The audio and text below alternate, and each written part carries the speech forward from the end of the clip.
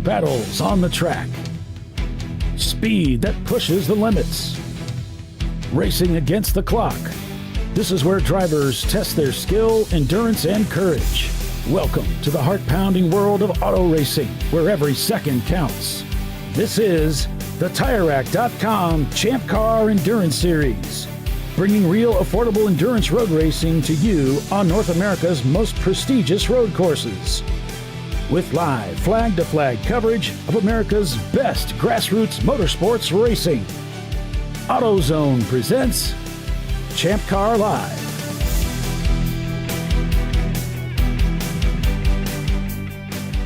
Hello, everyone, and welcome to ChampCar.Live, presented by AutoZone. It's the TireRack.com Champ Car Endurance Series. This weekend's race, it's the Beaver River Grand Prix at Pittsburgh International Race Complex. So let's take a look at Pittsburgh International Race Complex, courtesy of Google Earth 3D. There we can see the garages just off to the left.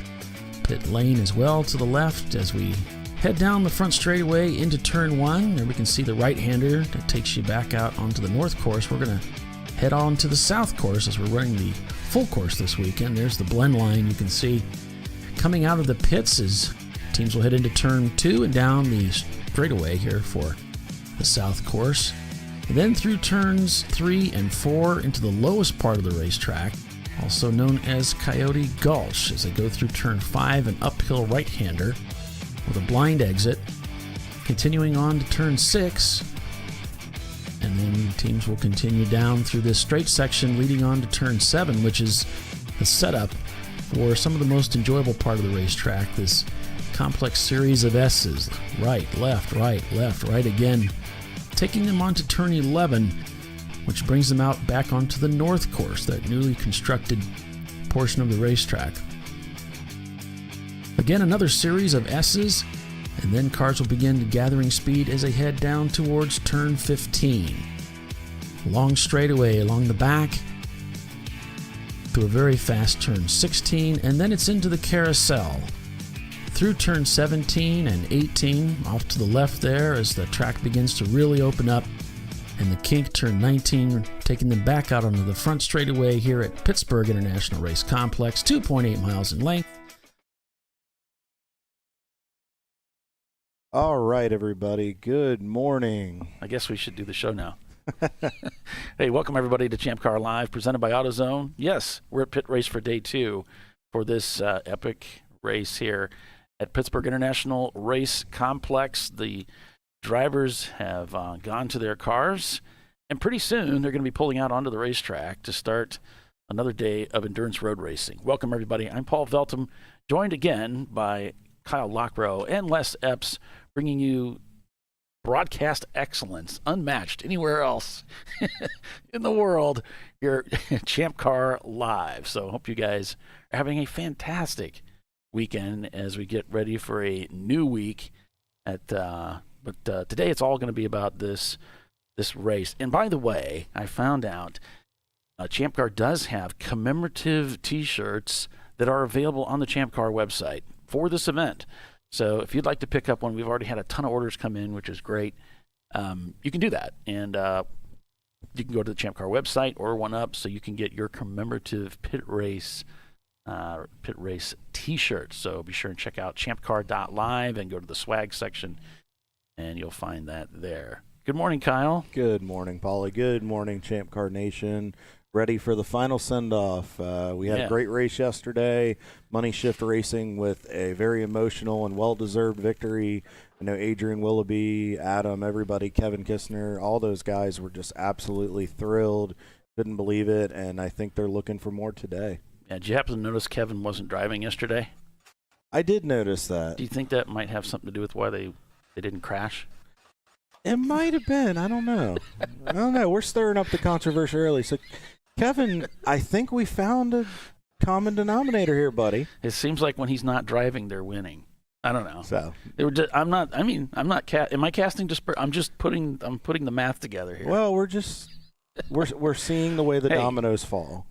Kevin stole my van one day. Did you know about that? I did hear about that story. Yeah, he stole my van. Did he do donuts in it? Or did he at least do burnouts in it? He did not. He drove away. I was not happy. He didn't do it right then. I was not pleased. Anyway, so I just thought I'd bring that up, just a casual observation. Kevin wasn't driving yesterday. So the cars are beginning to roll off of pit lane right now. RVA Graphics and Wraps has been sent on their way. It's going to be reverse of what it was yesterday, which means the Salins guys are going to get to be up towards the front of the field. They should be, although I don't see them moving yet. I see them just holding pattern. I see other cars going out. There's RVA. So RVA may be on the pole here. I don't know. We'll see. We shall see. Inquiring minds want to know. But thanks for joining us, everybody. Good morning. Hope you're having a fantastic weekend. And, let us know how your weekend is going and what race you're planning on coming to next. So, John, good morning. John Wittenauer, Fred, thank you so much for coming out and joining us today. So, Paulie, the theme yesterday was attrition. A lot of heavy hitters, 90 Racing, the Honda guy or the Acura guys had issues yesterday. A lot of big teams. Bavarian had issues. Just a lot of names that Hero Time Racing was one of them. Just seemed like they struggled yesterday. We were hearing tire wear was a big issue. I know the Racer X guys were talking about the amount of rubber buildup that they were getting inside the wheel, and other teams were getting this as well. That was causing it. It would give you like a really goofy vibration when you're going around the track and under braking. So we'll have to see what it does today. This track seems like it's tearing tires up quite a bit this weekend. Yeah, we definitely saw a lot of tire drag yesterday. So Racer X, boy, they did a lot of work on that car. Kyle, you got out of the car yesterday, handed them a car that was leading the race, and then they broke it, and then they fixed it. I think it was a fuel pump and then brakes, and I don't know. Well, they do this it actually ended up just really being, I think the brakes were a concern, but I think we had enough to get to the end. I think they were more just trying to be prepared today, knowing that they wanted to hit it full tilt. Yeah, as fast as the car was, I know they said, all right, we want to put some fresh some fresh brakes on this thing to make sure we can really push it today. But really what took them out of contention was the fuel pump. The car got running dry at a fuel run, and it just burned up the fuel pump. And that happens, and every team's done it, and things happen. Everybody was busy yesterday during the race. Can't be upset about it. That's just the nature of racing. But that car was phenomenal. As I see it going by right there, going into turn 4. It was fast. It was reliable. It was leading. I didn't know we were leading until we got out. Yeah. I think the wife told them not to tell me, just so I didn't start thinking about it and overthinking my driving, which I greatly appreciate. So, but no, I can't thank John and Scotty and my co-drivers Tom and Jim. It's been a pleasure driving with those guys this weekend, and I wish them nothing but the best today. I hope they can go get a victory in the EC class. Yeah, it would be nice, and so but good, it'd be nice for anybody out here. So good luck to everybody today. Hope everybody has a great week. It should be. The attrition was high yesterday, but it seemed like a lot of the teams were able to get what they needed to get back out here today. We know that Team Salins, who were very dominant, they had a couple good runs from the back toward the front of the field, and we do have a camera, I believe, in their car today, Paulie. Which one's that? I believe one of our Champ Car cameras should be in there, so we should be able to ride along for the fun. Who's this? And Team Salins. Oh, Salins? Yep. Yeah, we were showing it. It was a little skippy right now. Some of the cellular's not that epic right now. So, yeah, we got a camera in the Salins car. But we'll ride along with those guys today, and it was fun watching them. Even they had to overcome little hiccups here and there, but the way they got in that tandem that they always do, and they just kept coming to the front. They persevered. They found spots where to go, and it was fun to watch. So it looks like RVA Graphics is going to be on the pole today for the race, followed by the Mercedes F-Class car, and then the Salins trio, and then on back, Rad Air Racing is there. Looks like they've taken the wing off today. Then there's the 974 behind. Our D-Class winner yesterday, Spare Change Racing in pursuit.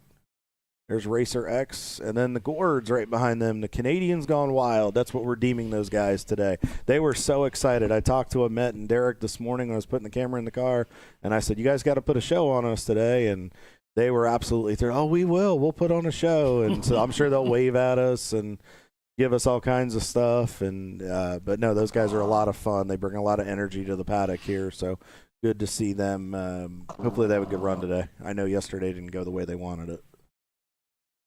We see Loose Brothers Racing going by. We see the 591 car.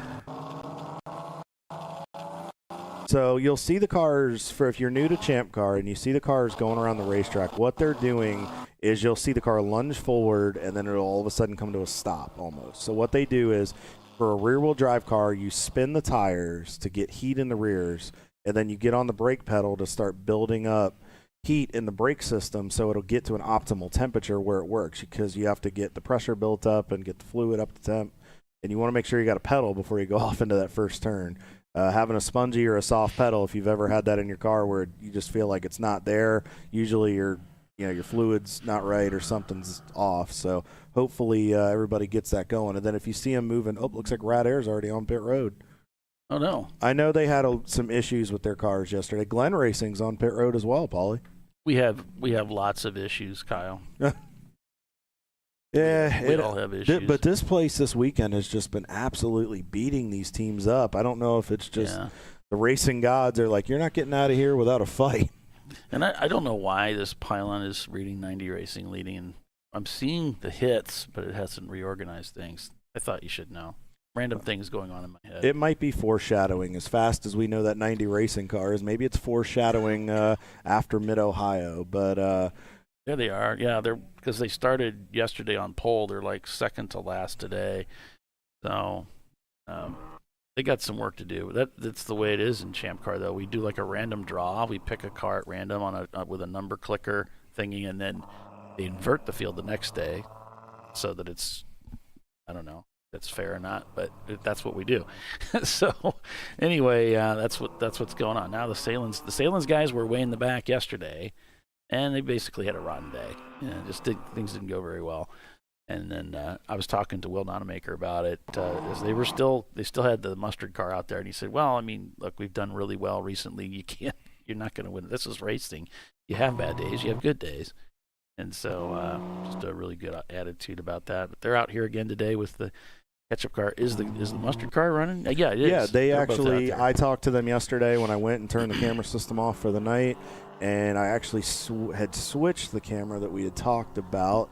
We were just trying to make sure that we had the cars covered accordingly because we weren't sure about the 42 at first. So, but talked to them. They said, yeah, we're going to have both cars tomorrow. We just wanted to, kind of lick our wounds a little bit and make sure we were fully ready to go when the green came out today. So, but you're talking about how well they ran in your conversation with Will. They have 5 wins this year, folks. They've won 5 times. They swept Mid-Ohio, they swept Watkins Glen, and then they took the 14-hour at Daytona earlier in the season. And that, they are 5 of the 7 wins for Porsche this year. The other 2 by Rockwell Autosport Development.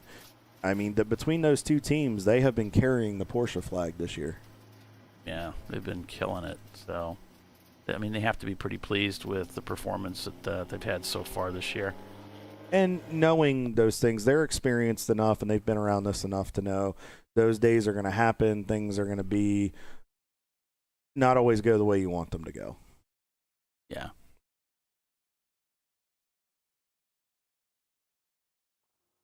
Cars are coming down the hill now through 15. And sorry, folks, just the cameras are just not really in a very good mood today, so it's not performing very. Less is more. He's out there, the less is more cam. Bringing us all the racing action from pit road as the cars head down towards turns 16 and 17 now. You can see the train. Packed field this weekend, and weather's going to be excellent. I was going to bring you a weather report here once he gets all that stuff sorted out. It's going to be good. It's going to be good. Going to love it. Look at that view of there's that famous pit race water tower. Turn 19. Cars come up the hill. And there's the green flag waving for the field. Day 2 now begins. That's right. We are racing live here at Pit Race for the Beaver River Grand Prix. 7 hours of endurance road racing in the TireRack.com Champ Car Endurance Series. Go on board with MDR. They're still working their way around the racetrack. Coming through that treacherous turn 18 back to turn 3 here.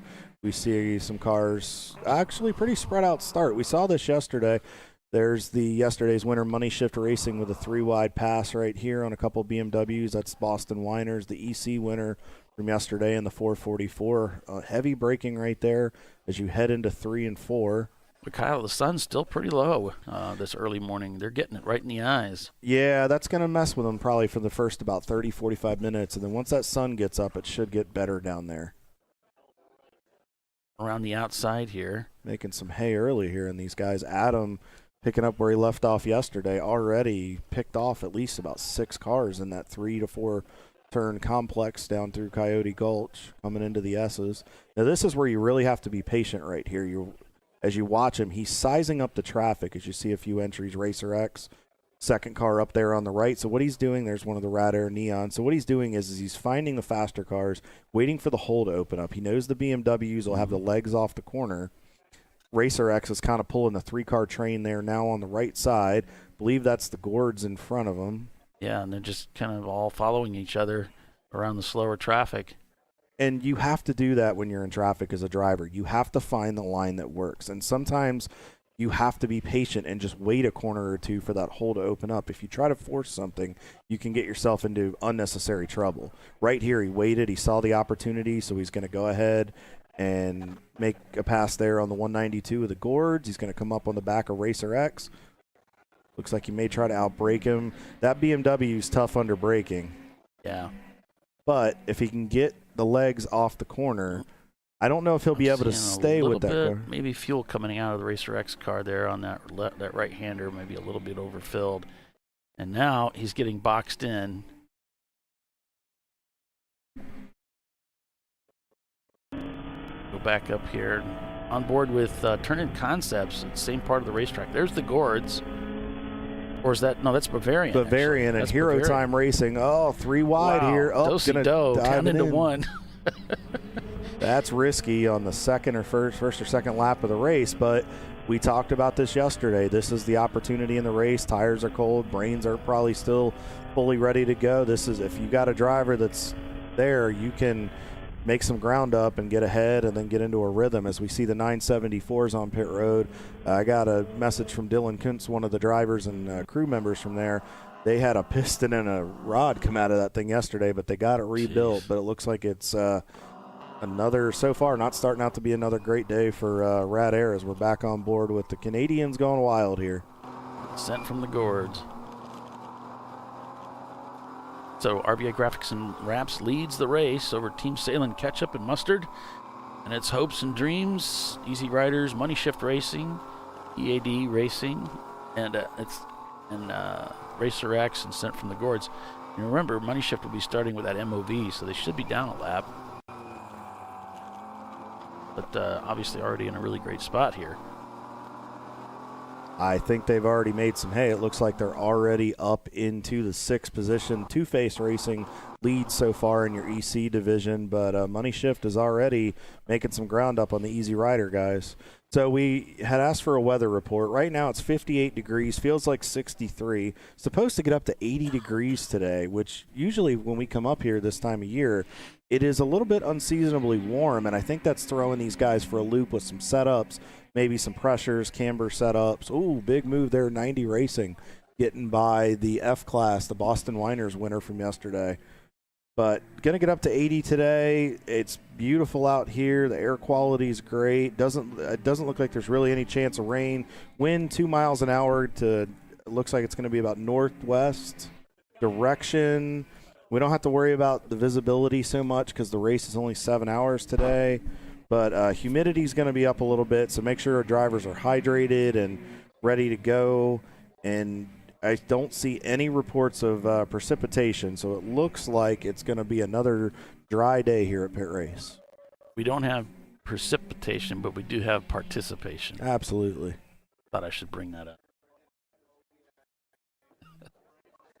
And Money Shift's doing great. I was really liking how Money Shift was slicing through the field like that. I hope Kevin was watching, maybe get some pointers.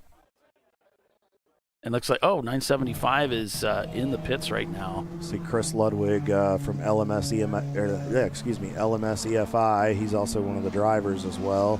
Chris helps with a lot of the tuning on these cars. It looks like they're checking something suspension-wise. Maybe drivers are feeling some stuff that they don't like.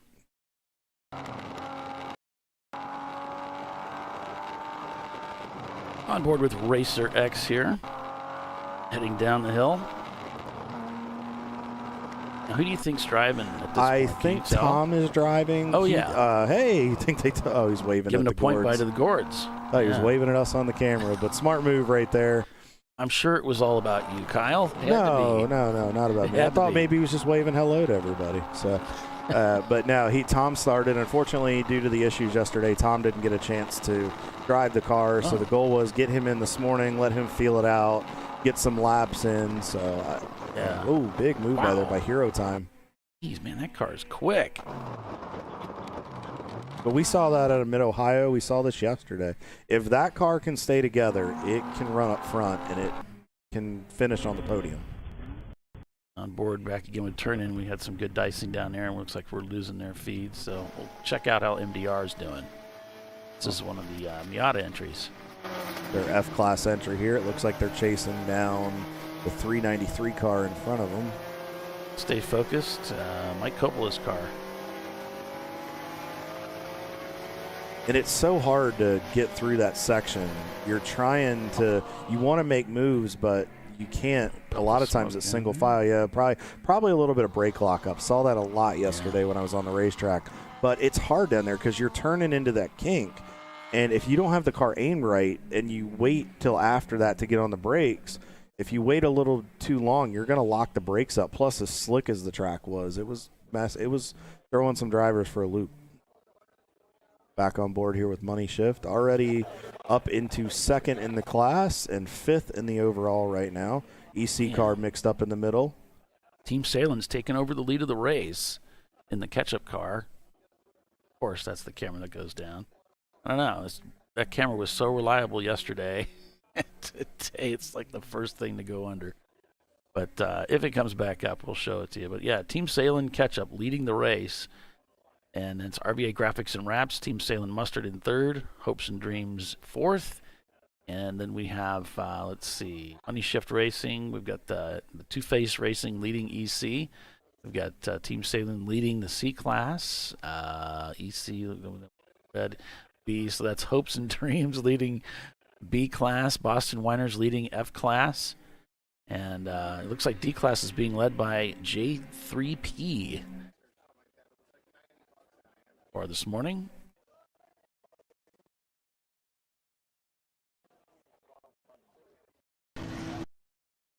Look down in the pits. Everybody's just kind of chilling out. It's settling in. The weather's like perfect right now. It's cool. It's comfortable.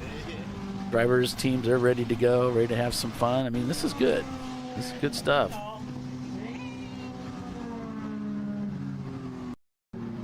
And there's a lot of anticipation for this race today, and I think a lot of people have a desire to go after and be those final winners at Pit Race. Yeah, sure. Back on board here with MDR. Tell you what, that little Miata gets after it. Hanging with the I think it's the 944 right now. I think that's the Visceral. Little Visceral car, one of the two. Believe so. And there's the water towers. It comes down through 15. So with a lot of the straightaways, when you're in an F-Class car or a smaller horsepower car, what you want to do is get behind a faster car on the straightaway, let him pull you around, and then you can stay with him to make hay. Like right here, he may try to outbrake him. I don't think he's close enough. but he at least presented the nose to get the driver looking. Well, he may try to go in here. Tight racing right there. Nice move. Checking his mirror, seeing if he's got him cleared. If you watch a lot of racing, you hear somebody saying left side, right side, he's there, you know, at your quarter. We don't run spotters or any of that in this series. Some teams will occasionally put somebody out there, but this track is so big, you'd have to have so many different individuals to cover it. So it's very much on the drivers to watch those mirrors, and you have to be on your 360 looking around all the time to make sure that you're clear so you don't get yourself in trouble. Two-Face Racing continues to lead the EC class. Racer X, after all those repairs, up to second in EC class, chasing down those guys. Sun's out, guns out. We saw that 207 car very strong yesterday, and much of the same today. Sun's out, guns out. I think I had a feed on them right there, Kyle. There we go. And I'm working on a coming down the hill. here. Nope. Coming down the hill, so let's ride along with him here for a little bit. That's Thomas in the car right now. We had these guys on board up here in the booth with us yesterday. Under braking right there, down to fourth, down to third. Now you really gotta be careful getting through there. You want to try to take a little bit of a late turn in, get yourself up the hill, open that wheel up, and then you start grabbing gears and getting up to speed as you come onto the front straightaway through the kink here at 19. Then you want to get yourself all the way over to the right side. He's coming past the start-finish line now. And then heavy braking as you come up over the hill. And when right as you hit the crest, you grab a gear and turn in. Let the car track out to what would be the cutoff for the north course. Very bumpy over there, so you really got to make sure you got the wheel straight. And then down through past the south pits onto the left. Good morning, good morning. Heavy braking here into turn 3. Probably going to grab fourth. Yep, down to third. Coming through 4. You really got to get the wheel straight there. You got to really be careful on the throttle. It gets real slick. And then you want to make sure the car's balanced as you come into Coyote Gulch.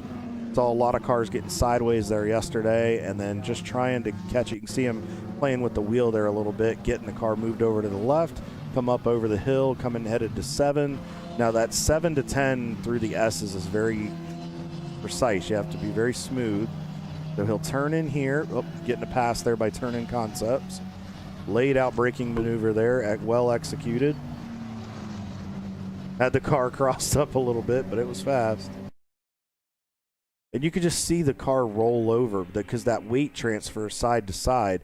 And you really have to be careful, especially if you're in a heavier car. If you're in that Boxster, it's a bit lighter. You can toss the car around a little bit more. So now you see Thomas turning in. I think he missed his mark just a hair there. Might have somebody. I think he's got somebody to his right side. So I think he's offline a little bit. Yep, that's what it was. It was the Bavarian car. Oh, hello. And it's hard to go side by side up through some of those as he comes down here to 17. Heavy on the brakes right here. Get that car turned in. Yeah, see him fighting the wheel a little bit there. Going over those bumps. Now he opens the wheel and he's flat on that throttle. Coming back to the start-finish line, and that's a lap at pit race. Have it.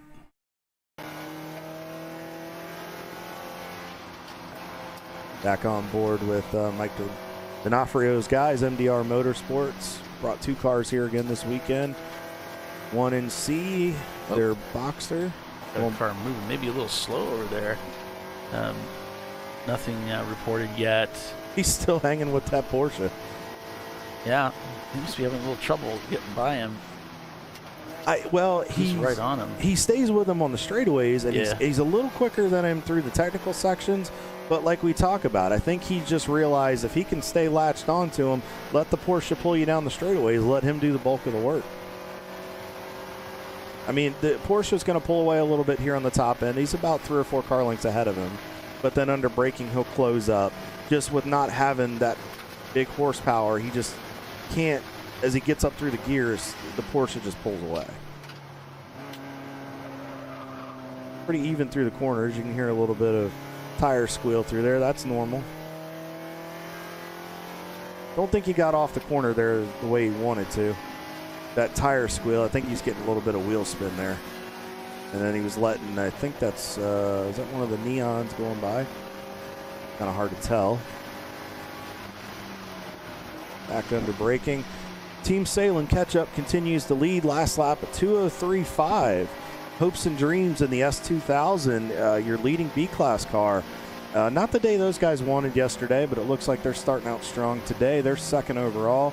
And then Team Salem, the Mustard Wagon, in third. Hero Time Racing has worked themselves up into fourth. RVA Graphics rounds out your top five. Paulie, I'm looking at the lap times. They've all just run top three have just run 2:02s, all within about 0.3 of a second of each other.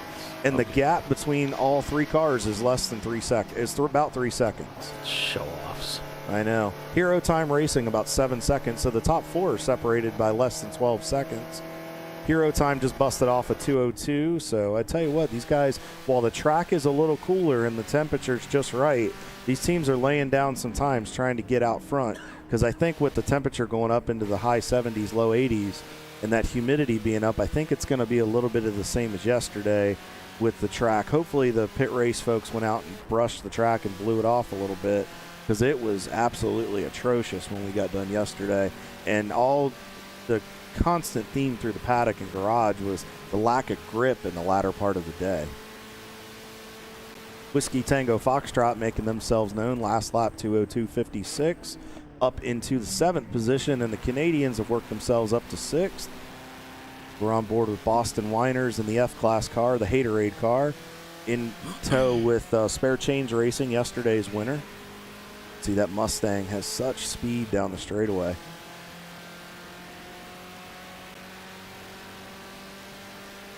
Last lap for Racer X was a 2:04.91. Let me take a look at that gap here, folks, because they are slowly catching, it appears, Two-Face Racing. See what the gap is, about 6.8 seconds. Last lap was a 2:05.94. Great lap for Tom in that car. Best lap so far right now is a 2:04.91. Absolutely did a great job. I know they made some changes on that car. They just wanted to make it drive a little bit better today, and I tell you what, it's paid off. Within about 7 seconds of taking over the race lead in the EC division. So great job. Yesterday's winner, Boston Winers, isn't too far behind those guys. So I think we're in for a good fight. Sun's out, guns out, still running well. Best lap for Thomas so far is a 2:07.16. Whiskey Tango Foxtrot in the 983, the Miata, 2:01.72 so far, best lap. 90 Racing second in the A-Class right now, and Ramen Racing Noodles, 2:02.57. These teams are laying down some great lap times. Take advantage of it while the track is good. We're still on board here with Boston Winers. Oh, looks like we have a Miata. It is off to the racetrack there. I think that's back at 13, Paulie. Okay. It looks like it is the... All right. Turn 13. 244 car is stalled there between 11 and 12. I'm sorry, folks. Gave you the wrong one. 44 car. That is our buddies with the...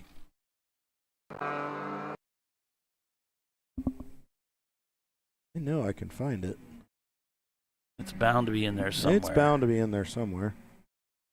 I don't see anything on Speed Hive. Oh, no, that's the old feed. Here's what we have here. See, they've yellowed that section of the racetrack. Yep, and the nice thing is they're doing hot pulls this weekend, which is great. So thank you to Pit Race. So, yep, the 244. That was the car, Paulie, that on the back straightaway yesterday, while we were in the midst for the fire that caused the red flag at the entrance to pit road. That was the car that the driver had to hop out and had an unexpected fire come up and opened it up and put it out. Some people right just crave all the attention, you know. When it's on somebody else, it's going to have to be about them. It looks like they've gotten that cleaned up. So once they get those safety guys off the racetrack. Towing it right there, isn't he? Yep. And that other tow truck's going for a pass. I don't know if he should be flagged in. Getting a little race in it. Maybe he's getting warmed up. They might be doing a tow truck special here for the end of the season. Yeah, that was really strange yesterday, though. Seriously, we had a red flag due to a fire at the entrance to pit road, and while officials were dealing with that fire, another car caught on fire on the racetrack. DJF Racing. I'm sorry, guys. It took me so long. DJF, guys, they have had a rough weekend so far, but hopefully they can get this repaired and get back out into the fight. So it looks like the tow truck has made it to the pit road. I'm looking on the timing here, marching ants. So it looks like we should be clean and green all the way around. It looks like there may be a local, well, nope, they just cleared that. So, yep, we are back green all the way around the racetrack.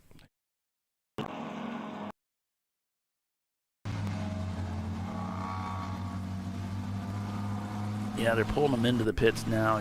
The car's coming in front of us here now, the 244. So at least they were able to get out today. Hopefully, whatever is going on here, they can get it fixed and get back out there right away. I'm sure they'll work really hard here as we see Turning Concepts trying to work by the Racer X car there. I see an outbraking maneuver coming. I don't know if he can get the nose in there. I think Tom saw him in the mirror. Let him go, yeah. Josh Malka in the car right now. I'll tell you what, he's definitely putting in some risky passes first go here. Paulie, I just looked. Hopes and Dreams is about 0.3 of a second faster last lap than Team Salem Ketchup. They are slowly reeling those guys in. The gap is coming down quite a bit. About 1.5 seconds right now. I got to tell you, Greg's car is just so good to drive. It gives you confidence because if you feel like you can do anything you want with it, it just works so well on racetracks. So I'm not surprised to see that driver pushing things a little bit. We're kicking up a little bit of dust there. We were watching yesterday, and you thought maybe there was some sod that was getting kicked up, and as I went out there yesterday and turning off cameras, there was a lot of sod that they'd laid down to kind of fill in some of those divots that had been getting kicked up. So that is what we were looking at, Kyle. So good call on that. Not that I had any doubts, though. Not that I had any doubts. You know what? I could have been seeing things. You knowing me, I could have seen something that wasn't there because these racing events, they play tricks on your eyes, especially as I get older. Good thing I don't have to worry about that. I know. You'll be young forever, Paulie. That's me. You see the Boston Winers Haterade getting after it again today. This was your F-Class winner from yesterday.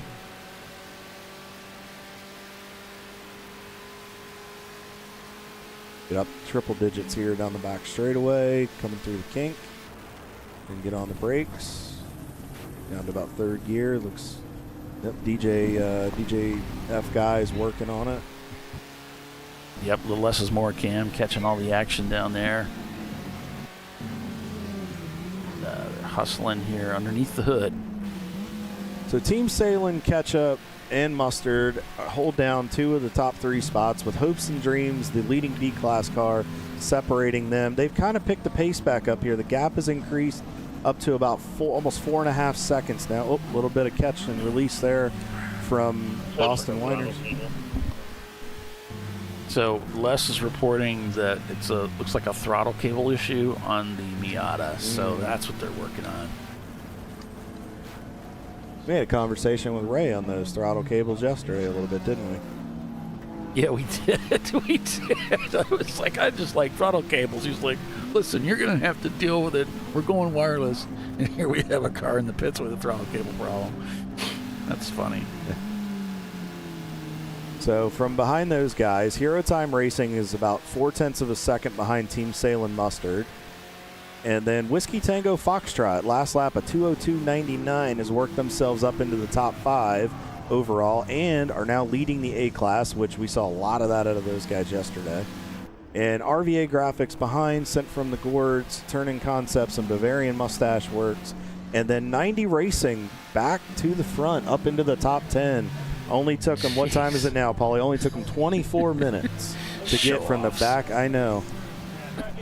Actually, you know what, Andrew, you're slacking, man. You're slacking. 24.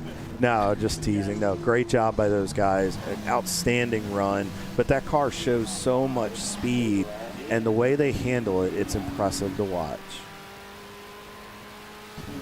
Yeah, really well done. Really well done. And then we have a couple of EC cars mixed in there, Two Face Racing and Racer X. And then Boston Winers, the 444. So we've got the top three EC cars there kind of mixed into the fray. Ramen Racing with Noodles is up to 11th. North by Northeast in 12th. Balthazar Motorworks in 13th. K2 Autosport.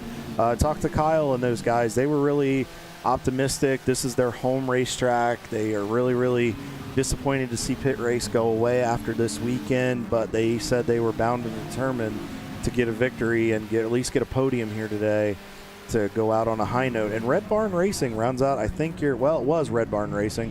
Now MDR Motorsports in the Boxster rounds out your top 15 in the overall.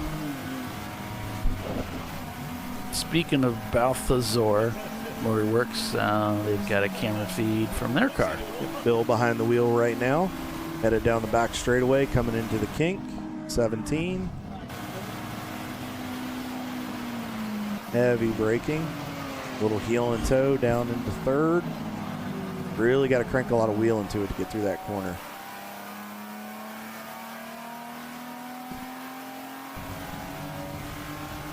Kind of quiet on pit road so far, and had too much action. Everybody's getting their coffee, getting a bite to eat, and waking up for the day. Team Salem just set their fastest lap time of the day with a 2:02.3. They've got a 7.5 second gap to second place, Hopes and Dreams, in their Honda. Although up here in Pennsylvania, they say it Honda. They don't say Honda, they say Honda.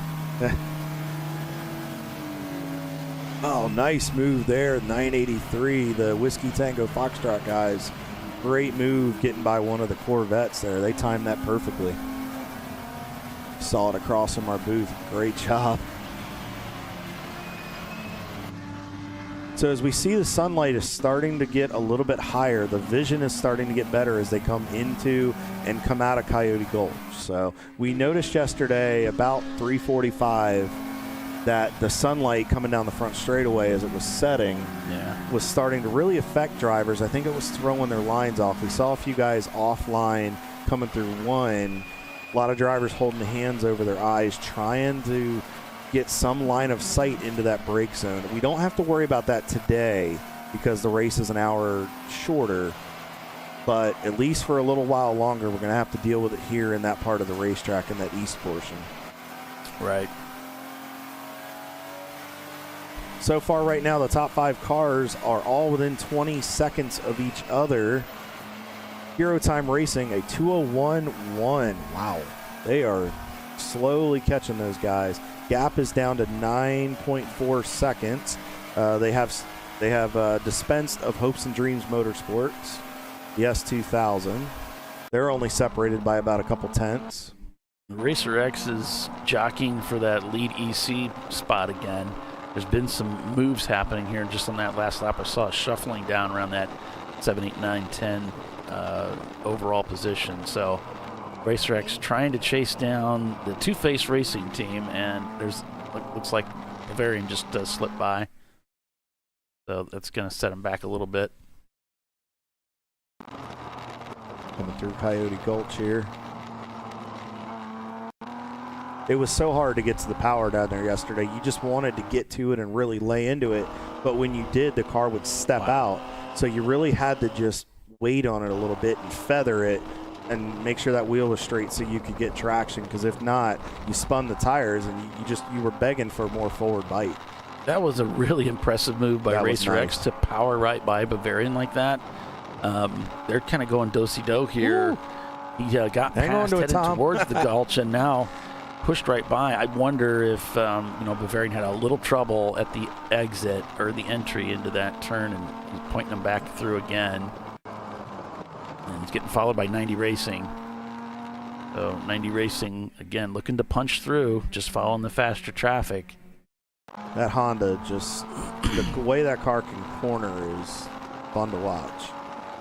But they're always in control. You never see that Honda sideways or really doing anything out of pocket. I mean, watch right here. You can see him getting ready to set up Bavarian. A little bit of tap of the brakes there as the car got a little unsettled as he went over the rumble strip. Staying in line here with Bavarian as they're going to dispense of the Porsche. Looks like Racer X is going to follow through. Yep. He does, clears him. You see some switching happening here. 90 Racing is going to go to the left of Bavarian as they head down the front straightaway. And the Mercedes of Easy Riders has come into the pits. So some issues there for that team. And it looks like they got held up by some traffic. Oh, we got a car spun in turn one, Paulie. Oh, no. Got a car. It looks like I didn't see it on there, but there was a car sideways. See a local yellow in turn one.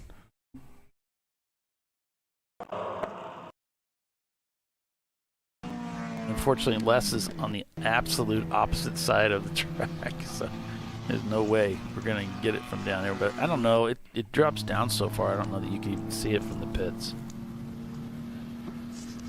It does drop down there quite a bit. Yeah, we'll see what the track... I mean, here it looks like everything's green, so maybe he got it going again.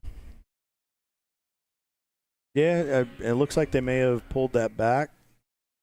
Yeah, I don't know. It was over the hill. It's out of our camera view right there because it was right. He was right sideways where the cutout is to go for the north course. Timothy, yes. Definitely add TARDIS to the beginning of Turtle. Yeah. You know, it's bigger on the inside than it is on the outside. But Les getting some great shots here for us. Yeah. He always does. I don't know why I went to that camera. Sorry, guys. We've got some cameras that are still really sticky, so just waiting for the cellular service to pick up a little bit. Back on board here with Racer X. Yep. So Racer X, let's see, where are they in this mix? I'm waiting for the timing and scoring to settle out here. 90racing.com has just moved into 10th place as they came across the start-finish line again. So they are trying to climb their way up here. Go check in on Money Shift Racing. Yesterday's winner, really, I don't know. I mentioned to them in their social, I said I can't even imagine what it must feel like for you guys to have won that race yesterday. That storybook finish I had to that Saturday. Yeah, that's the thing movies are made of. I mean, it was really dramatic for them. And well-deserved. They've worked really, really hard. They put in the time. They've put in the effort. The driver lineup is solid, but that car is very reliable. Well, most of them, except for Kevin. You know, the rest of them are great. Oh, we got a car that's off. Looks like this is around turn 13. MDR, that's the 830, the F-Class Miatas in the grass there. Oh, no. Not good. See if he can get it started. It doesn't look like he's even going at the effort. This is put it in gear. He looks like he may be trying. I wonder if he's stuck. Yeah, it's going into position, but it's not engaging with the clutch. Something with the clutch? Okay. Yeah. That's not. Yeah, it sounds like he just can't get it to go. Thanks. Yeah, that's a shame for those guys. He's trying. Keeps trying to see if he can find it. He's trying everything from first to third. See if he can get it out of there. It looks like, Paulie, I know that's a bit of a drop off there, but does it look like that left rear is down a little bit? Yeah, something doesn't like look something's right. broken. Like maybe something in the rear, the drive train back there is broken. I think something broke, Paulie. Sure looks like it. I think something in that rear end broke. We'll go back to that as he's heading down the hill there and try and pick that up. But right now he's stranded pretty good. Yeah. We're going to a yellow here. Yeah. So here he is. Walk us through this here. We're at the top of the hill heading down. So you're coming through the S's. Everything business as usual. Let's see what it sounds like. Sounds good. having to burp it a little bit, just playing through here. Coming into 11. It broke. You can hear the snap. And when it broke, the back of the car, you could see it drop. Yeah. I think something in the driveline broke. Maybe the rear end blew out of it. Something the way, because when that happens, when that rear end goes out, it's almost like it wheel hops and it just snaps away around. And the car won't go into gear. I don't know if the drive shaft broke. Because he can get all the gears. He's trying second, he's trying first, he's trying third. What I don't hear is anything. There's no banging, there's no grinding. Yeah. The drive shaft breaks, it's going to make a heck of a racket underneath the car when you release the clutch like that. So you're not getting that. It doesn't really matter. The bottom line is he's stranded down there, and just going to have to come get him, unfortunately. I think our camera's a little stuck, so this isn't really a current view. But yeah, the track's on their way out there to get him picked up and get him taken care of. So we are under our first code 35 of the day. Paulie, we didn't see a lot of the code 35s yesterday, which was good. We got a lot of good green flag racing in. Well, to be fair, I was sleeping, so it would explain why I didn't really catch much of it. But MDR, into that current situation, but they're trying to get down there and get him fixed, get him taken care of. So yeah, purple 35 here. No, we had that red flag that was kind of odd. We had a lot of green flag racing yesterday. We hit 200 laps yesterday, and we thought it was going to be close. Like, we might not get it, and we got it, and that was pretty awesome. I don't know. We'll see what we get today. See if we can get another 200 laps out of it. We might be able to. It's so crazy, it might just happen. Yeah. But the respect that the field's been showing each other has been very evident this weekend. We haven't been seeing much contact to contact. Drivers are giving each other room. Yeah, we've seen mechanicals as the Gords are on pit road here. A little bit early. I wonder if maybe they're just trying to... Now, they may be trying to take advantage of... We're not to the end. We're 37 minutes in. I wonder if they're trying to go ahead and get that first pit stop out of the way. Yeah. Maybe get off strategy. The driver's not getting out, so maybe they're just going to put fuel in it. I don't know. Seems like the thing to do would be to do the driver change too, because you're going to still be limited to the 2-hour stint for the driver. They might be playing the code 35 game, thinking that something could happen. Yeah, maybe put fuel in it and just head out there.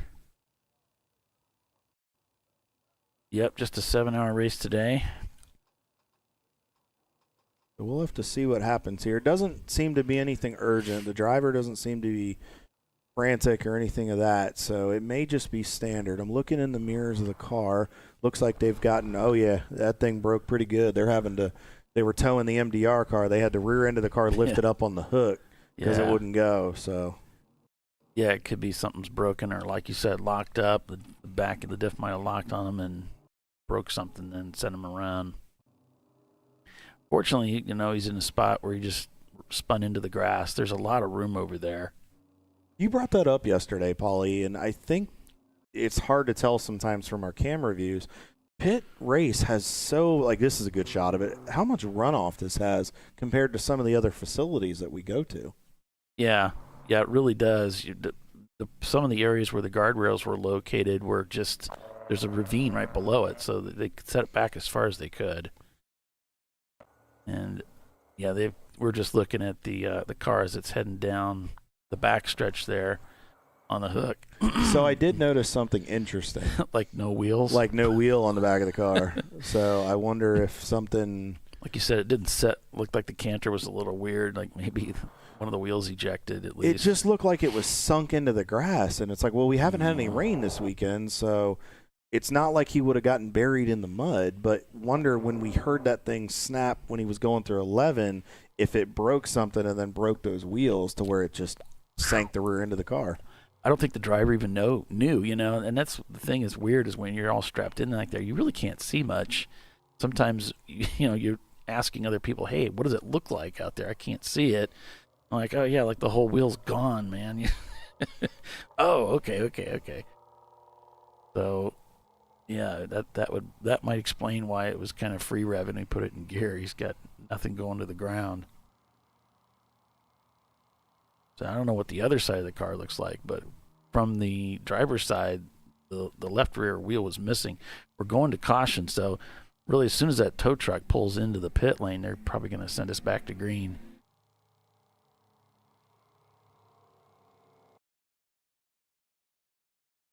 The yellow gets pulled in, and we are back to green on Flagtronics.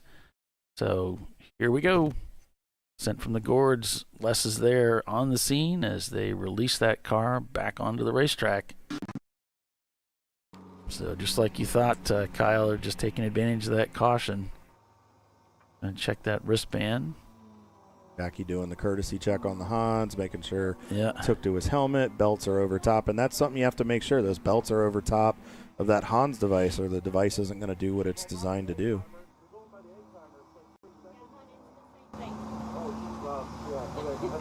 Usually was off yesterday by like 30 seconds.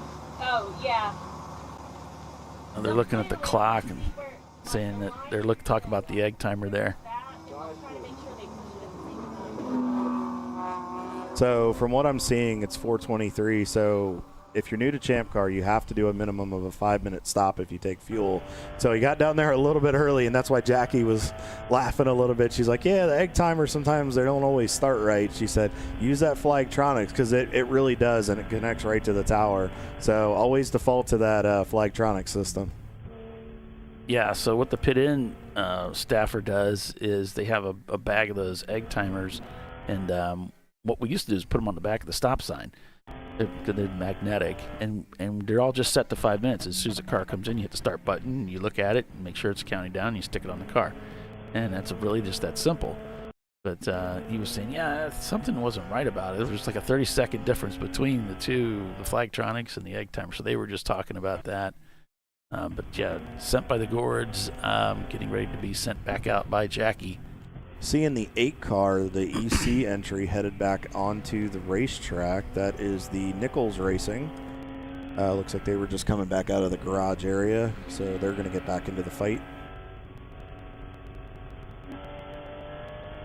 Paulie, Team Sale and Ketchup continues to lead. This is a much different song than we heard yesterday. Both of the cars up in the top 4, but Hero Time Racing is not letting those guys get away. Only still separated by about 4.5 seconds. Yeah, yesterday they were working their way up through the field, and then the Ketchup car ran into mechanical issues. They had to pit that car. They worked on it for a little while, sent it back out. Then it was really up to the Ketchup car to try to get to the front. Had some mechanical issues there too, so they never really could get all the way through the field. But now the Ketchup car leads the way over Hero Time Racing, followed by Hopes and Dreams, Team Sale and Mustard, the Whiskey Tango Foxtrot car at Miata, which is also the lead A-Class car. Then it's RVA Graphics and Wraps, Turn-In Concepts, 90racing.com there in 8th place. And then it's the lead EC car of Two-Faced Racing. Bavarian Mustache Works is behind them in 10th. Then it's MDR Motorsports, rounding out your top 10. So for those of you that probably didn't tune in yesterday or didn't get a chance to, we had 51 entries for this week. I know, you always got to tune into Champ Car. Got to make us a part of your weekend. So we had 51 entries this weekend, heavy C-Class entries, 23, almost half the field. And then we had 5 A-Class cars, 7 B-Class cars, D and F class both with 4 apiece, and the EC class this weekend has 8 cars as we see Suns Out, Guns Out trying to dispense of the Rad Air 975 Neon. Does it just before 17. But quite a few cars this weekend. 13 different manufacturers, OEMs represented this weekend. BMW leading the charge at 17, 8 Mazdas, 7 Fords, 6 Porsches, 3 Hondas, Dodge and Chevrolet 2 apiece, and Toyota, Mini, Mercedes, Acura, Lexus, and Nissan 1 entry apiece. Our oldest entry was the Sound of Music, the 1983 Mazda RX-7, and then Section 8 Racing brought 2 very nice 2016 Ford Mustangs in the field this weekend. They have not had the weekend that they've wanted, nor for Sound of Music, but such a big gap, 33 years from the oldest to the newest car, Paulie. You can, and if you're interested in getting involved in Champ Car and you're wondering, well, what should I get? Well, based on that, take a look at what's in the field and you have an idea. There's such a range that you can go from. So if you're looking at it, a lot of different manufacturers are represented out there. Look through the rules and find out what's going on. That was a little loud there. I think they had that thing on full tilt.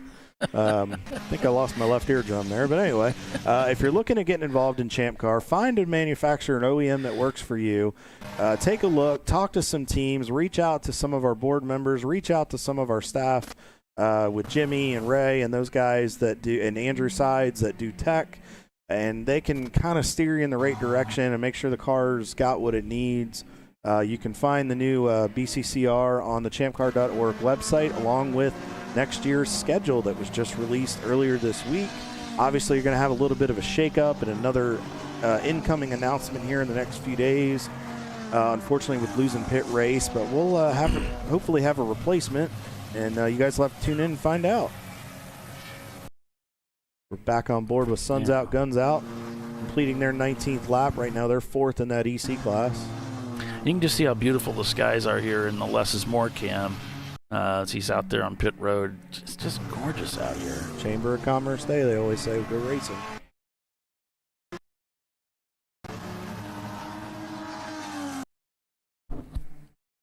Yeah, so Team Salen's continuing to lead. It looked like about a...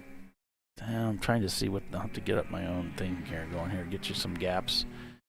Figured out what's going on. So right. while Paulie's pulling that up a little bit, we got a 4.5 second gap from Team Salen catch up back to Hero Time.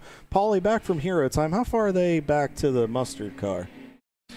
Looks like 18 seconds. Okay. Is the gap of Jawea. And then Whiskey Tango is just 0.6 seconds behind the Salen's car. So those guys are duking out. Both of them turned to 203 in that last lap. Hopes and Dreams behind them by about 2 seconds. So, and then RVA 6 seconds. These guys are really stacked together up at the front. It's pretty tight. It's been like that for the first hour of this race almost, where, I mean, we have 6 cars and now 7 cars within less than 50 seconds of each other. So one slip and that fellow competitor is going to be at your bumper. A look from inside the Bavarian Mustache Works. We haven't spent much time here yet. The feed's just kind of crummy, but yeah, it's still... These guys, watch out for them. They put on such a show here in the past. They're currently in 9th place, so we got to keep an eye on those guys. And, of course, Sent from the Gourds, always strong. As we were prepping for the race, Kyle was in my ear saying, hey, we got to get a camera in the Sent from the Gourds. We got to get that. I was like, okay. But, you know, they were supposedly streaming themselves. And then, I don't know. Now we went ahead and put a camera in there today.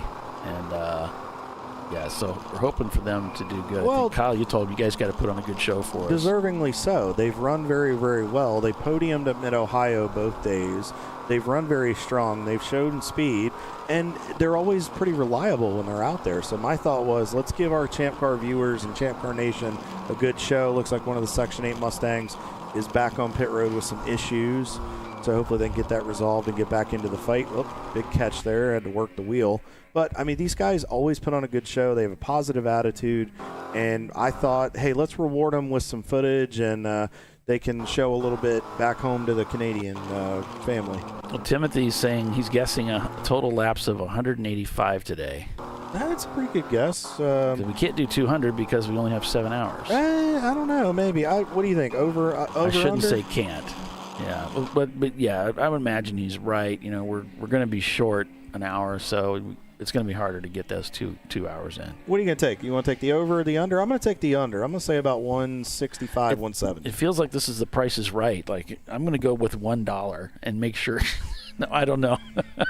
170 laps. And then the little old lady that's next to you that can barely see over the podium and her head's getting hit with the microphone's going to punch you. You took my number. That's right. Now look at turn 13 as the cars come over the hill there.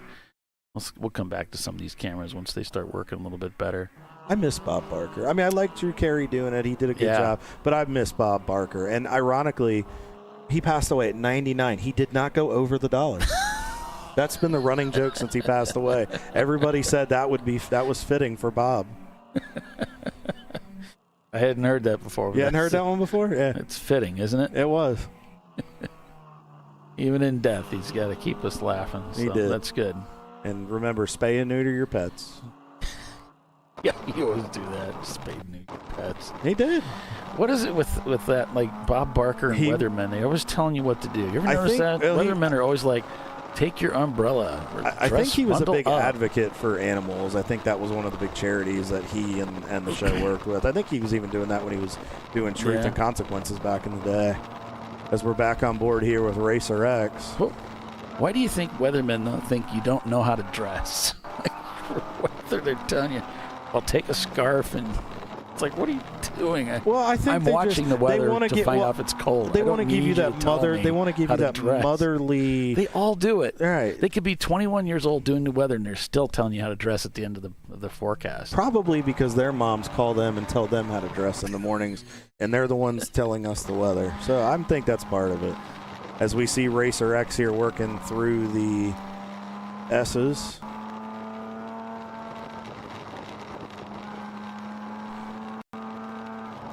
Yeah, it's Salen's catch-up, then it's Hero Time, the Salen Mustard Car, Whiskey Tango Foxtrot, Hopes and Dreams. That's your top 5 right now. And we'll cycle through the standings by class so that we have a little bit of idea of where those class leaders are at. We've got Whiskey Tango 90 Racing there in second. Looking at B class. Last lap for 90 Racing, 2:03.7. Looks like they're closing in on those guys. We'll have to keep an eye on that here soon. Hero Time, Hopes and Dreams, Red Barn Racing. The Salen's Cars and RVA Graphics and Wraps for C class. MLC, Spare Change, J3P. 2:10.05 for those guys. Good lap. They're looking for a little redemption, and Boston Winers leading your F class. We got Racer X leading EC. All right, good job, guys. Over Two-Face. Tom is putting on a show, sir. Great lap, 2:04.85.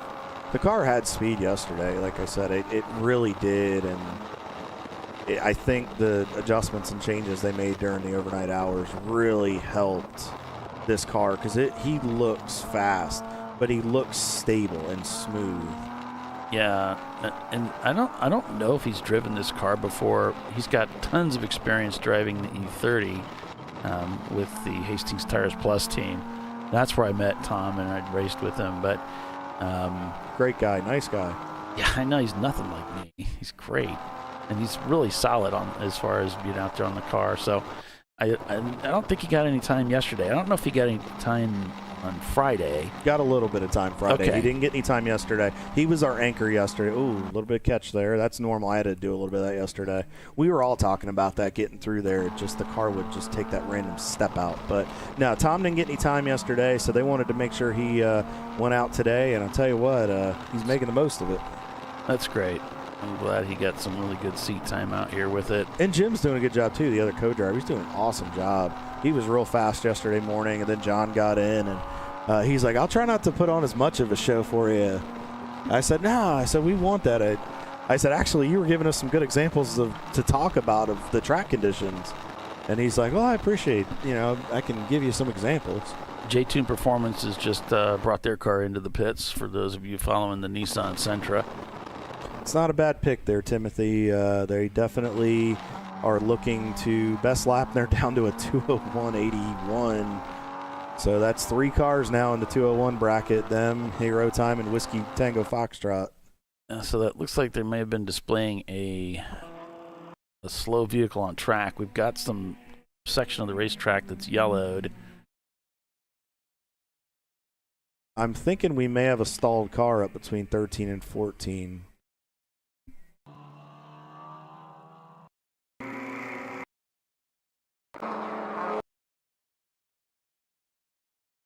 Yeah, of course these cameras are a little sticky, so that Not seeing it in our camera I view, think it's so- just in front of the camera view or behind it to where we can't see it based on what I'm seeing here. But there is a car right where the flag station is that's right below it that has been stationary for a few minutes. And it looks like that, yep, that the one is still stationary. I thought there was another one, but it just hung for a moment. But let's stay on board here with Turning Concepts. We might be able to see who the culprit is. It looks like they may be off to the right side. Yeah, it looks like it's Yeah. car. Excuse me, Kyle. I'm sorry. It's 502, the Money Shift Racing team that's parked over here. And it says possible contact with car that had spun on track. So there may be a situation there. We might be able to wind back and take a look at that and see what happened over there. Get our best people on it for you. Back on board with Thomas. Tommy Gunn here.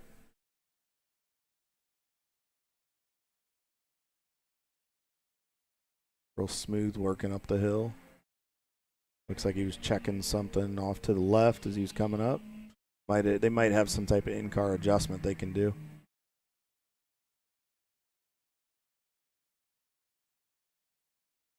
One of Salen's cars. So this is the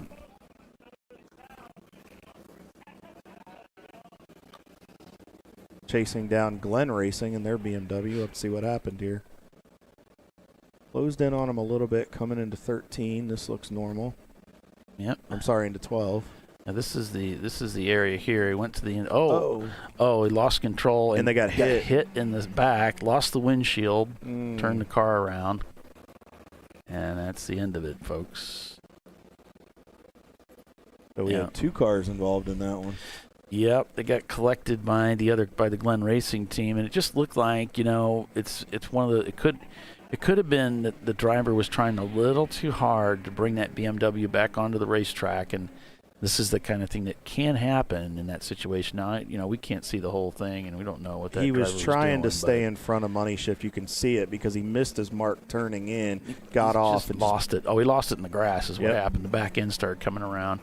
But that's you got to be really careful when you're in the grass that you don't try to steer back onto the track quickly. Let the car slow down, and then you can gather it up. You try to get back on the track too quick, and you go around. So tough break for yesterday's winners. Picking up some debris right there. Yeah, you saw the windshield just blew right out of the car. He took a good shot in that left rear. Hopefully everybody's okay, but I think that's going to be more of a frustration side of it because it's it's an hour. We're not even an hour into this thing, and those things can be avoided. But I mean, it's racing; it happens. So hopefully they can at least get it repaired. And Kevin wasn't driving. No, he was not. But I'm sure Adam's not going to be happy about that one. So they've still yellowed that part of the racetrack over there. As they still have that car stranded over on the guardrail, so they need to get them picked up first. And so we'll go ahead and take our first commercial break and be back in just a few minutes. So stay with us. You're watching ChampCar.Live, presented by AutoZone, and it's Team Salen leading the way. We'll be right back.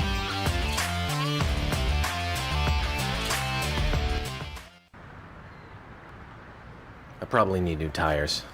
You do. What if they sold tires online? We do. We're TireRack.com. They could offer lots of tires We have so many tires. and help you find the right tire. It's called the Tire Decision Guide. Oh, and they could ship them to a nearby mechanic. We shipped over 7,000 independent recommended installers. This is an amazing idea. Sorry. TireRack.com, the way tire buying should be. George and Junior are fed up. They weren't planning on having to replace their brakes today, but they went to AutoZone, where a friendly AutoZoner helps them find a deal on the right parts. In the zone, AutoZone. Since 1994, Flying Wrench has been a family-owned business renowned for exceptional European car repair and maintenance. We treat every vehicle with the same care and attention as if it were our very own, building lasting relationships with our clients along the way. We specialize in high-performance vehicles, offering a range of services that include fabrication, construction, custom wiring, and much more. Visit us at flyinwrench.com. Discovery Parts is a veteran-owned racing and safety equipment company. While we're located inside Atlanta Motorsports Park in Dawsonville, Georgia, Discovery Parts can also be found at the tracks, supporting a number of Champ Car Series events. We take pride in being a reseller of the best of the industry to Champ Car teams and drivers. We know racing, love racing, and look forward to tomorrow to even more racing. Visit us at discoveryparts.com. At Parts Badger, we're not your typical machine shop. When a market-leading mountain bike manufacturer was looking to reshore their hardware components, they turned to Parts Badger. Within weeks, we had deployed a dedicated manufacturing cell, ramped up production, and had guaranteed capacity to meet their demand. We're looking to be your manufacturing partner. See what we can do for you and your company at PartsBadger.com.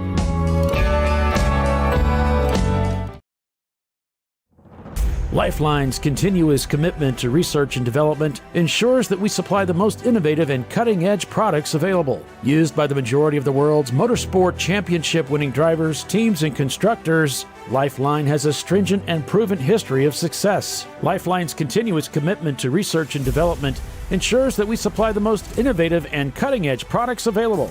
Lifeline's 0360 systems are the result of over 7 years of intensive research and development using 3M's Novik 1230 environmentally safe gas extinguishant. Lifeline uses only the finest quality components. For more information regarding our fire safety equipment and fire safety systems, please contact us at info@lifeline-fire.com. Sentinel is a comprehensive motorsports video solution incorporating live streaming, local recording, 3 cameras with picture-in-picture, flag status, and much, much more. Stop playing with multiple solutions. Sentinel handles it all, including timing and scoring, vehicle data, graphic overlays, adaptive bitrate encoding, network bonding, and more. Sentinel is the solution to sharing your motorsports experience with your friends, family, sponsors, and the world. What are you waiting for? Get your Sentinel today and never miss an on-track moment. www.sentinel.racing. Dave's Twitch is bad. That's because his wipers need replacing. But he went to AutoZone, where a friendly AutoZoner guides him to the right wipers and makes sure everything is working smoothly. Get in the zone, AutoZone.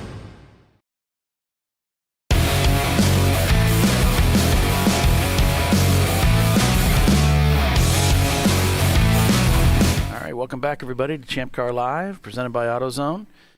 It's Team Salem Ketchup leading over Hero Time Racing, Whiskey Tango Foxtrot, Team Salem Mustard, RVA Graphics and Wraps, your top 5. As we're just getting started out here, 10 o'clock, we've been racing for 1 hour. 6 to go. 6 to go, Kyle. Yep. And we just got done with yesterday's winners find themselves in the paddock with some damage to their car. No fault of their own. Just got caught up in an accident. So it's a heartbreaker for those guys. But they still have to be on a high from what happened yesterday. I'm sure that that's the overriding emotional feelings. Just like, wow, I can't believe we won that. And just he did it so beautifully. It just seemed like they never put a foot wrong. They did everything they needed to do, and it just complete perfect execution. Yeah, it's unfortunate that happened. I know they wanted to have a similar result today, but unfortunately, we'll have to see them at another event here soon. No problem. I think it was just making sure, since I didn't really have much coffee this morning, I was just making sure I was awake. So we're good to go. You are now. I'm awake now. Missing an eardrum and everything. BMW has power. Power to spare. Pictures of power. I gotta say though, that compliments to Boston Whiners. Both cars have had excellent weekends, and they just continue to sit back and lay in the weeds with the EC car, and they just slowly worked themselves up there into contention. And then this F-Class car just has been dominant all weekend long. Very smooth. Drivers haven't put a foot wrong. They've kept the car very much under control, and they've shown good speed. So they're definitely doing a great job so far. Well done, guys. Well done. And we don't have a feed on the 90 race team. They didn't get their camera running. That's a shame. I was hoping to get a nice view of those guys. That would have been fun to watch them go from the back to the front. But so far, up to 8th position, second in the A-Class right now. Best lap at 2:02.52. Andrew Johnson and team continuing their work toward the front of the field. We're just watching our cars go by on the front straightaway, Paulie. I'm seeing the Salins cars and Whiskey Tango Foxtrot in tow here, separated by less than half a second. We'll have to keep an eye on that battle. The 943, last lap for those cars. The 943 was a 2:03.47. The Whiskey Tango Foxtrot, the 983, was a 2:03.65, so less than 0.2 of a second. 0.7 of a second separation last time at the start-finish line. And then about 27 seconds behind them is the RVA Graphics car, which has consistently been in the top 5 for the first hour of this race, sitting 3rd in C-Class so far. We're still on board here with the F-Class, Boston Whiners. The wheel you have to put into this, folks, I can't stress it enough. You're turning almost past 90 degrees to get through that corner, and then you have to quickly start opening that wheel as you apply acceleration, especially for your rear-wheel drive cars, because the worst thing you can do is be in a rear-wheel drive car and start to put all this throttle and input into the car. It'll cause the car to become unstable very quickly. Yeah, we'll watch Tom go through that same section here as he comes through 16 here. And sets up hard braking now for this right-hander. Great job getting out of the corner there. Used up all that racetrack. And you really heard him just get right back to the power. He didn't have to play with the accelerator very much. He could just smoothly apply it, and he got a great run out of the corner. He was about a 2:06 and change last lap there on the readout, so he is just doing an outstanding job so far.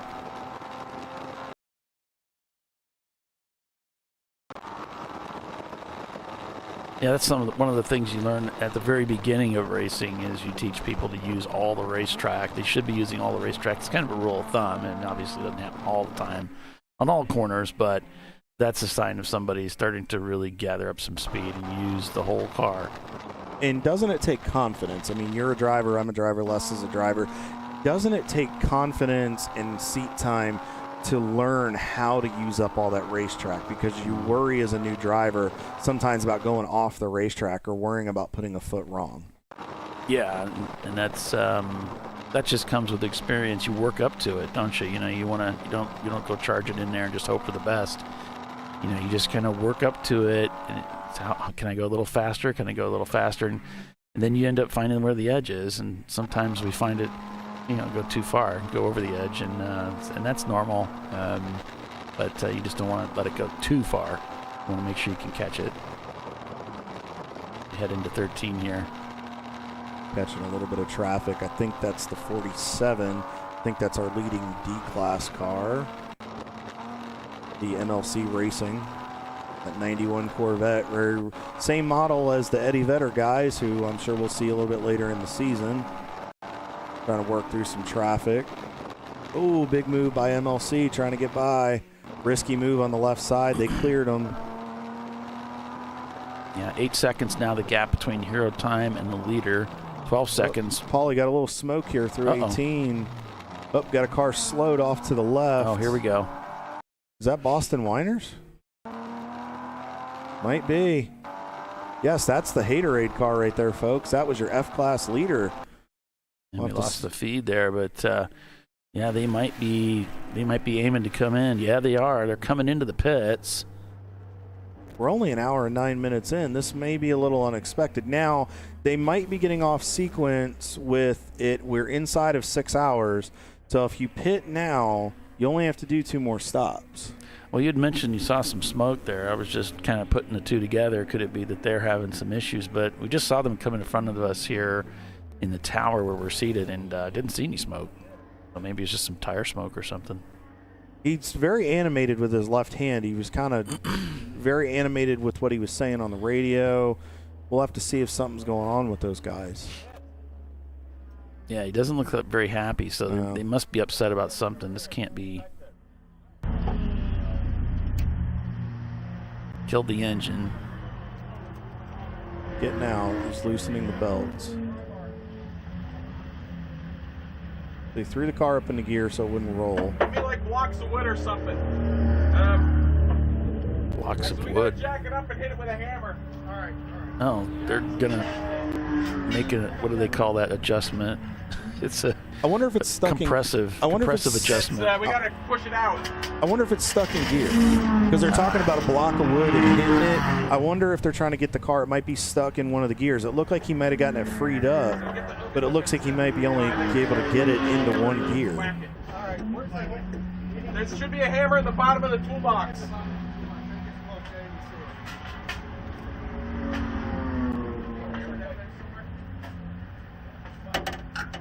Well, I mean, if the transmission's jammed in gear and it's something inside the transmission,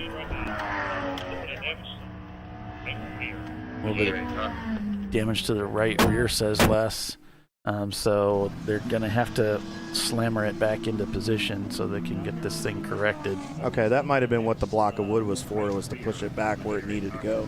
Yeah, it does look like the quarter might got pushed in there, Kyle. It's kind of hard to tell from where I'm seated, but they got a pry bar on it.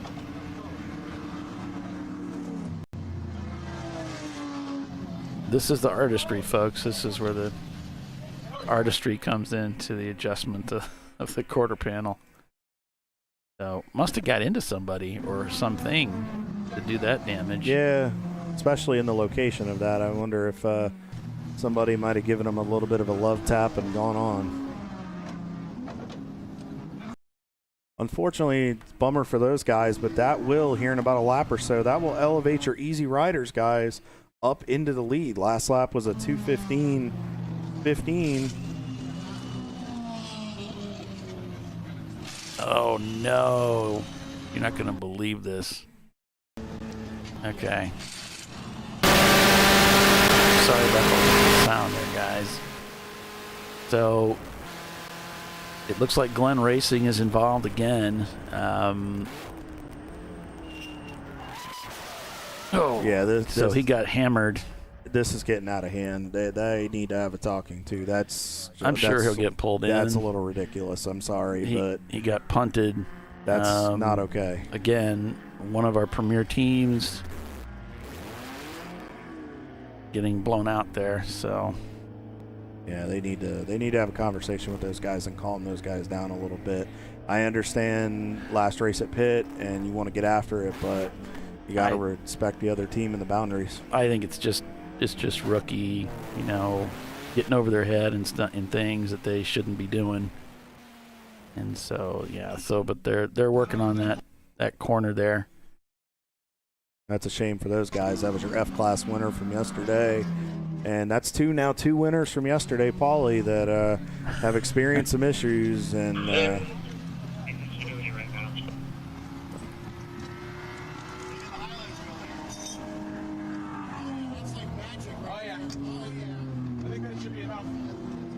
240 cars on pit road. Not sure. Doesn't appear to be anything leaking. Don't see any smoke. So again, folks, usually with the 7-hour races, your pit window opens up at the first hour mark, because if you're looking to go close to about an hour 50 at 2 hours, as soon as you get to this point, you can make your first pit stop, because then that only leaves you with 2 stops to go on the rest of the day, as we continue to see Boston Whiners actively working to get things back into place so they can get the wheel back on and get back into the fight.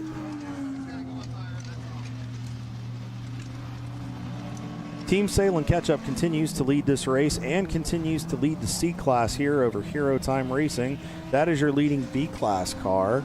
Team Salem Mustard, the sister car on that operation, is 5 seconds back from Hero Time Racing. in third, second in C-Class. Your leading A-Class car is Whiskey Tango Foxtrot in the fourth position. And then rounding out your top 5 in the overall is RVA Graphics in the 311, and that also rounds out your C-Class podium to this point. Hopes and Dreams is running in 6th position. That's your second car in B-Class. Turning Concepts in 7th. 90 Racing worked their way and still holds the 8th position. Bavarian Mustache Works in 9th, and Ramen Racing with Noodles has weaved their way up into the top 10 overall. Your leading D-Class car right now, as we said, is MLC Racing in the 1991 Corvette. The EC class continues to be led by Racer X with now a best lap of 2:03.71. Nice. Tom ate his Wheaties this morning. That thing is going to the front, and it is there. Great job, guys. And then F-Class is now being led. They have Easy Riders has just taken over from Boston Winers after that unfortunate incident down in turn 18. So that is a rundown of your top 10 and your class leaders at this point. Thank you, everybody, for tuning in to the Beaver River Grand Prix here. This is our swan song for Pittsburgh International Race Complex, Pit Race as it's better known as. Thank you to Jim and Kathy Stout and everybody on Pit Race staff for being so welcoming and accommodating to us over the years. We're going to miss this place, but we are going to put on a great show and give you guys a great send-off as we see Racer X working by the 31 car close quarters there. Nicely executed, Tom. But we want to thank you to all of our sponsors. Thank you to TireRack.com. Thank you to AutoZone for supporting us here in the booth. We greatly appreciate you guys and your support. Also want to thank all of our sponsors: Hawk Performance, Flagtronics, Flying Wrench Motorsports, Discovery Parts, Better Call, Krispy Kreme Donuts, 9 Lives Racing, Sentinel, Lamex, Parts Badger, Frozen Rotors, Lifeline. Really appreciate all you guys being a part of this, and we thank you. And thank you to our race sponsors this year so far, the ones that have been involved: Embracing AI, Race Right. Thank you to Flying Wrench. You know, all these guys that do this, we greatly, greatly appreciate it. So Team Salem Ketchup leading the way here over Hero Time Racing. Both have the same best lap times at 2:01s. 17 seconds is the gap. I'm a little ahead of myself here. 0.6 seconds the gap from Mustard up to Hero Time, so they're trying to chase them down. Again, very similar lap times between these teams, and it looks like Hero Time last lap was a little slow with 2:07 compared to the previous laps that they've turned in. Whiskey Tango, the gap just 0.4 seconds. Oh, these top 3-4 guys, teams are really close together right now. Yeah, they're not letting each other get away today. But we still have a long way to go, Paulie. Yeah, we absolutely do. Turn-in Concepts, they're vying for to get their Porsche Boxster up to the front. Les wanted us to know that Craigslist Josh is in the car, so. Okay. Les knows those guys very well, very friends of his. You see cars coming down the front straightaway. Back on board with Suns Out, Guns Out. Tommy Gunn, Dad Andrew, we had in the booth yesterday. Had such a great interview. So much passion. His dad, Andrew, was about in tears just describing how proud he is of Tommy and what he's done. And they wanted to thank the Crossman Auto Care guys, Matt Curry, for continuing to support them. Oh, looks like we got a slower car here. The 393, Paulie, coming out of 15. No, stay focused. Oh, man. Oh, no, my heart's breaking right now. Let's stay focused. Mike Coppola and crew. Nice job by one of the BMWs and one of the Rad Air cars, as we see Glenn Racing is on pit road.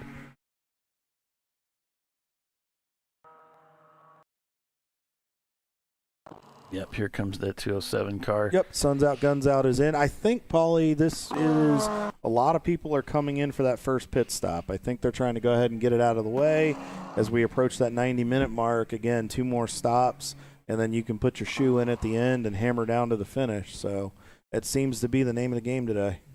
Yeah, it looks like they're definitely going to come in and do that now and then see how the rest of the race shakes out for them. Just couldn't catch those cautions within their pit window. And bringing it in, putting the car in gear, shuts it off, undoing the belts.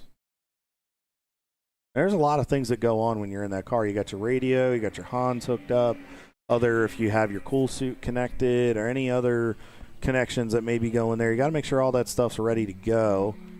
This car, it looks like they keep the wheel on. He rolled the seat back just to give himself room to get out. So one less thing he has to kind of fight there is putting that wheel on.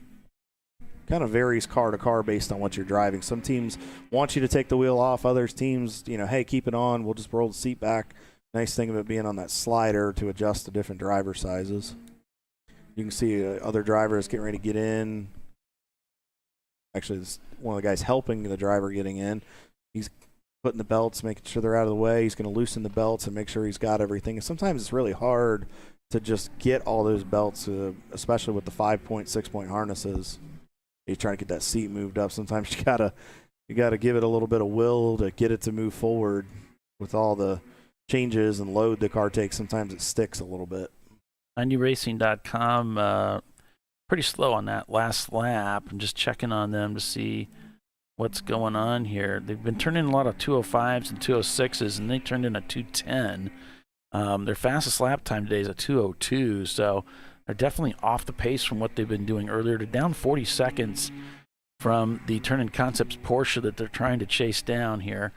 Keep an eye on the backstretch here. It looks like it might be Bavarian going by them on the backstretch, so they are up to speed. It just doesn't seem like they have quite the scorching speed that they're used to having. We'll see how they do when they come around this time. That's 90racing.com. In 8th place, Sent from the Gourds is making a very aggressive move coming down the hill through 15, working through some traffic. Looks like they've cleared them from our shot here. Nicely executed. Yeah, absolutely, Timothy. Thank you for bringing that up. Folks, please smash that like button, subscribe to our channel. Within about a 24-hour period, you'll be able to, a little bit off track there. Had to catch it. But once you get through that 24-hour kind of grace period, entry period, you'll be able to comment and participate in the lives and the races with us and in the chat, just like Timothy and others that are in there as well. We appreciate the support, and please make sure you go out and support all of our sponsors and partners with the series. And we appreciate each and every one of you for making us a part of your weekend. 90 Racing slips back another spot with a 209 on that last lap, allowing Bavarian Mustache Works to get by, moving into 9th place. So Team Salem up 16 seconds over Whiskey Tango Foxtrot. Team Salem Mustard behind them now by 2.8 seconds. So Whiskey Tango moving their way up to the top 3. And now we've got Hero Time Racing down to 4th place, 16 seconds behind the Mustard car. And then it's RVA Graphics and Wraps there lurking about, not letting the front runners get away. In 5th place, Hopes and Dreams behind them in 6th place. Top 4 cars last lap, Paulie. All of them within 7/10 of a second. They all ran 201s last lap. The track must be much better today, and I think these teams are taking advantage of it. I think they've made some adjustments from what they learned yesterday, and I think knowing that the temperature was going to be about the same today, I think they learned from it and were able to make adjustments. Yeah, we'll see what happens to this racetrack as it heats up, right? Yesterday we saw the track got really slick. We saw the lap times drop for most of the cars except for Money Shift. They seem to be able to hang on to those lap times. 90 Racing, Paulie, we were just talking about him. You were wondering what was going on. I just saw him come down the hill past 15. They were a little bit more off the pace. Uh-oh. So we'll have to keep an eye and see what's going on. Yeah. They've now slipped down into the 10th position. Not sure if they're coming into the pits or not. I haven't seen them come by yet. We'll have to find out. We'll have to check some of our cameras. Yeah, fortunately, we're also at the racetrack. We got a really good view here of the front straightaway, and so we'll be watching for them and everybody else that's out here and see how things are going. There's Whiskey Tango coming by. Looks like the Mustard car jockeying for position as they're going through traffic and working themselves into turn number 1. Paulie, 90 Racing has made their way into the pits. They must be experiencing something. I'm seeing a little bit of smoke trailing off of that car, so looks like it's going to be another rough day for the 90 Racing guys. Tough break for Andrew Johnson and team. 2 in a row Robin with Banks. all the work they've done. I know. But, it's not over yet. Maybe they can get it put back together. Is that left front down? It looks like the left front tire doesn't look right, Kyle. There's something not right on that suspension. He might be bringing it in to have it looked at. Looks like 90 Racing has a flat front left tire. Yeah, so that will do it. The call is the left front is Whoa, is big flat. out braking maneuver there by turning. I'm sorry, Paulie, Save but a pump holy shot. cow.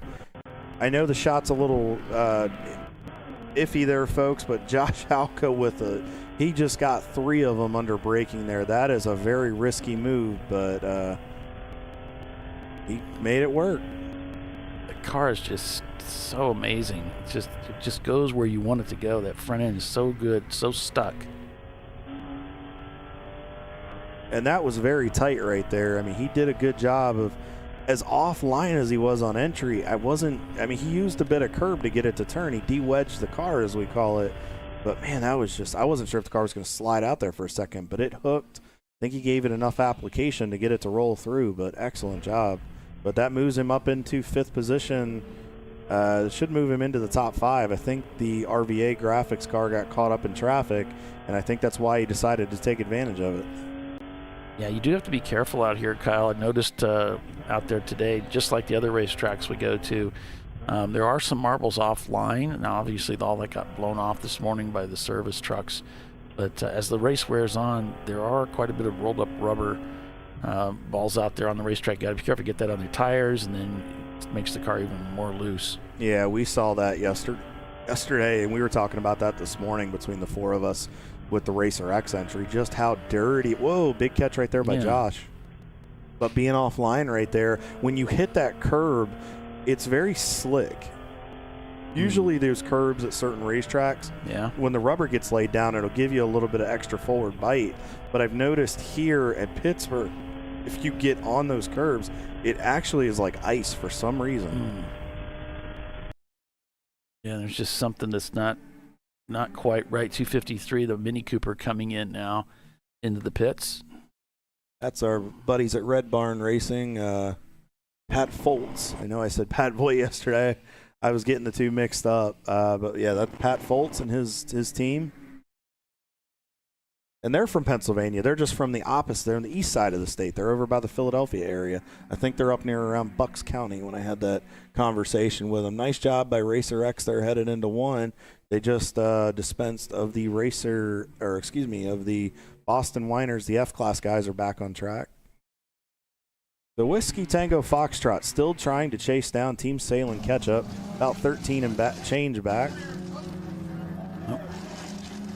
Down in the pits with the Less is More cam.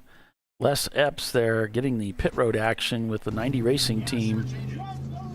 And actually they're underneath the hood too. Looks like there's some other dramas going on. You're checking the oil, it looks like. So maybe they're just going to do a standard pit stop here, Kyle. They're going to do a standard pit stop, but they're going to change that tire too. And actually it looks like they're working on the right front corner too.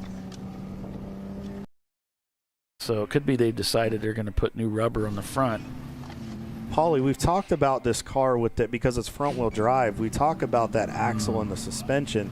Do you think maybe they're just precautionary going in, check in, maybe just making sure everything's tightened up a lot with the load that it takes? Well, you know, being front-wheel drive, it's doing all the driving and the turning on those fronts. Got a car off. That looks like yeah. the 244 little agricultural racing. Great shot there, Les, of catching that. Yeah. As he went sailing off. It's such a tricky turn 1, isn't it, Kyle? Oh, well, you come up, when you're under braking, you're coming up a hill. It just corded out. It just blew it. But you were saying about... No, great call, Paulie. That tire was chewed up, folks. I can't stress to you when a tire gets down to the cord like that, how undrivable it gets and the vibration that the driver feels under braking, and it really affects the handling of the car. So, no, great call by those guys to bring it in and take care of it. Well executed. But, yeah, as you come up over the top of the hill, your turning point is as the track drops off. And if you're hard under braking and the car steps out, sometimes you don't have much of a choice but to just kind of go off into the grass. But thankfully, there's runoff there. So you have an opportunity to get it collected and come back. When you do go off the track like that, medium speed, car goes wide, what do you usually do, Kyle, to get the car back onto the racetrack? What's your mindset at that point? Well, the first thing you want to do is kind of just compose yourself, because depending on how intense it was, you want to kind of collect yourself, you take a deep breath, but really you want to get out of the accelerator. If you're just kind of in a slide, you want to just let the car drop speed, get it collected, get the car under control, get it to a point where you can get some grip. It really depends on the conditions. Like today, the grass is slick because it's grass. It's not wet. The dew has kind of gone away, but you really just want to get the car under control, and then you want to find the safest spot to re-enter the racetrack. You don't want to just turn the car and pull right onto the track. You want to check your mirrors and then just ease onto the racetrack, and then you want to shake the car around to get any dirt, debris, and junk off your tires. And then as you can slowly start working yourself back up to pace. Yeah. Paulie, I just got word from our buddies at Money Shift Racing. They are done for the day. Unfortunately, that hit from the 23 with Glenn Racing was pretty substantial. They don't have the parts there to fix it. They're in good spirits. They're thrilled about the win. And they said the car will be ready to go for the championship at VIR in about a month, or in a couple months. So we look forward to seeing those guys go for the national title. And by the way, folks, mentioned it earlier today on the show, just going to mention it again. If you want your commemorative pit race t-shirt from this event, you can purchase that online at ChampCar.Live. They'll get those printed up and sent out to you. So make sure you check those out. It's a great looking shirt. I've seen the preview of it. Go to the ChampCar.Live website, check out the swag area, and you can order your own commemorative t-shirt. So less reporting tire issues, Kyle. We saw this yesterday, Paulie. This place, for some reason this year, I don't know what it is, this place is absolutely destroying the tires. I wonder if the teams, because usually when we come up here, it is much cooler this time of year.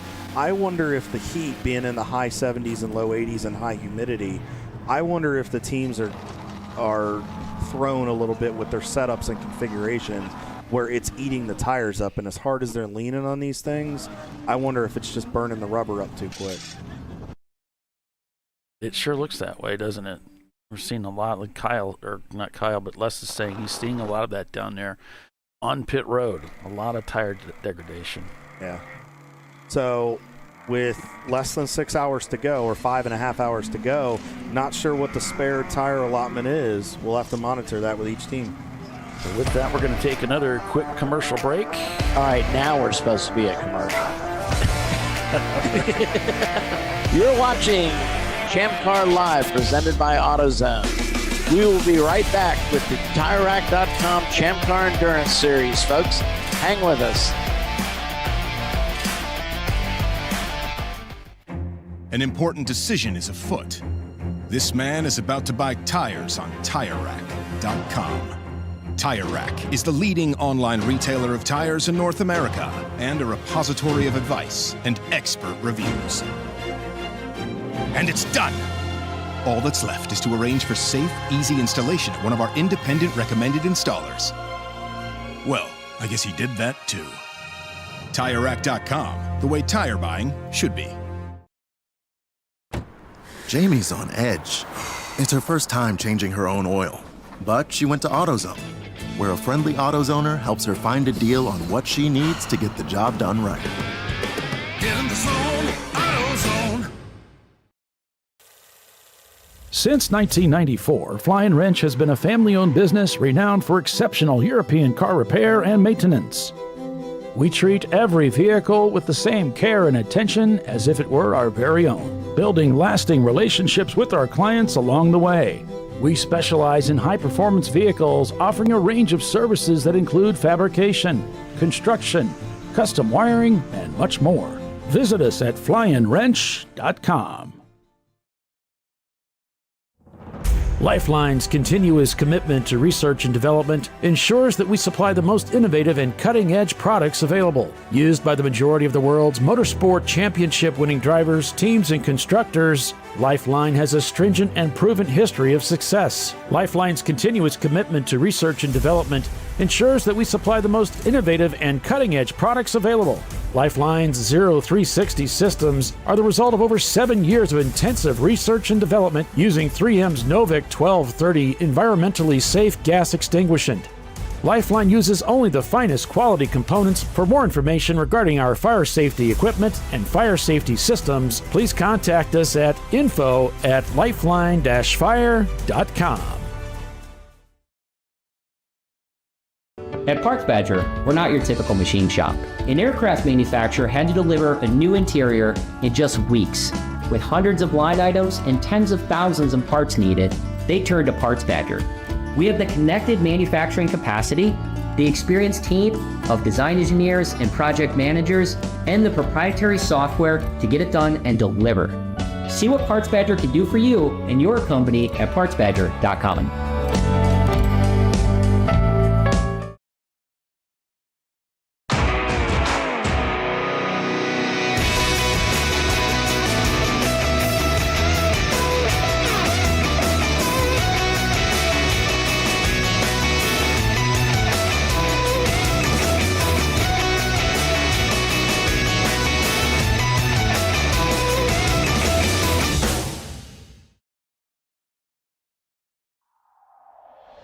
Discovery Parts is a veteran-owned racing and safety equipment company.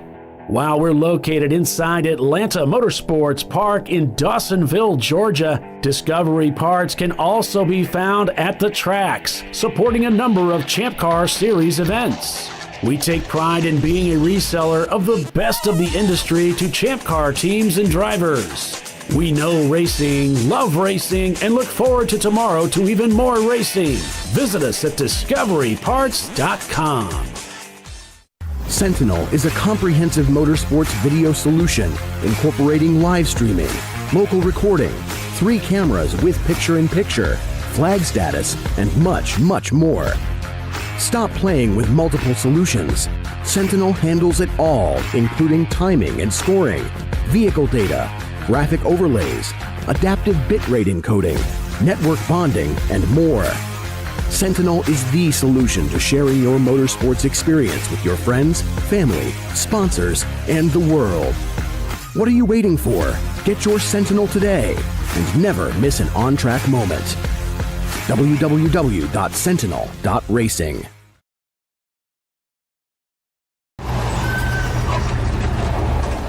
George is fed up. And so is Junior. They weren't planning on having to replace their brakes today. But they went to AutoZone, where a friendly AutoZoner, Renee, helps them find a great deal on Duralast Gold pads and rotors. No headaches, just the right parts, and friendly service. Get in the zone, AutoZone.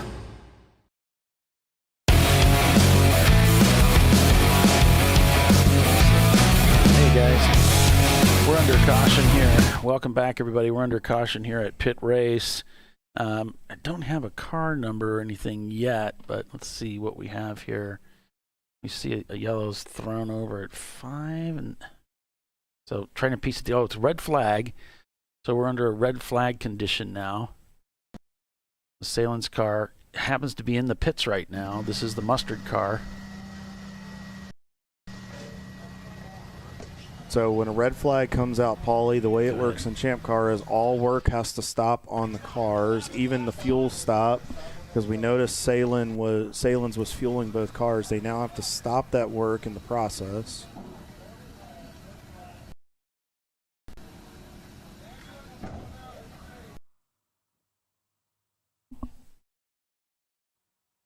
Okay. So one of the cars might be involved is the K2 Chevrolet Camaro, K2 Autosport. We're seeing there's something over around the turn 6 area.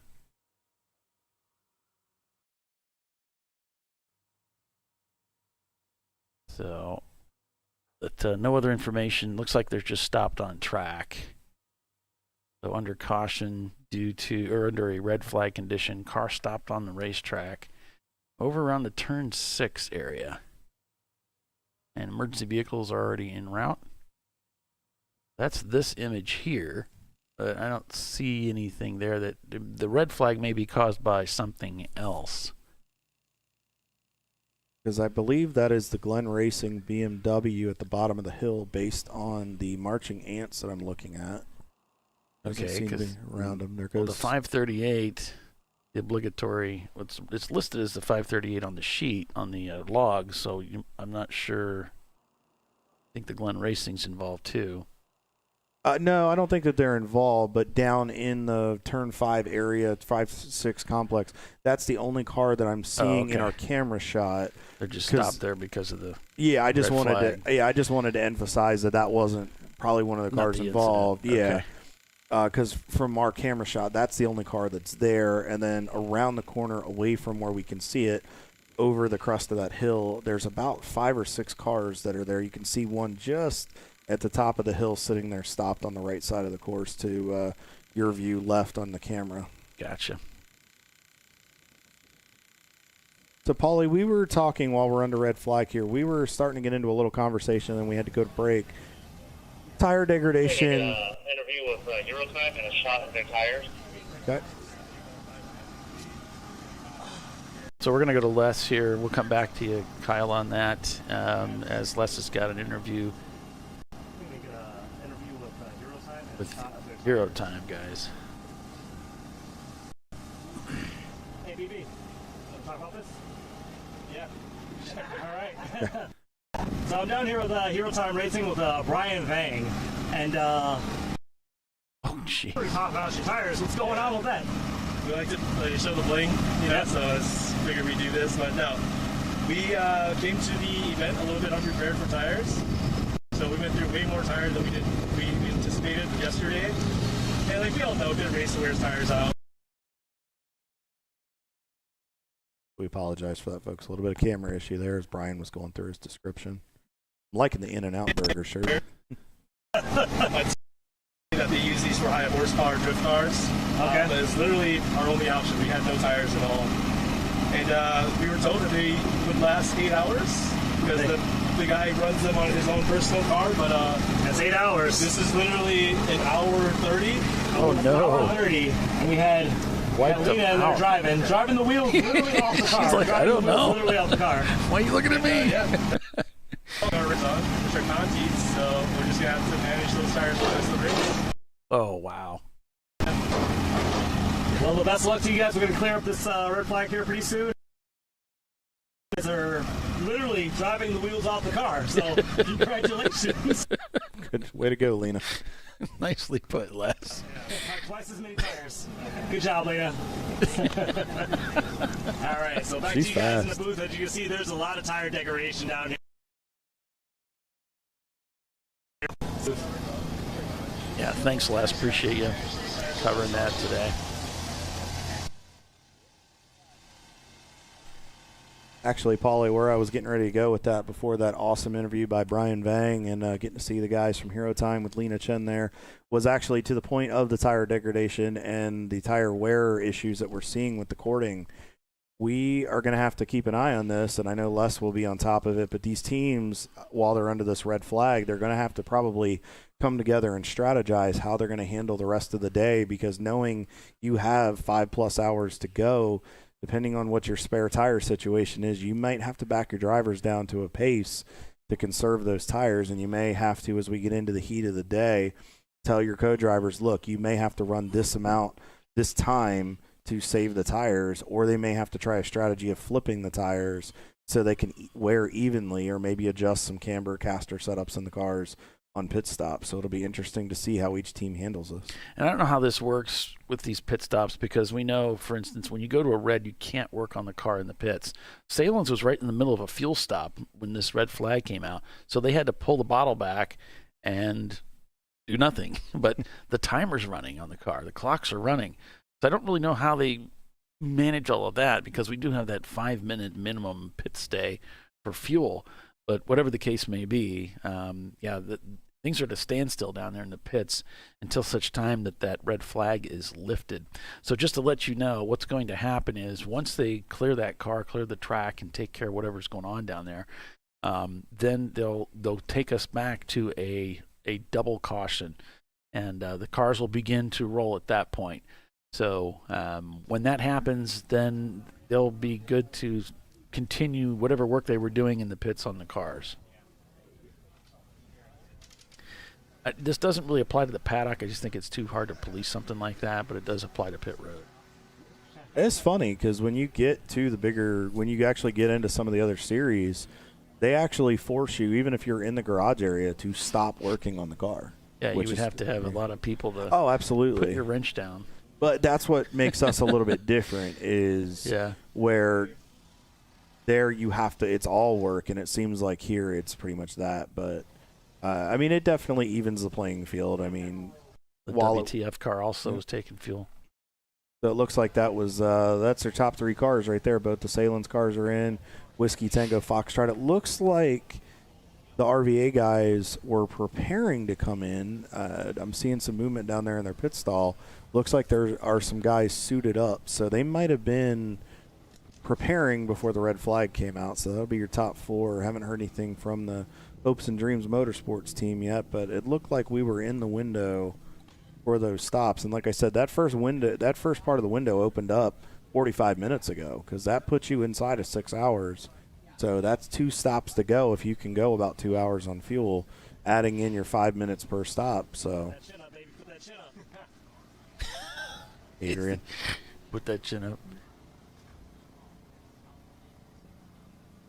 And it's frustrating for those guys. I can understand the disappointment knowing that they had a shot to go to sweep the weekend, but they should be very proud of what they did yesterday, and we know that car is going to come back even stronger for VIR. Yeah, Sent from the Gorge is in the pits. So's Racer X, and that looks like, and who's that ahead of him? I think that's the Gorge. That's the Gorge. I think that's the Gorge. So. They're just, yeah, we got 2 cameras and 2 cars. They're actually right next to each other in the pits. So, yeah, there they are. And Les was right there too. And everybody had to stop right in the middle of their pit stop because of the red flag. Small amount of time. How you guys?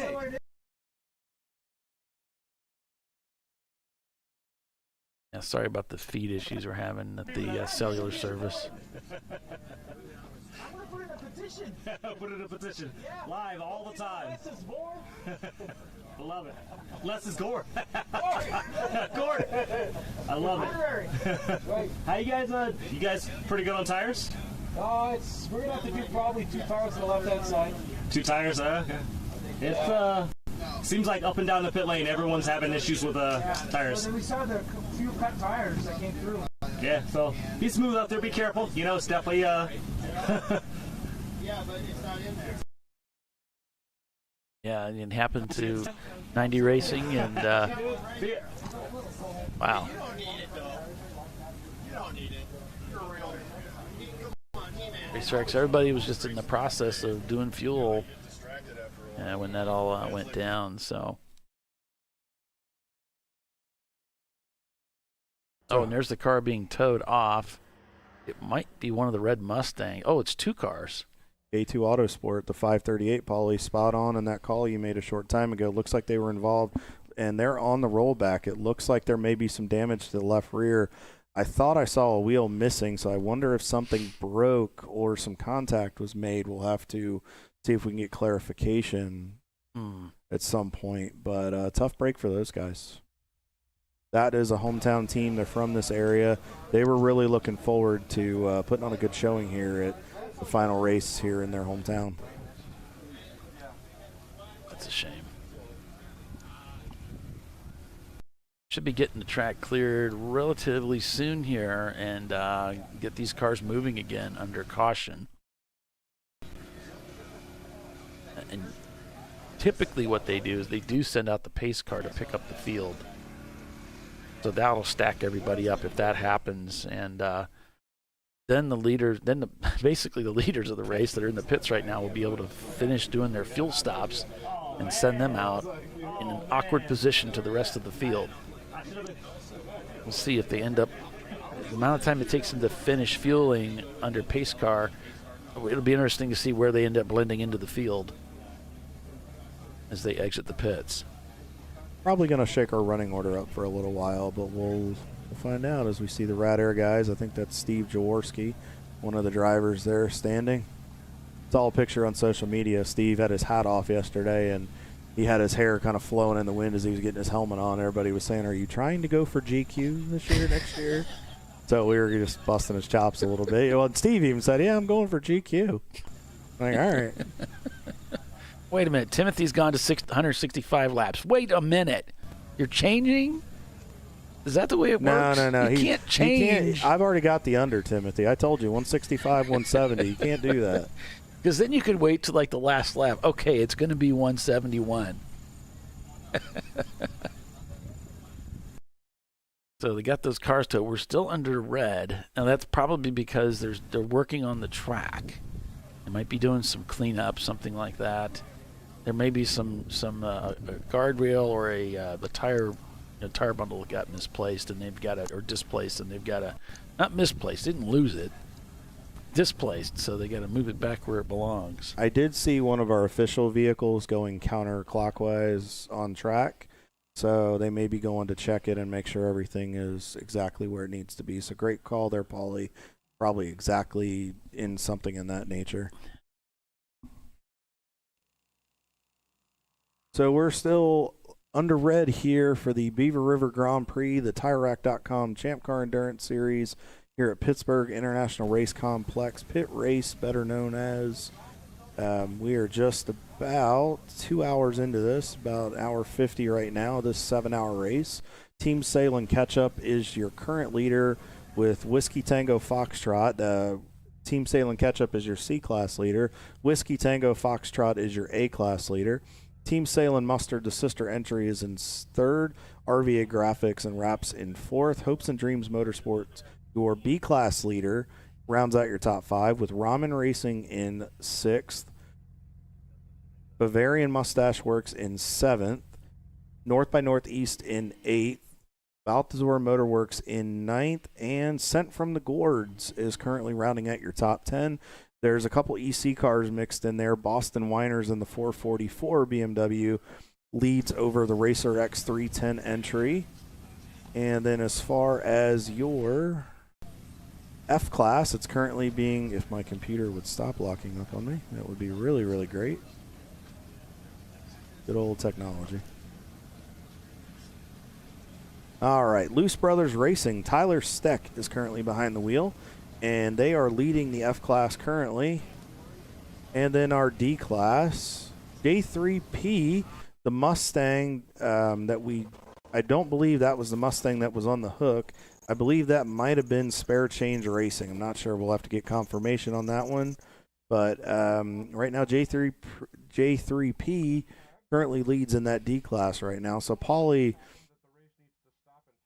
we're hearing tires as we're going back to a yellow flag condition. How do you as a driver, when a team tells you you're put in a position like that, how do you handle knowing you have to hit a number because you're dealing with a tire issue? Well, you know you have to protect the tires. So hitting the numbers isn't going to do anybody any good.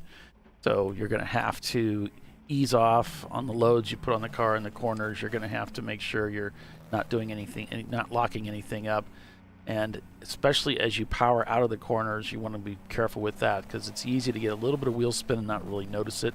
And that really will superheat, in this case, that left rear. So you're just going to be a little bit more gentle with the car heading through the corners and to keep that heat down. The heat's one of the biggest killers of tires. So the rolling speed you're going through that corner, if you can feel the cars drifting and sliding a little bit, you're wearing the tires even more.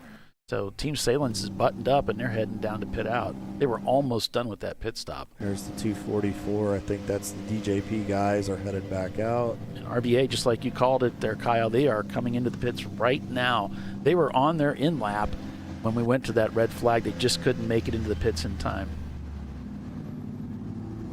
It looked like they were one of the cars that was sitting. I didn't want to call it because I wasn't sure. Are they having an issue here, Paulie? RVA, it seems like they weren't quite where they needed to be in the box, so they pushed them forward, and now they're continuing with their pit stop. So Not sure what that was about. They only have one car here this weekend, so I don't know why they were pushing them forward. Unless it was that the car started rolling forward and they just brought it to a stop. So fortunately, it's not going to be a problem where they're at. They're taking fuel now. Everything looks normal now. But yes, there was a lot of commotion, a lot of guys over the wall trying to control where the car was located. I think they were up at the entrance to pit. I think they were on the access road when they got stopped. So they had made it in. They just had, like you said, they hadn't gotten to their box yet. Here comes Bavarian Mustache Works. Also pitting is the Haterade machine, Boston Winers. Red Barn Racing back in as well. Turning Concepts. It's feeding time at the zoo, Paulie. Everybody's coming in. Loose Brothers Racing is at pit in right now, getting their timer. So that's your F-Class leader. So I think everybody's in for that first stop. Even people that aren't in the race today have come into the pits. I think they're just all joining in the fun. Well, we keep this up. I think the pace car will need some fuel before the end of it. It could happen. All right, looks like Tom's gotten out of it. That looks like, I'm not sure. I think that's Johnny that got, no, it might be Jim that got in. Got car started right up. And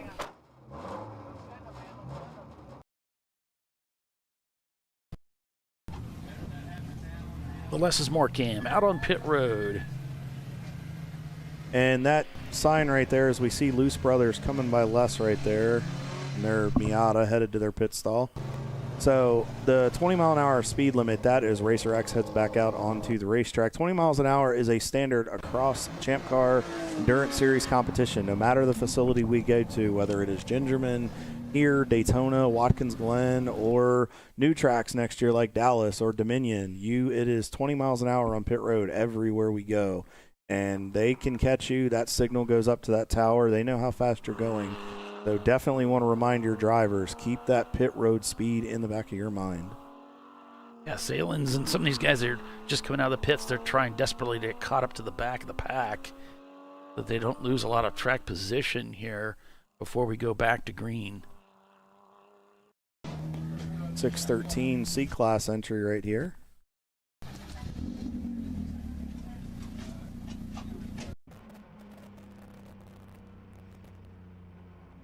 So several cars now getting stacked up behind the pace car. Rubber Soul Racing. We haven't talked much about those guys this weekend.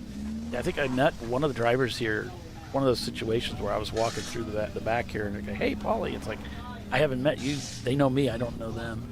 Kind of thing. I think they're one of our newer teams, Paulie. I don't think they've been around the paddock and garage too long, but it's good to see the new blood that's coming into the series. We're seeing a lot of new teams. We're seeing some teams that took a break and they're starting to come back into competition. I think we really have a healthy group and around the country of people that support us, and I hope a lot of teams next year will come and travel to some of the events that we're doing and we'll fill those entries. But it's good to see. As the Hopes and Dreams Motorsports guys in for some service. Checking the oil under the hood, looks like. Probably just making sure everything's where it needs to be.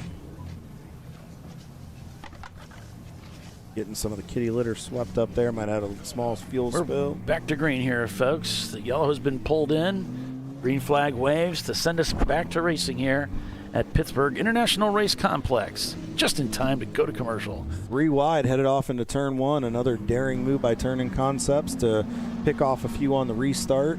Looks like they cleared them headed into 1 there. Nice move. RBA Graphics and Wraps leaves the pits as well. There you can see Team Salins up there with 90racing.com. They've gotten back out as well. So both the Salins cars are nicely in the mix there of the other competitors.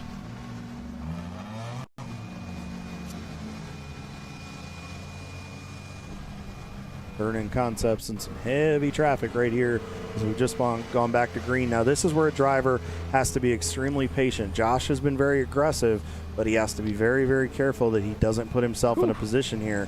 He's going to have to really be patient and anticipate the traffic, find the holes to get through, because you don't want to end up getting yourself into a problem.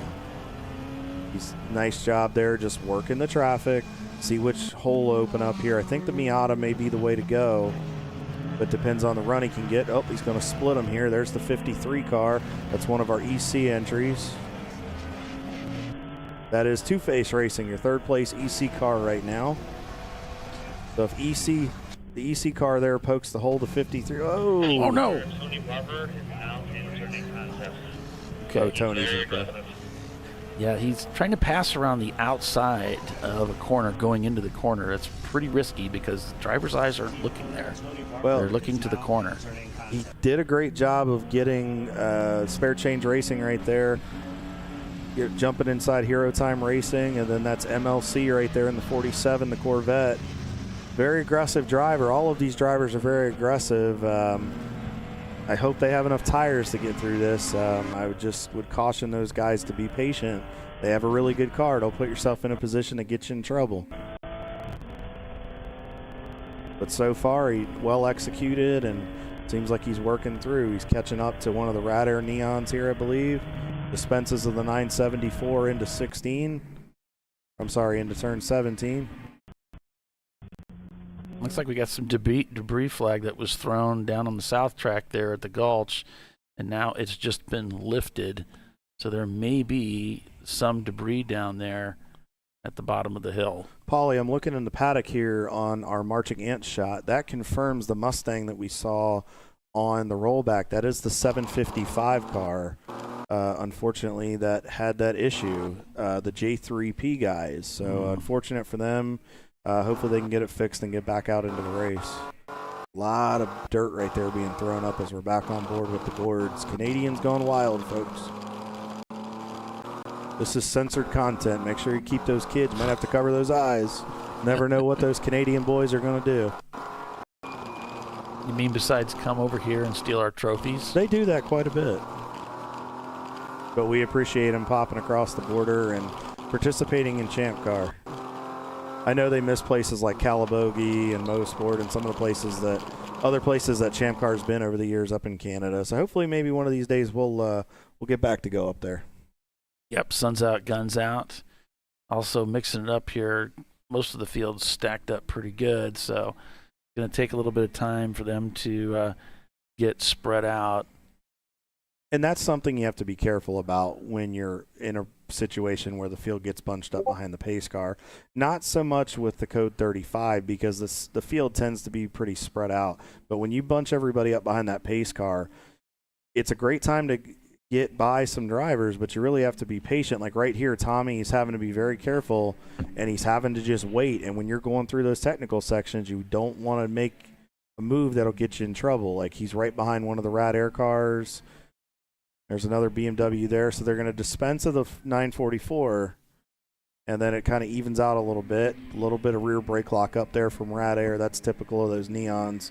That car, for some reason, has a little bit of rear brake lock up. I think it's just because they have so much brake in the front of those cars. So we've got Team Salem, Ketchup, and Mustard leading the way now after that pit stop. Whiskey Tango Foxtrot in third place, back just 8 seconds. Now we're heading to commercial break for more racing action here at Pittsburgh International Race Complex. Stay with us. We'll be right back.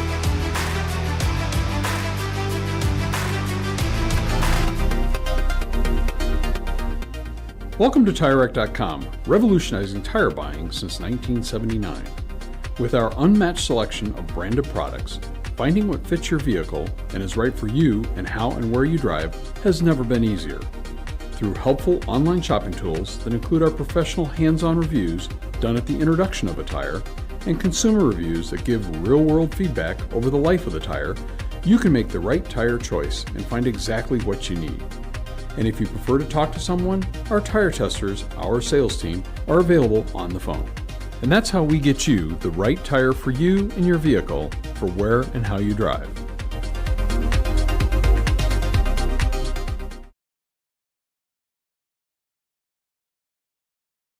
But he went to AutoZone, where a friendly AutoZoner guides him to the right wipers and makes sure everything is working smoothly.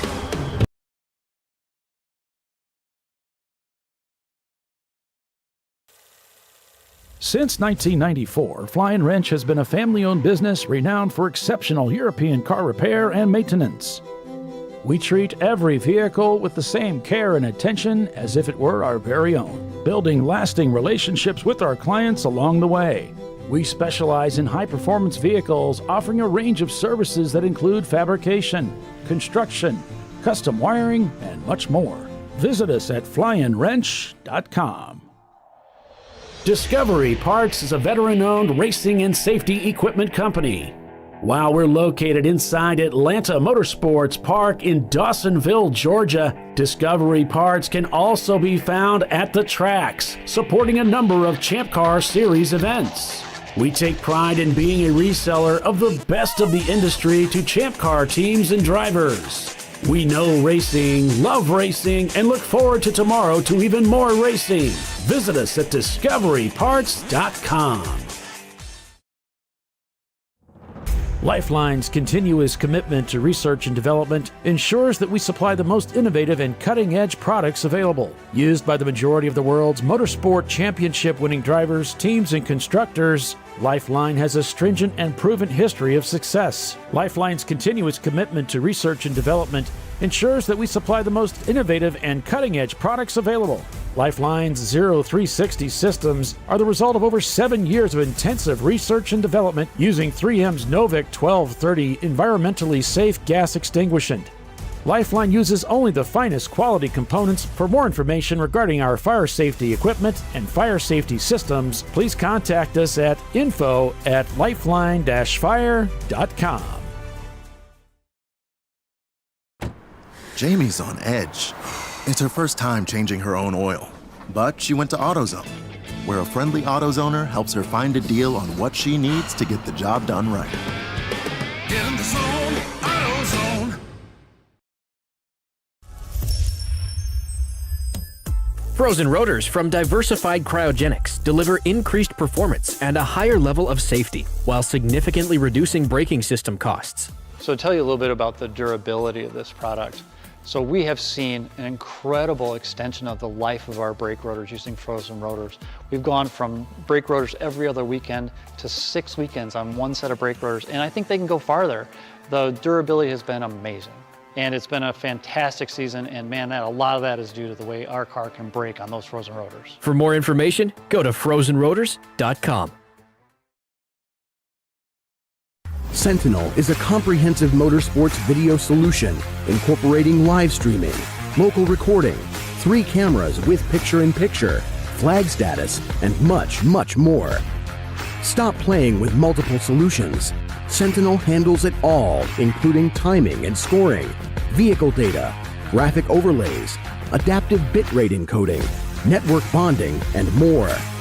Sentinel is the solution to sharing your motorsports experience with your friends, family, sponsors, and the world. What are you waiting for? Get your Sentinel today and never miss an on-track moment. www.sentinel.racing. Ricky's truck is having trouble starting. So he went to AutoZone, where Joseph, a friendly AutoZoner, totally understands. He points out AutoZone's many free services, including battery testing and charging. Less delays, more free services. Get in the zone, AutoZone.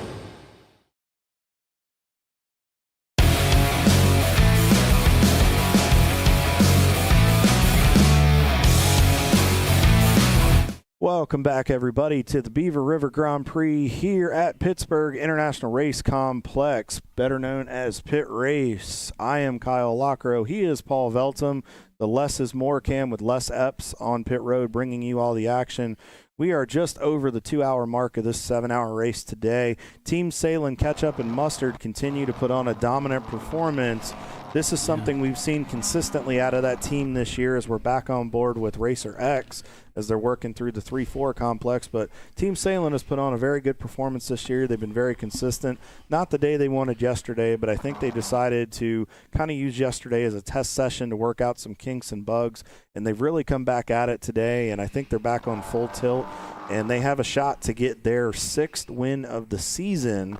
And I think they want to close a chapter here at Pit Race. Whiskey Tango Foxtrot continues to lead your A-Class. By the way, Team Salem Ketchup is your C-Class leader. Hopes and Dreams Motorsports, through the cycle of pit stops, is back up into the 4th position overall and leading your B class. RVA Graphics and Wraps in 5th in the overall. Bavarian Mustache Works, Ben and guys working up into the 6th position. Ramen Racing Noodles has worked its way up into 7th.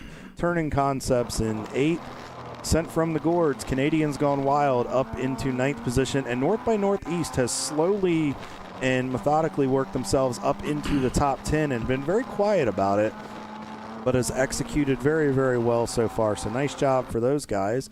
Your D-Class leader right now is Spare Change Racing. That was your winner yesterday. So the Lightning McQueen themed car is up front again today. And EC right now is being led by Boston Winers. That was your winner yesterday in the 444 over Racer X and Two-Face Racing. That rounds out your EC podium. And then don't want to forget about our F-Class buddies. Paulie, Boston Winers 306. Haterade is back up front. Water. Gatorade. That's all I can. Every time I see that car, I just think of the movie The Water Boy. Loose Brothers Racing is 2nd in the F-Class. Easy Riders has fallen back into 3rd, and unfortunately, the 830 car, I believe, is still off track after that incident early in the race. Tough break for Mike D'Onofrio and those guys, but they've got another dog in the fight there with the 831 car, not having the day they wanted. For that car, looks like that car's been on pit road a little bit, so tough Sunday here at Pit Race for that team, but they'll be back.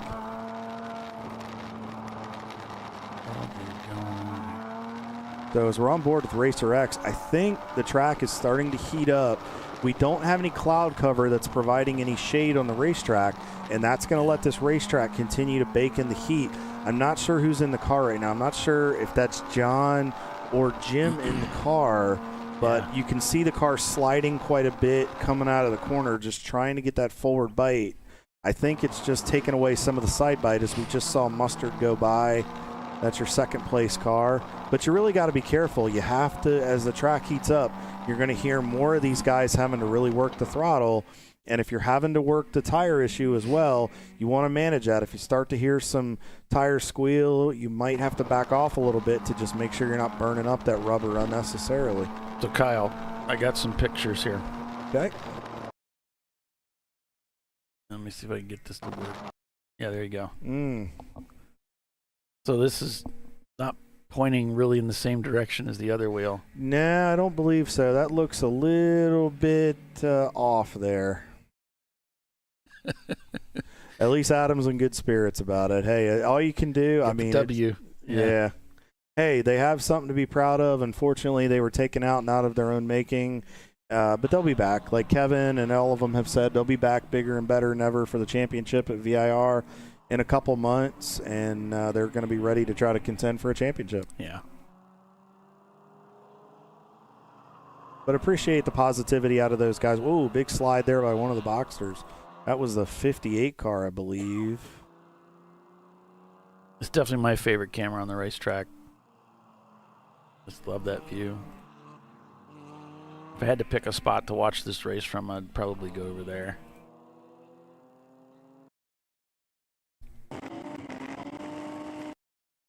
Well, that was interesting. The Parkway Euro Racing, that was that red Boxster that we saw coming through turn 4, and you could just hear it. He could not get forward bite. He was spinning those tires, and the cars took a pretty good slide through there. Back on board with Racer X. Racer X and sent from the Gourds. Yep, 2:15.2 last lap. I think they've just kind of backed it down just a bit, knowing with the tire issues. They're only about 29 seconds behind Boston Winers, so they might just be settling into a pretty good pace right now, just taking care of the car, and then I think they want to have something left for the end of this race to contend. So a smart move by those guys. Just take care of it and just keep laying laps down. That sounds good to me. Paulie, we've already completed 54, we're on 54 laps on the day. So I don't know. We'll have to see. We have about 4 hours and 45 minutes left to go, and 4:46 to go. We'll have to see what our lap count looks like. Once we get over into triple digits, we'll have to really monitor it and see. Yeah, the Section 8 Mustang, one of those Mustangs coming into the pits here. And I noticed they've made several trips into the pits here recently, so it looks like they're working on something there. Yeah, not the weekend that Alan Martin and his team have wanted, but I'm sure they'll be back. Yes, Timothy went to ludicrous speed. You're right. I miss his MR2. Oh well. Moved on to greener pastures. Turning Big shout there. Yep.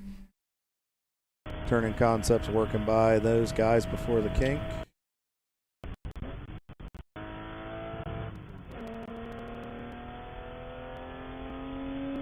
Really heard that Boxster launch up out of 18 as they come through 19, move to the right side, and just start heading to turn 1. The glare situation has gotten much better over in Coyote Gulch, I noticed. Oh, had to catch it a little bit there. See what he does here as he rolls by. Oh, I think that was the Nissan. He's coming up on the back of Racer. I believe that's Racer X right there. Whoa, big Coming leap. in fast. Les said Tony's a very aggressive driver. Yeah, well, really aggressive drivers don't work out very well in Champ Car. They have to be toned down because it's the level of competition we have, the type of drivers that we have. You know, if you come from an IMSA background or something like that, where you're just accustomed to being really aggressive, you end up getting toned down. You can be aggressive in this series, but it has to be a respectful aggressive. You can't just dive in there every lap and just use and abuse everything.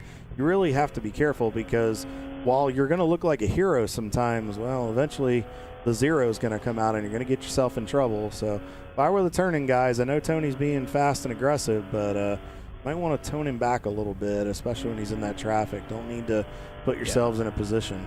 Yeah, really put other people in a position to get somebody hurt or tear up equipment because they're not expecting you to do that, and you know the other drivers don't do that, so they're not going to expect that, and so and eventually you'll get a talking to, and you have a choice. You can either calm down and drive respectfully, like you said, like the other drivers, or you're not going to be welcome. And there was a case of that earlier today. We've seen one of the cars get into it with a couple of people, have a few incidents, and they had to be brought in for a talking to with the 23 car. And hopefully that message was up. He's pointing at he's trying to point somebody by. Yeah. 380. That's the North by Northeast guys. And then there's the 11 Hopes and Dreams. That's your 4th place car, your leading B-class car right now. They're going to dispense of North by Northeast. Good to see them back on the track after that incident. Yeah, and already back up into the lead. And that just shows the strength of this car.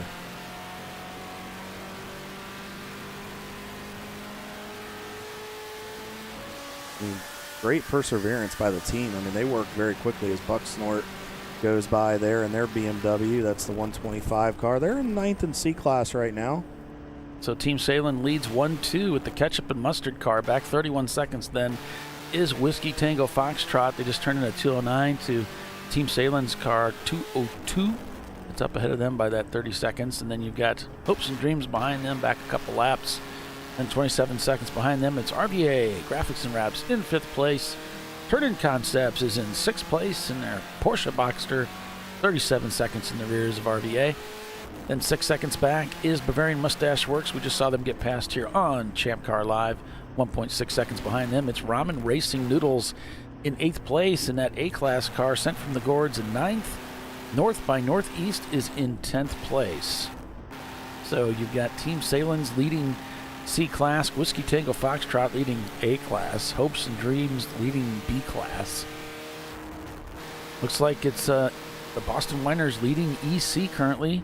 Racer X still dueling it out with them, trying to get back up into the lead there. As we move down, F-Class, Boston Winers. And then I'm looking for D-Class. It looks like it's Spare Change. Polly, we're seeing shades of yesterday again. Boston Winers out front in both classes. They swept the EC and the F-Class yesterday. Do you think they could do it again today? I mean, already the perseverance they've shown coming back from that incident with the F-Class car, I think they got a pretty good shot at it. I think as long as the Racer X car doesn't have a problem, I could see Johnny and those guys giving him a pretty good fight. That car has got a ton of speed, but but the Boston Whiners guys have been very consistent. Yeah, and but there's, we've talked about it so many times. There's so many variables out there. We know the track is probably heating up now, and we would expect to see those lap times start to drop a little bit. But right now, best lap times, those 201s are pretty prominent, 202s. Now everybody's running, most of the guys are running around these 206s.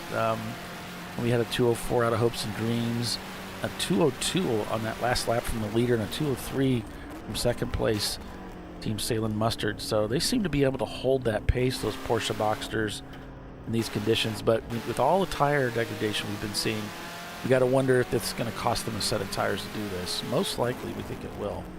So we're talking about temperature. Paulie, since the last time we checked in, it has already gone up almost 17 degrees since the start of the race. I'm looking at the future forecast, and the hottest part of the day, right around that 80-degree mark, is anticipated to be about 2:45, 3 o'clock. That's right around the finish today. So, or about an hour to go. We'll have to really keep an eye and see what's going to happen with these guys, how that's going to affect them, what things going to look like when we get to that point. Again, not a cloud in the sky. Precipitation won't be a problem, but tire management is really going to be one of the keys to the race. I had some keys to the race as we watched Tony Barber continue to make laps around here. Elevating your performance was one of them. With the elevation changes, you want to find ways to elevate yourself to not get in trouble. Thin and narrow, we've seen that where close quarters racing, dodging the elements. Well, I figured rain would come in knowing Pittsburgh, but it hasn't. So as far as the elements, now you're going to have to dodge tire wear. Yeah, because we just don't have anything relenting. The skies are pretty clear. I don't really see any clouds covered. There might be a little bit of a haze, but it's pretty clear down there. So that means the sun is just going to bake this racetrack all the time. There's just no cover. Last lap times for both the Salins entries separated by 0.02 of a second, and within Hopes and Dreams, right? Wow, that's less than 1/10 of a second separated 3 of the top 4 cars in times, right? Or no, I'm sorry, I misplayed. That was I think that was their best lap there. It switched on me. I'll have to go back and check it and verify. Yeah, that's their best lap there. Is the top 3 cars are separated by less than 1/10 of a second in best lap time. That shows consistency right there. And 90racing.com down in 12th place now, 204 that last lap. So they did get the Honda back out there, but they've fallen down the running order just a little bit as a result of a little bit of trouble with those tires. So cars currently in the pits were showed across the pit loop. They may be behind the wall. Stay focused. MDR Motorsport, Apex Predator, Rad Air Racing in the 975, and the Section 8 number 605. Those are the only cars I'm showing that across the pit loop waiting to go back out.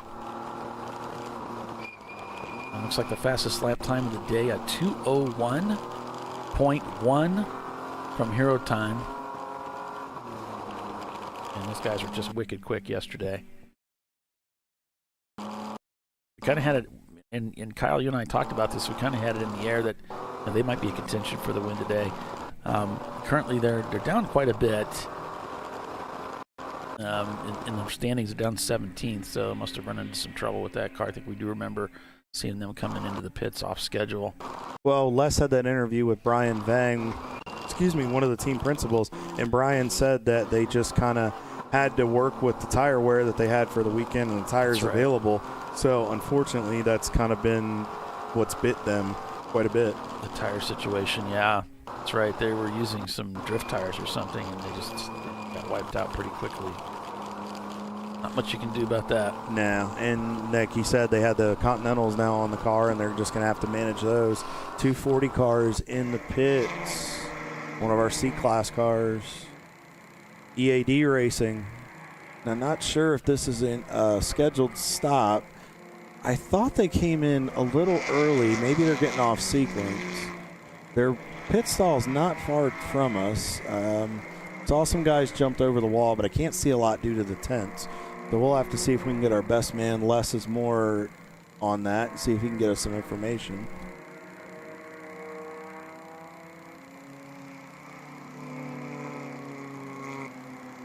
We see, looking out of our booth here, Team Salem at 9:43, still in pursuit of its teammate.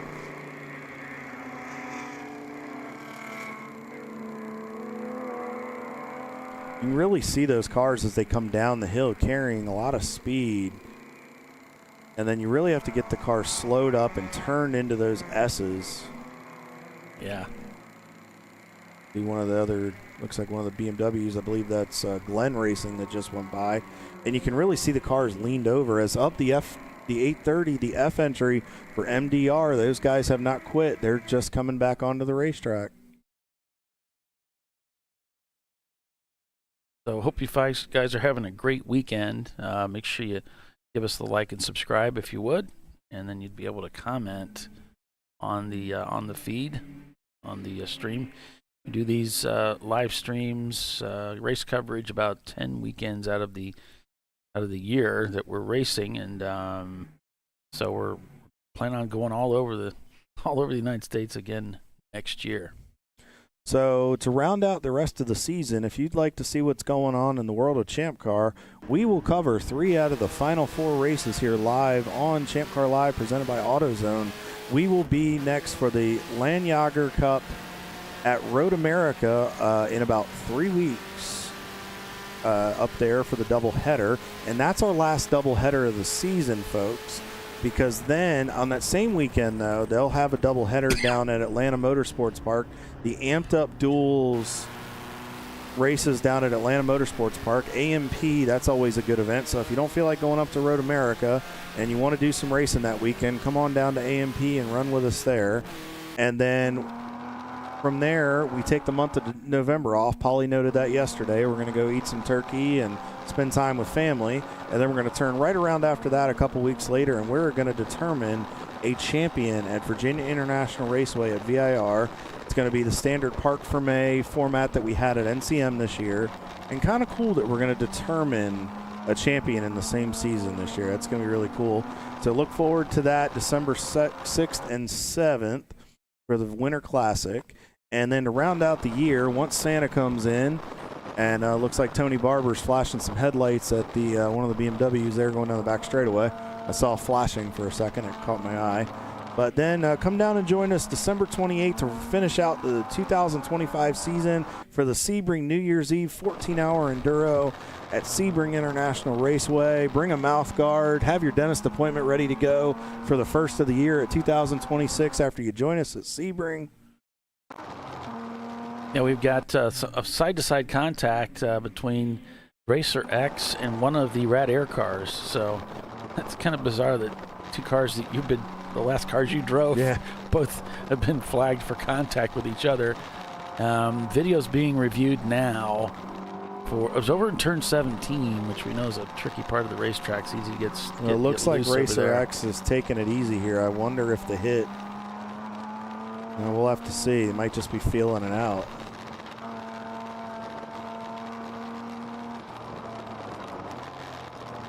Seems to be okay so far. As we up the hill, grabbing a gear, maybe a little late or a little early. Not seeing anything abnormal from what I had to deal with yesterday in the car. Going over the bumps, the steering wheel, he definitely moves around quite a bit with the elevation change, so it doesn't look anything abnormal here. Let's see what it does coming through.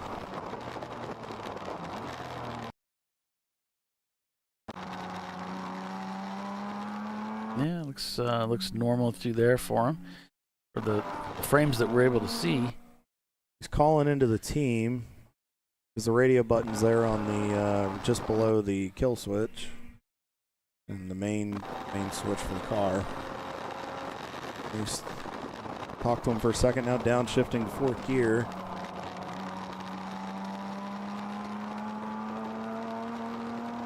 Just take a look and see what their lap time looked like here. And turned in a 2:13, so significantly off the pace by about 10 seconds. what they're normally able to do. So good call on the being off pace there, Kyle. Not the worst thing in the world, just trying to feel the car out. When you take a hit like that, you don't want to just go back up to full song. You really want to take a lap or two and feel it out, make sure it's not doing anything abnormal. We noticed he called in on the radio, so probably just giving the team an update on what he's feeling. If everything feels okay, I'm sure they'll work back up the pace. But I'm noticing the lap times for some of the teams, Paulie, are starting to drop off a bit. Now that we're getting into that, we're getting close to that 3-hour mark, I wonder if teams are really starting to tell their guys, all right, we're getting into the heat of the day. Let's back those times down. We still got a long way to go. And we don't know what everybody's tire situation is, so maybe they're just trying to err on the side of caution. As we see a lot of cars, the field's gotten pretty strung out since we've gone back racing here. So we're back on board with Balthazar Motorworks and the 294. So far, those guys have had a pretty decent weekend. Right now, they're sitting in 12th in the overall. Yeah. Bill still behind the wheel, or back behind the wheel of the car. They are in 8th in the C class, so putting on a good show so far. They're showing as 13th, but there's an EC mixed in there, so technically they're actually 12th in the running order. But what's something that we notice about this team.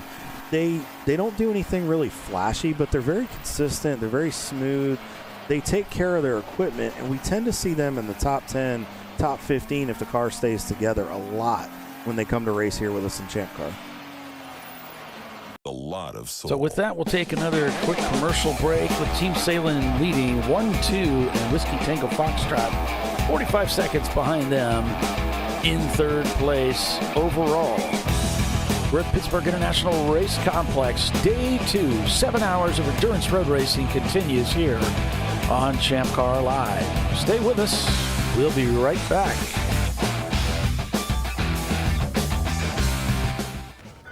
You know, I'd buy tires online, but then what? We've thought about it. We're TireRack.com. They should let you ship directly to a mechanic. Actually, we call them independent recommended installers. They should have like 1,000 mechanics. Try over 7,000 installers. Then you just make an appointment. At a time that's convenient for you. This could change tire buying forever. TireRack.com, the way tire buying should be.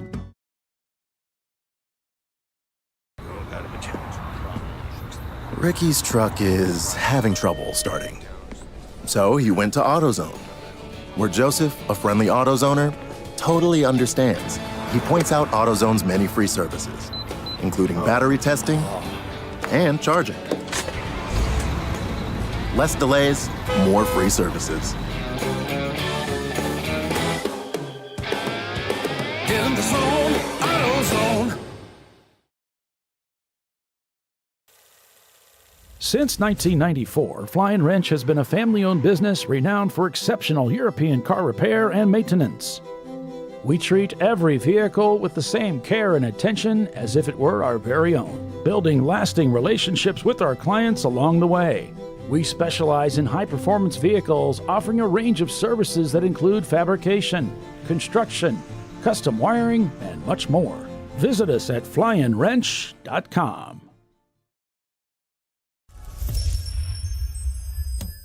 Frozen rotors from Diversified Cryogenics deliver increased performance and a higher level of safety, while significantly reducing braking system costs. So to tell you a little bit about the durability of this product. So we have seen an incredible extension of the life of our brake rotors using frozen rotors. We've gone from brake rotors every other weekend to 6 weekends on one set of brake rotors, and I think they can go farther. The durability has been amazing. And it's been a fantastic season, and man, a lot of that is due to the way our car can brake on those frozen rotors. For more information, go to frozenrotors.com.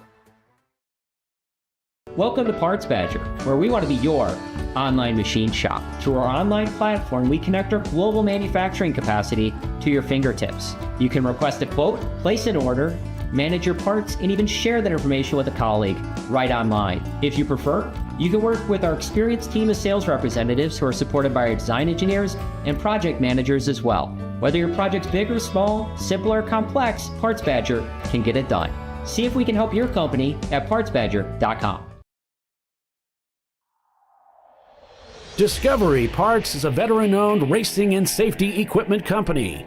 While we're located inside Atlanta Motorsports Park in Dawsonville, Georgia, Discovery Parts can also be found at the tracks, supporting a number of Champ Car Series events. We take pride in being a reseller of the best of the industry to Champ Car teams and drivers. We know racing, love racing, and look forward to tomorrow to even more racing. Visit us at discoveryparts.com.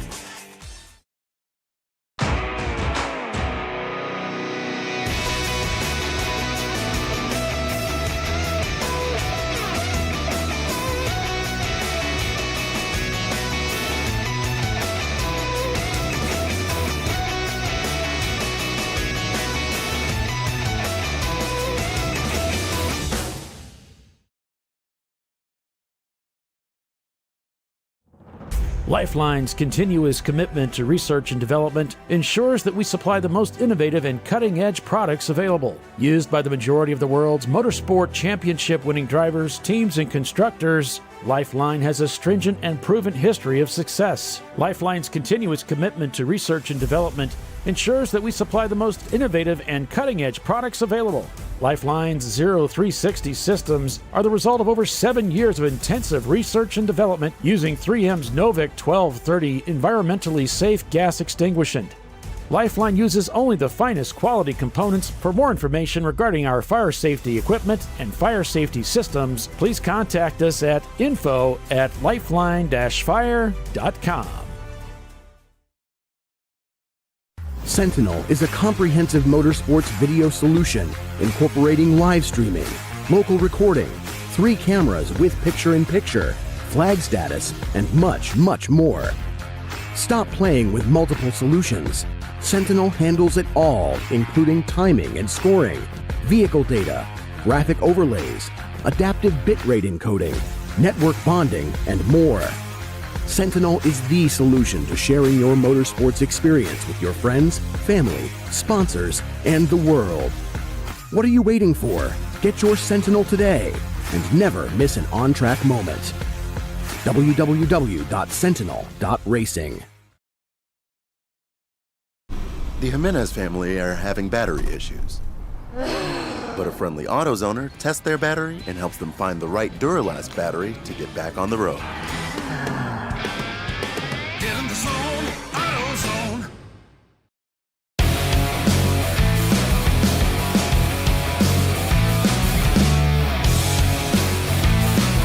Welcome back, everybody, to Champ Car Live, presented by AutoZone here at Pittsburgh International Race Complex. Day 2 for the Beaver River Grand Prix. The leader working lap 66. That's Team Salen's, the ketchup car, ahead of their sister car, the mustard car, and then it's Whiskey Tango Foxtrot now 53 seconds in the rears, continuing to fall behind the two Porsche Boxsters that today looks like luck is smiling on them. They were able to start early at the front of the field, and then we had that red flag while they were already in the pits and just about done with their pit stop, so they were able to finish that. And when they came back out into the field, luck would have it, they came out in a good spot, and that actually helped vault them up into the very lead of the race. So that's the way it is. Luck giveth, it taketh away, and so you just stay after it, and sometimes you have, as my friend Pastor Graham used to say, sometimes you have bologna, sometimes you have steak. You just never know. So, Turning Concepts there in 5th place, behind Hopes and Dreams in 4th. RVA Graphics and Wraps in 6th place in the 311 car. The 411 car blew a head gasket during practice, so that car is not in the event this weekend. Sent from the Gourds in 7th place, Ramen Racing in 8th. Bavarian Mustache Works in 9th, and 90racing.com in 10th place. So if you're a fan of Nichols Racing, our number 8 EC car, those guys unfortunately continue to have a bit of a rough weekend. They are back behind the wall. Hopefully they'll get it back out there, but if you're watching for Nichols Racing, they are off the racetrack right now. So just wanted to pass that along.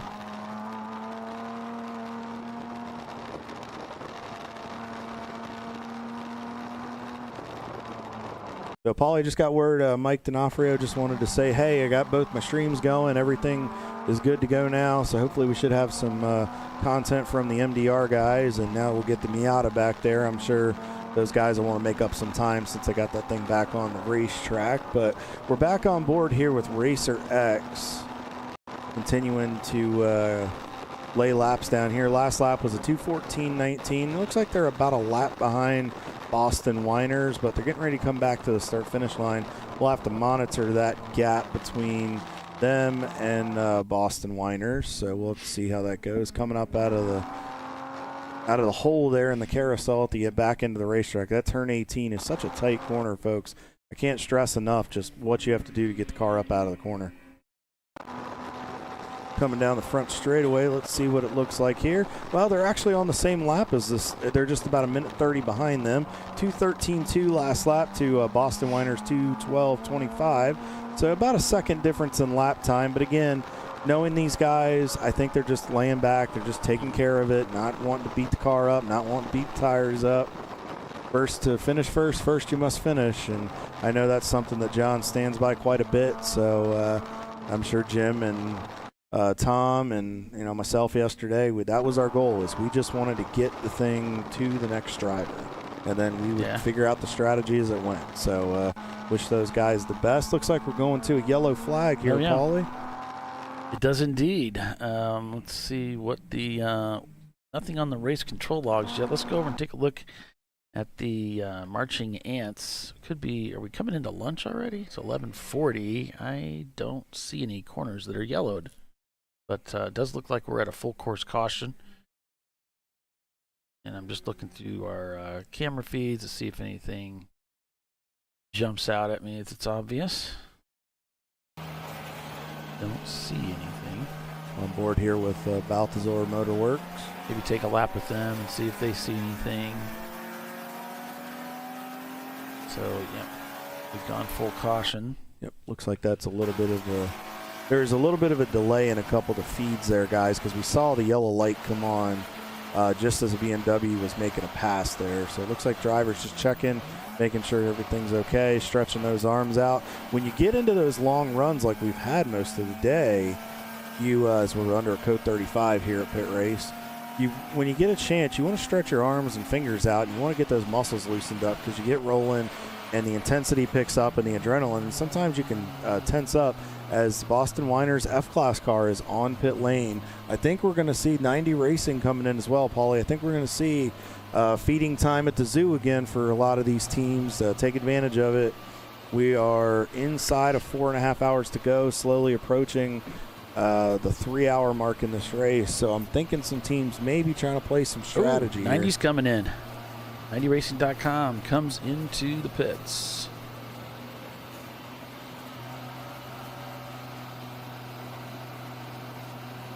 So that puts them in the pits right now. They're going to take advantage of this caution and see if they can maximize that. Maybe they can make a leapfrog and get themselves a little bit further up in the field from that untimely pit stop when they had that tire just basically wear out.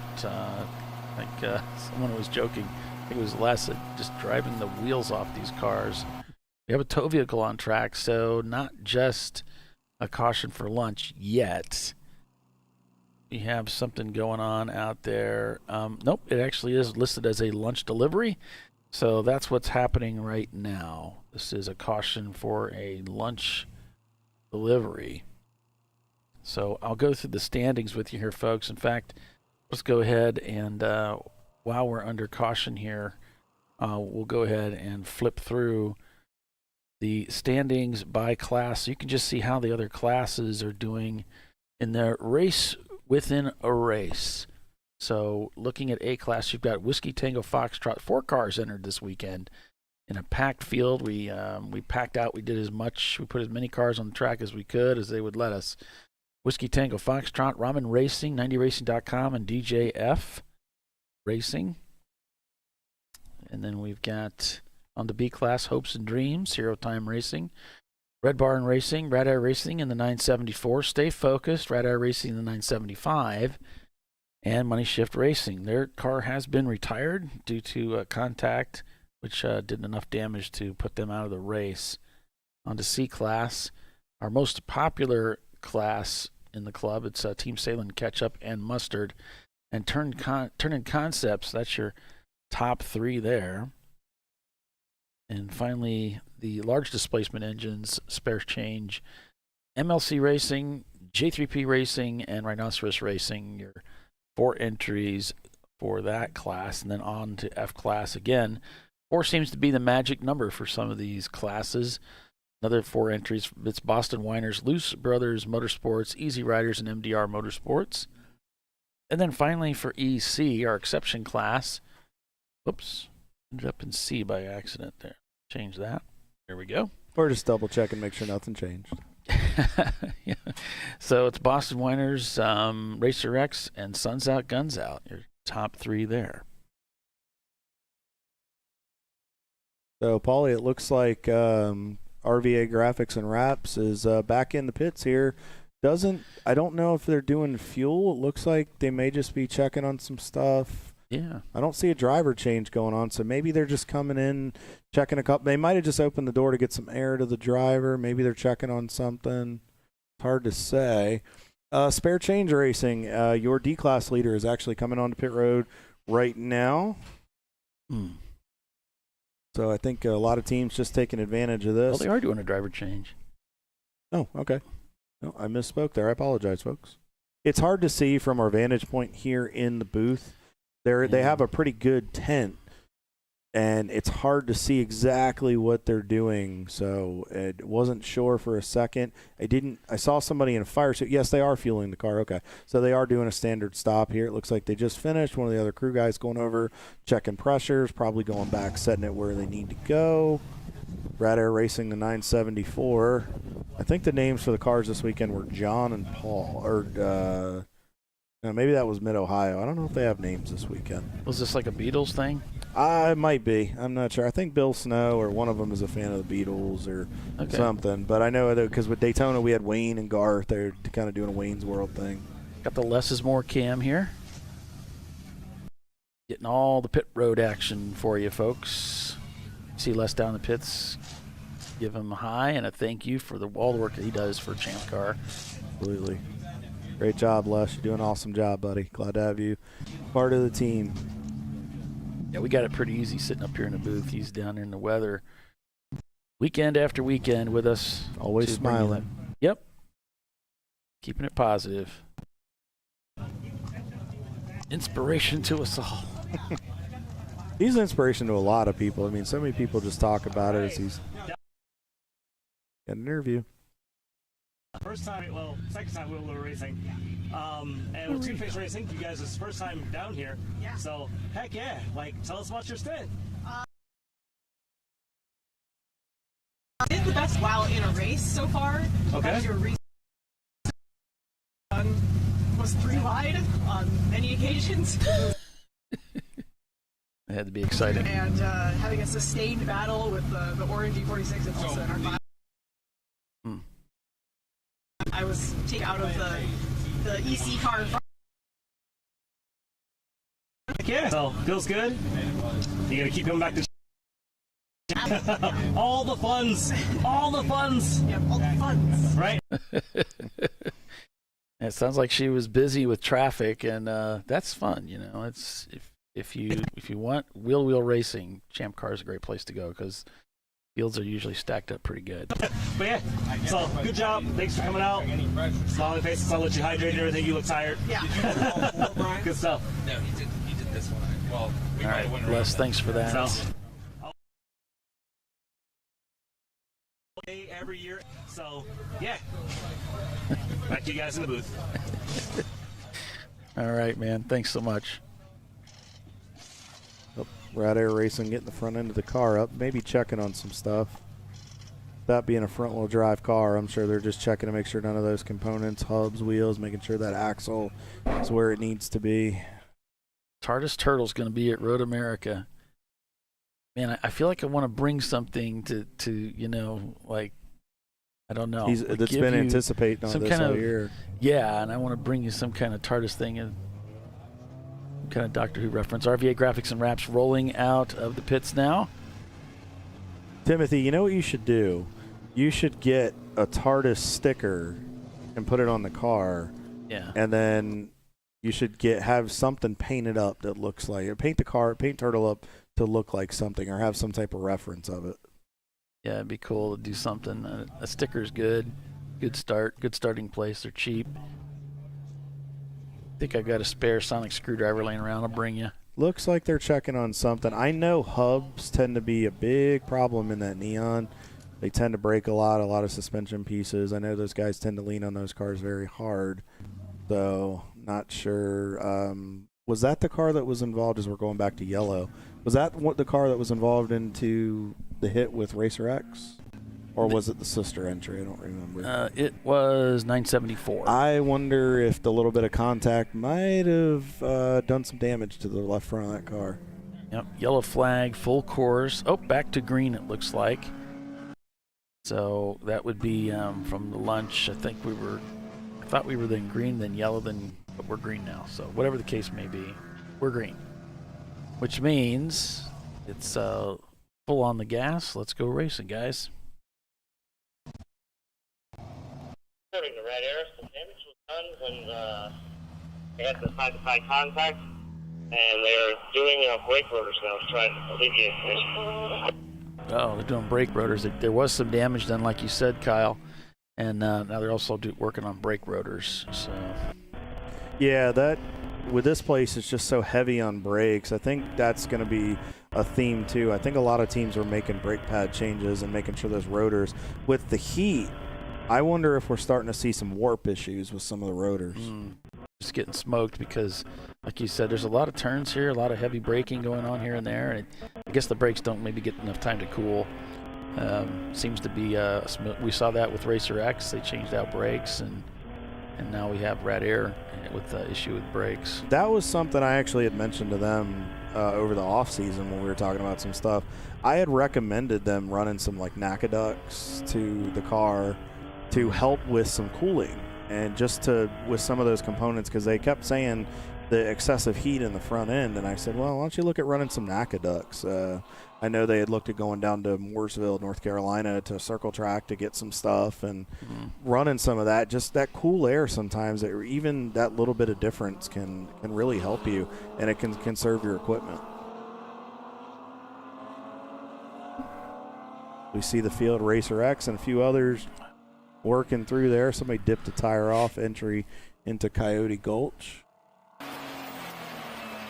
Back on board here with Baltazar. Carlos back behind the wheel. Good to see him back racing with him this weekend.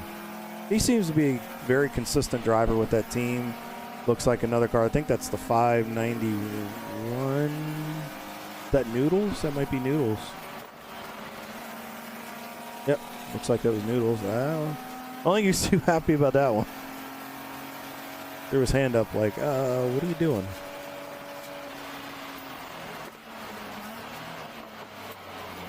I'm just, I don't know if I'm admiring, scoping out all of the electrical action we got going on here with the way they got things wired up. They got the switches down below the shifter, which I kind of like that idea, because although it can be difficult to see for some drivers, you really got to get your head down with our, the opening, the window, and the helmets. It's always a concern when the switches are right in front of the shifter, because any kind of bouncing or anything that happens when you're off the track or whatever, going through the grass, your hands up near the shifter, you could be hitting switches, not even realize it. A lot of your shifts are blind, you're paying attention to the track. Not really going to have that problem with this car. Yeah, it looks like he's managing it pretty well.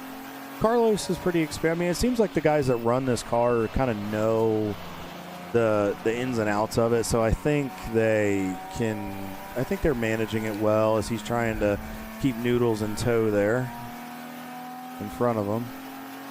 Now, you notice, folks, he keeps reaching out. He's not reaching for anything, so what he's doing is, I talked about this a little bit ago, the adrenaline that when you get in the car, and sometimes you tend to tense up behind the wheel, especially when you get in traffic, and you really have to force yourself to take deep breaths and continue to breathe. So what Carlos is doing is he's just trying to stretch his arms out, especially in some of these cars. They don't have power steering. We didn't have power steering in Racer X. So your arms get tired, and if you sit a little farther back from the wheel, you get tighter, your muscles tighten up. So what you do is you reach out, you open your fingers, and you loosen those muscles up and get them moving. Try to get that blood flowing back through there as well. Red Barn Racing in the pits down in 21st spot. Everybody else ahead of them is out in the pits on the racetrack. Other cars shown crossing the pit loop. Rat Air Racing 974. Stay Focused. Rat Air Racing 975. Section 8, number 605. And that's it.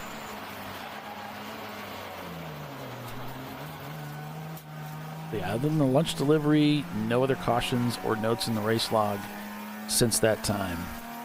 I want to thank everybody for tuning in today and watching Champ Car Live, presented by AutoZone.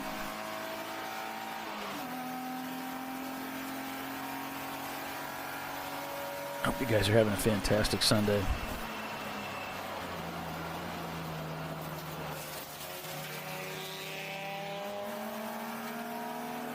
Check out, go on board here with Sent from the Gourds, see how they're holding up. Sent from the Gourds in 6th place, having a great race today. Back about a lap from Turn-In Concepts, who's 17 seconds behind Hopes and Dreams in 4th place. The rest of the team's separated by about a lap between one another, up ahead. So 2.3 seconds from Bavarian Mustache Works to Sent from the Gourds. Got a camera in their car. It's just some of these cameras just aren't working very well today. So very sticky. So not able to really follow along with what they're doing today. But yeah, 2.7 seconds from Bavarian to Sent from the Gourds. Bavarian 209 on that last lap to Sent from the Gourds 207. Then 8 seconds behind Bavarian is Ramen Racing Noodles. They ran a 206 on that last lap, and again, the gap's only about 8.5 seconds, so Bavarian's going to have to be careful not to let themselves get overtaken there. That would be for position if that were to happen. C90racing.com, they're back out on the racetrack, turning laps. They're doing just fine. They just had that tire failure. They've dropped down to 13th now. So they managed to get themselves up a little bit, and now they've dropped back down just a little bit. They turned a 2:05 on that last lap, so lap times aren't too bad anymore. It's that tire change.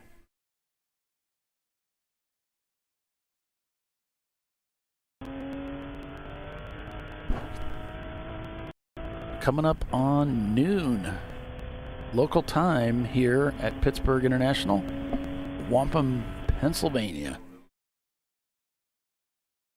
Next race we'll be broadcasting from will be Road America. Just a little bit later this month, Elkhart Lake, Wisconsin. Promises to be a great time. We used to do 2 races out there every year. Now we're down to just the 1. We were doing these races in April, and there was often we'd pick up some snow there. It was always very cold. Well, somewhat cold. It's in the freezing area. But we've moved to just 1 race there at Road America this time, so we'll be going there here just a couple weeks. And look forward to bringing another race to you live on ChampCar.Live. Maybe you're interested in live streaming from inside your car. There's some pretty popular ways to go about do that. You can go with OneTouchYee.com. The OneTouchYee is a system that I sell.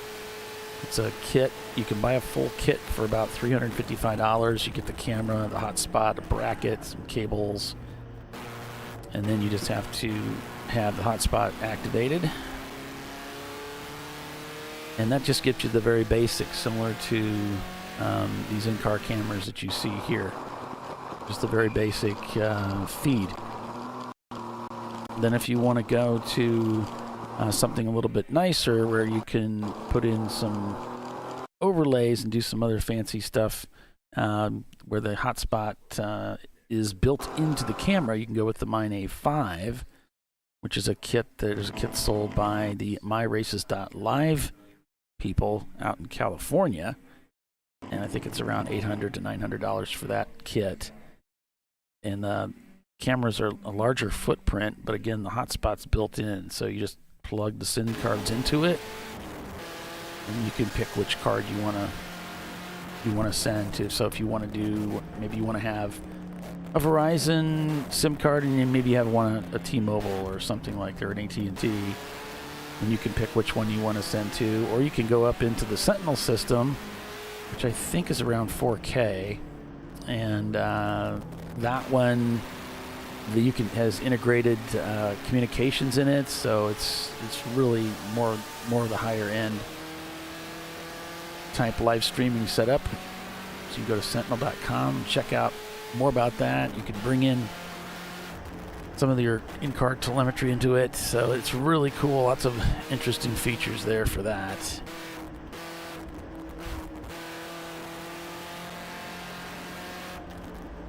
You can go with MyRaces.Live as a streaming source as well, and they have the features where you can overlay onto the camera feed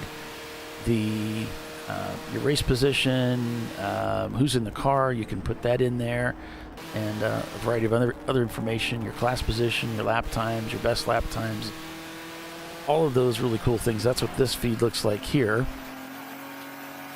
And that's at MyRaces.Live. You set up an account. You can run any camera. You can run the Yi. You can run the Mine. You can do whatever you want. And this just gets superimposed on top of the stream of data that's going into, I think it's Speed Hive or Race Monitor. That data though goes in there, and then it shows up on your screen. And you can superimpose logos for your team name or for your sponsors, and move things around and set them up how you want to. Very flexible. You can do this from the app on your phone. It's actually not an app, it's a web portal on your phone from the racetrack. So when you change drivers, you can go there and say, okay, Carlos got out, and Mike's going to get in, so I'm going to change the mic. And so it's pretty cool. And they have a free version of that, and then I think the next level up is $15 a month or something. It's pretty cheap. And so if you have any questions about MyRaces.Live as far as live streaming through them and getting those overlays, you can just go to their website and check out all the information there. They've got a Discord server that I'm in all the time, every day. I'm in that server. We're always talking and kind of helping each other out. They're extremely helpful and very present, the folks there that run that. So if you need any help getting started, just ask, and we can help you out with that. So with that, I'm going to take another quick break and be back in a few minutes. You're watching Champ Car Live, presented by AutoZone. We're at Pittsburgh International Race Complex. Team Salem leads the way. High noon. We'll be right back.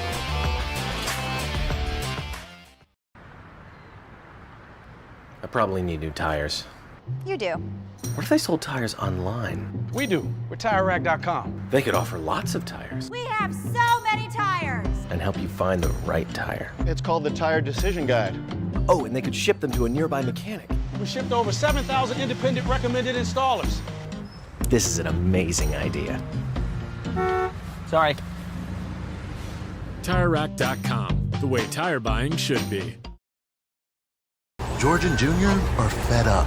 They weren't planning on having to replace their brakes today, but they went to AutoZone, where a friendly AutoZoner helped them find a deal on the right parts.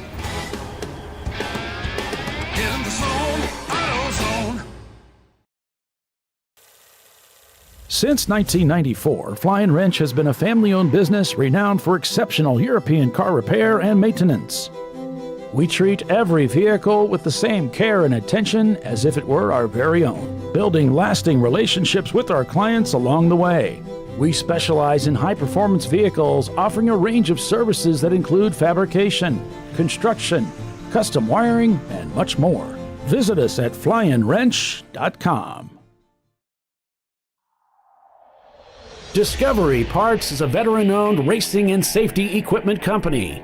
While we're located inside Atlanta Motorsports Park in Dawsonville, Georgia, Discovery Parts can also be found at the tracks, supporting a number of Champ Car Series events. We take pride in being a reseller of the best of the industry to Champ Car teams and drivers. We know racing, love racing, and look forward to tomorrow to even more racing. Visit us at discoveryparts.com. At Parts Badger, we're not your typical machine shop. When a market-leading mountain bike manufacturer was looking to reshore their hardware components, they turned to Parts Badger. Within weeks, we had deployed a dedicated manufacturing cell, ramped up production, and had guaranteed capacity to meet their demand. We're looking to be your manufacturing partner. See what we can do for you and your company at PartsBadger.com.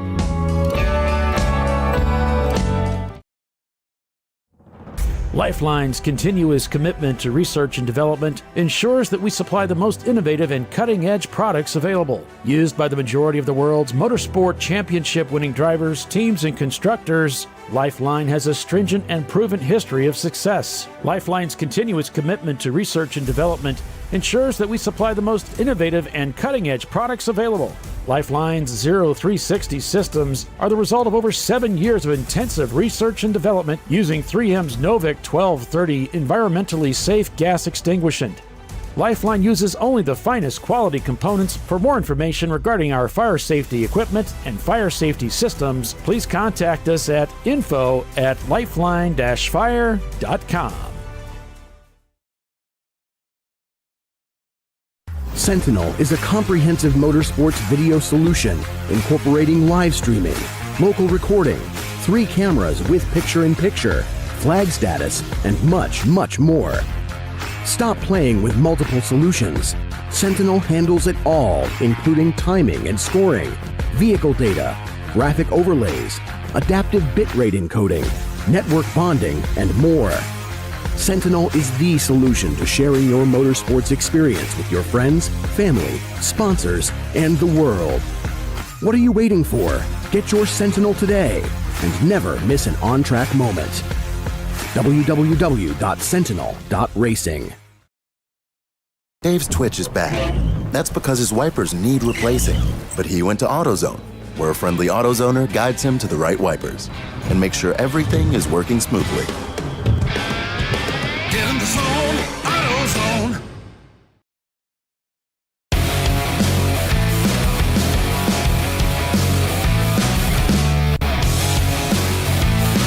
All right, welcome back, everybody. Champ Car Live, presented by AutoZone.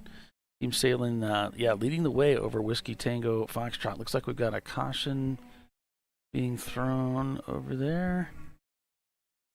And got a spin and continue on car 386.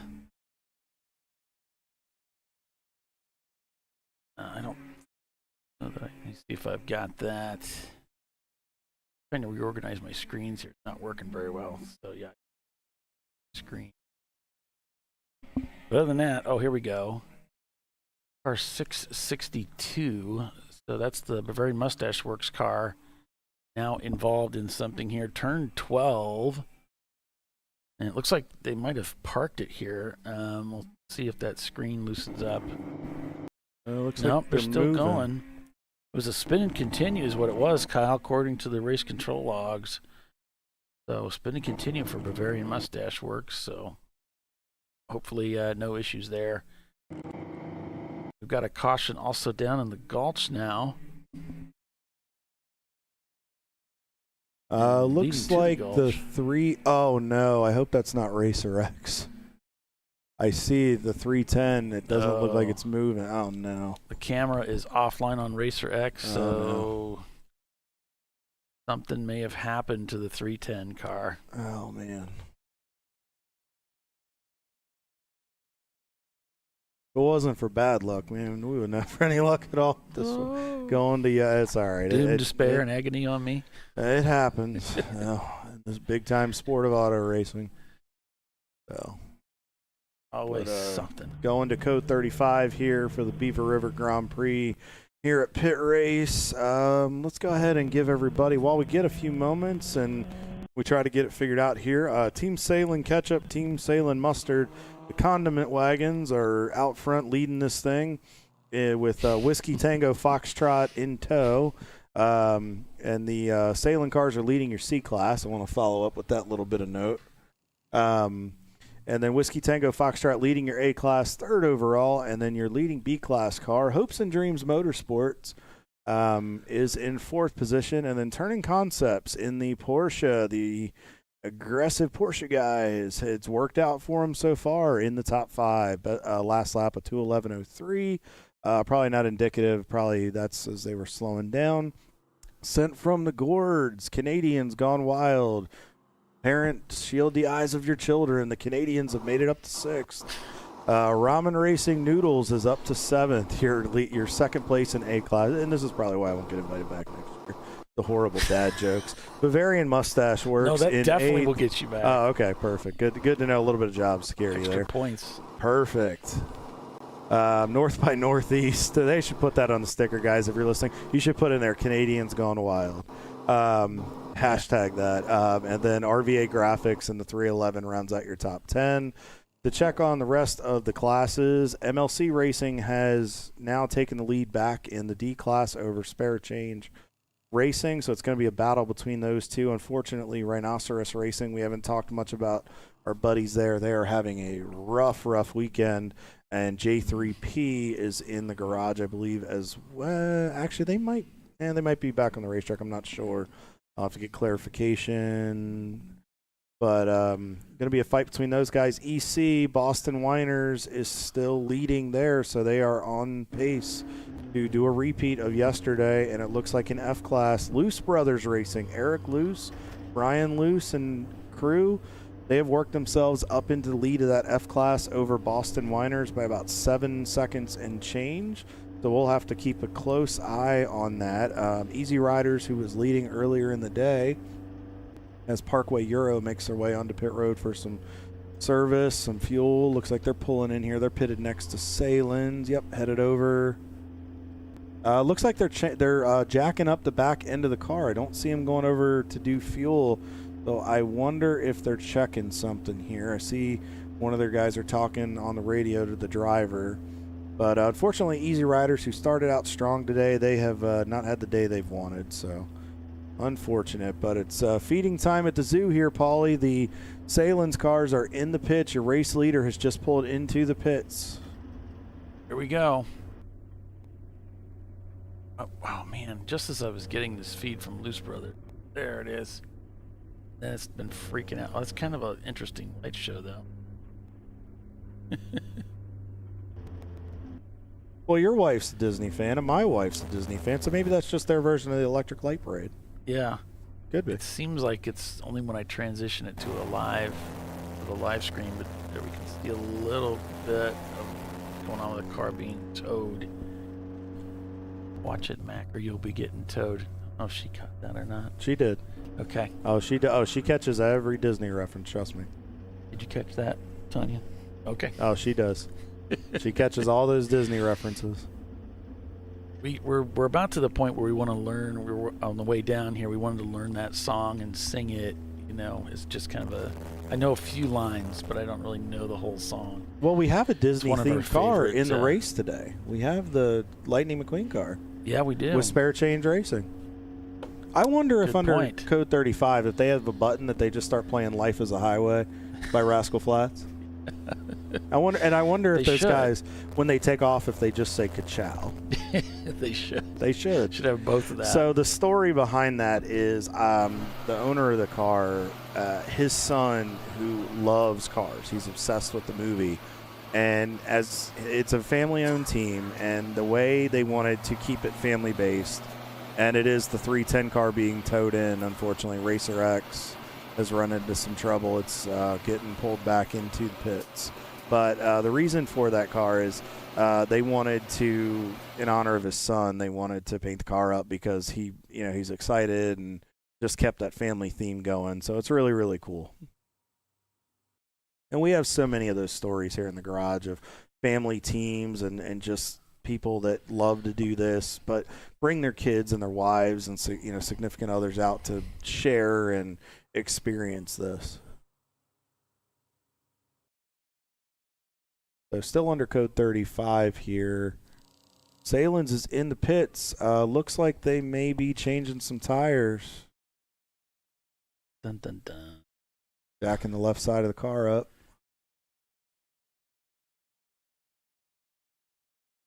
Yep, looks like they are putting some fresh rubber on that thing.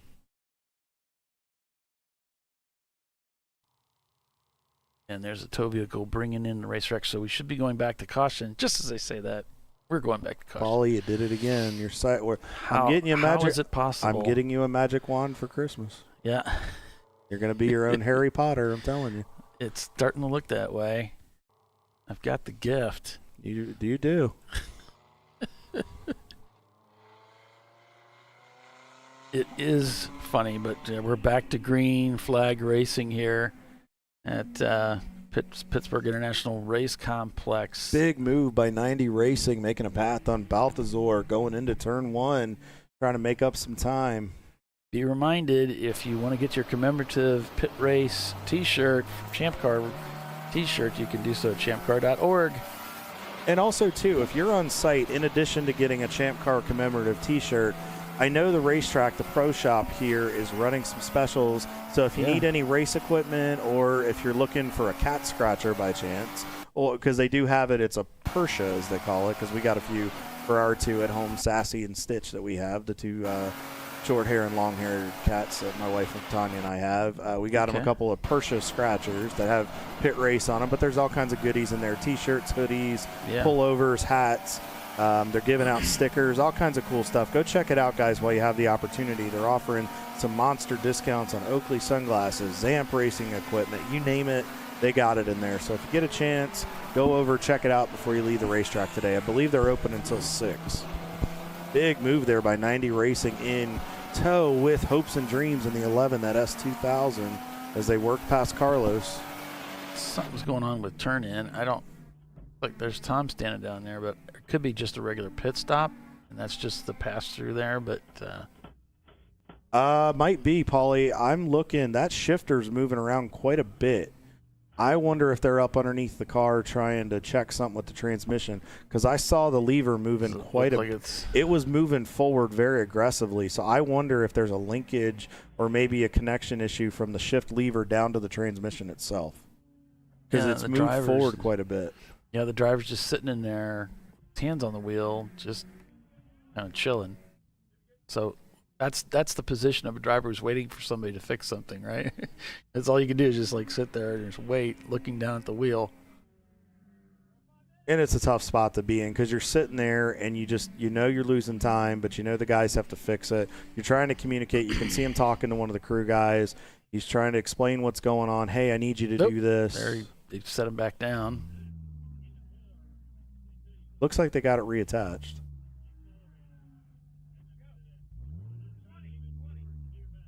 Paulie, with starting to roll out. All right, I guess I'm going to speculate here, and maybe I shouldn't do this, but with all of the debris and tire rubber pieces that are coming off, what are the chances, because a lot of these teams don't run any type of like chicken wire underneath the cars, what are the chances a piece of rubber might have gotten up in there and it might have gotten stuck and it might not have allowed the car to shift as freely, and maybe they were cleaning it out?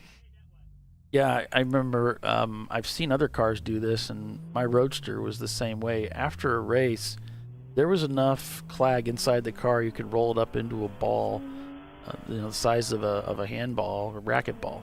There's a lot of rubber that gets kicked up. It's coming not only off of your tires, but it's getting sprayed up off the track from other people's rolled up rubber.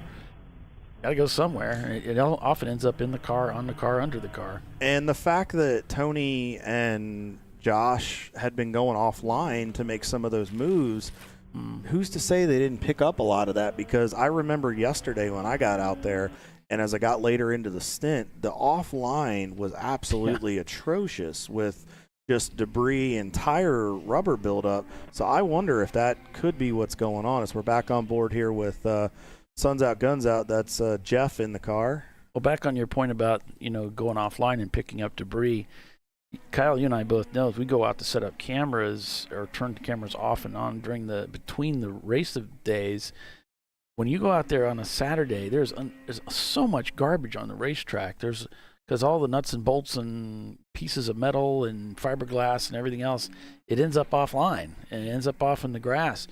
So, yeah, you don't want to be out there because it's not just rolled up rubber. There's also metal pieces there, too. We found a few pieces when we were at VIR after practice. Stones, all kinds of stuff. Yeah, and we were making sure we picked it up or got it off the racetrack. And just little things like that, guys. Something small like that can cut a tire and ruin your day. So I picked up a broken alternator adjustment bracket. Yeah, you did, didn't you? The kind that's like kind of like a U-shaped, and it's got the bolt that runs through it.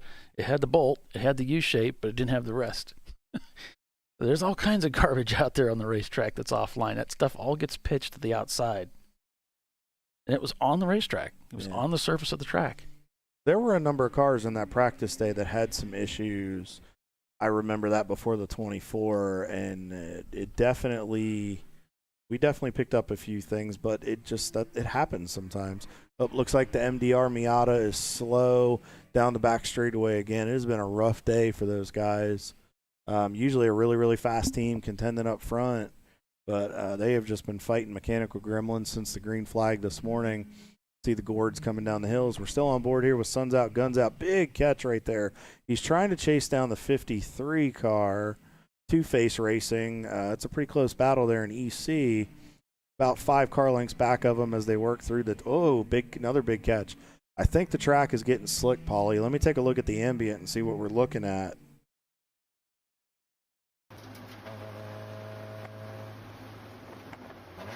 MDR on board with them.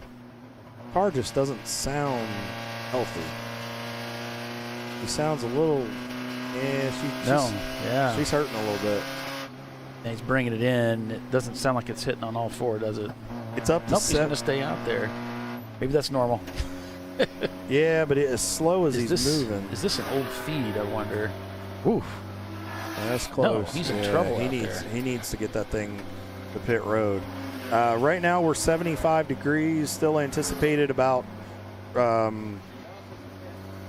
time is to get sorry, I just got something flashed over on my phone. I was trying to check the temperature. Dad, your timing of jokes, if you're listening to this, your timing is perfect. You always tend to screw me up right in the middle of something. So it's anticipated to get to 80 degrees today, and we're about 5 degrees off of that, but that temperature and humidity continue to rise, and the fact that we're seeing these drivers fight in the car so much, I wonder if we're starting to get into that territory that we had for a majority of the race yesterday. So we'll have to keep an eye on that with some of the onboard shots and go from there. He's just barely making it around the track. Yeah, he's in a really rough spot. I think that, he's pointing guys by. Hear all that stuff hit. That's the outside line. Yep. Yeah, he needs to get this thing to pit road. I don't understand. I know he was kind of on the inside. I think he was trying to let some guys go, but I'm surprised he didn't bring it into the pits. That was he kind of had an opportunity to get it left, and I don't know if maybe he just missed it or what. I mean, he's about halfway around. He's coming up to 7.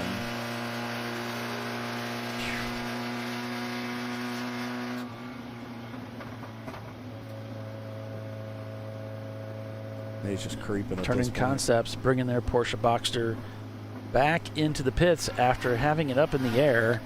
So some mechanical issues perhaps continuing to plague the Turning Concepts Porsche. Tony Barber still behind the wheel of that Porsche Boxster entry. As we see Bucksnort coming down the hill there. We had a camera in that car yesterday. Did not have that thing just sounds very, very unhealthy. Sounds like it's missing quite a bit. And Whiskey Tango Foxtrot has overtaken Team Salem Ketchup for second place. They're now 1 minute and 31 seconds behind the Team Salem Mustard car. So it's Team Salem Mustard, Whiskey Tango Foxtrot, Team Salem Ketchup, Hopes and Dreams Motors, and Motorsports probably sent from the gourds behind them in 5th. Paulie, he's shaking the car around a little bit too. Uh-oh. I wonder... But he's in the grass now. Well, I think he's trying to... I think he's calling it out. He's calling it. He's just getting it off the track.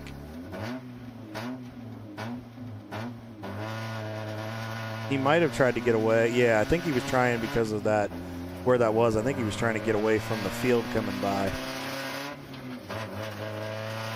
He's coming down 15 now. Paul, is he out of fuel? I just don't know. It's just so strange. Well, it doesn't sound good. He shook the car back and forth, and then the engine picked up. Like, it sounded a little bit normal. So I wonder if he's trying to get it back. You know, he's talking about it going back and forth. This is their. He's pulling it off over here. There's a little. It's kind of like a little turnaround pad right here for the emergency vehicles. He's parked it right there. Just doesn't feel like he can get it back to the pits, and getting back to the pits from there is not easy. No. He's not very far away, but it's almost all uphill. On the grass. He just was in an unsafe spot being out there. He was a sit duck. He really did need to get it pulled over, and this is a good place to park it. Yeah, at least he's out of harm's way for the time being. The motor's running, but when I try and accelerate, it just sputters and doesn't pull. I wonder if he's out of having a fuel pickup problem. Just the way that thing sounds. I mean, it could be a miss, but the way he's shaking the car around, I'm thinking fuel pickup. Yeah. Gonna try it again.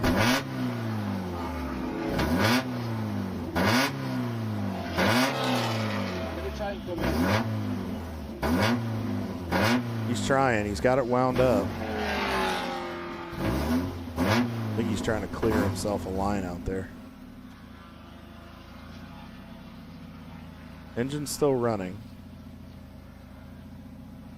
Yeah, and so it could be an ignition issue, the ignition coil, or just a bad spark plug or wire. It was only running on 3 cylinders or something like that. Or I guess so.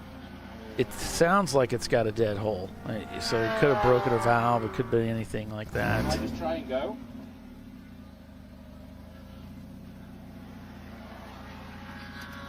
Yeah, I get he's trying to make a decision here, but what I would do if I was him is just get the car in gear and just drive and just go slow, clear yourself, and just get over.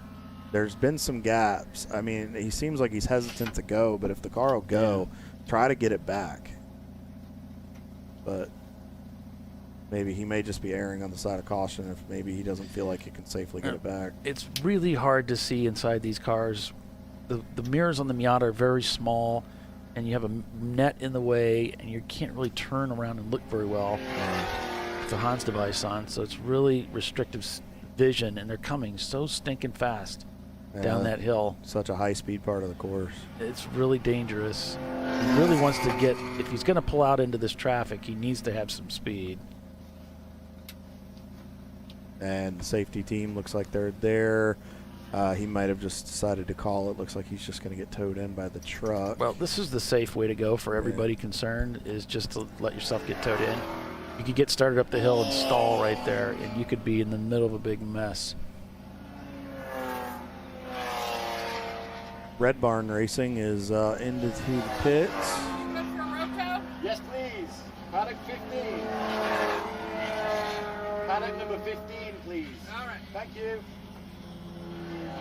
And great job by the safety team. And thank you to everybody at Pit Race this weekend. They've done such a good job, and they've just really been so patient with some of our teams, and we appreciate all the work that they do. I need a lot of patience. We all need a lot of patience. I mean, I require a lot of patience from other people. Yeah, that's what my wife tells me. There's a lot of people that need to be patient with me. So it's just common. We're all in racing. Looks like we may be going yellow here in just a minute. There's a local yellow there. I don't think we're going to need to go full course yellow, but definitely a local yellow in those couple of sections. They're getting him hooked up. It should be back green here. Yep. But just that part of the course. So what they'll do, folks, if you're new to Champ Car, you don't really have a whole lot going on there. Readjusting his helmet. So what they'll do is they'll throw a local yellow, and it's just in that part of the course. Because road courses are so big, as they finally got him towed and getting him pulled around. They're coming by the water tower there, coming just on the outside of 18. Polly, I wonder if we have another car. Oh, no, that's just the tow truck going back to where it needs to go. Okay. I imagine he's going back to a position. Yeah, he's headed back into hiding in the here. grass. So they'll throw yellows in various parts of the track till they get the incident cleaned up. And then what they'll do is that local yellow zone will just kind of adjust based on where the safety team is till they can get that car and the safety team back behind a wall or a barrier. And then once from there, they'll drop that and go back to a green flag condition. All right. So with that, we'll take another commercial break and be back in just a few minutes with Team Salem Mustard leading this race. So much more yet to come. 3 hours and 30 minutes remain in today's event. Stay with us. We'll be right back.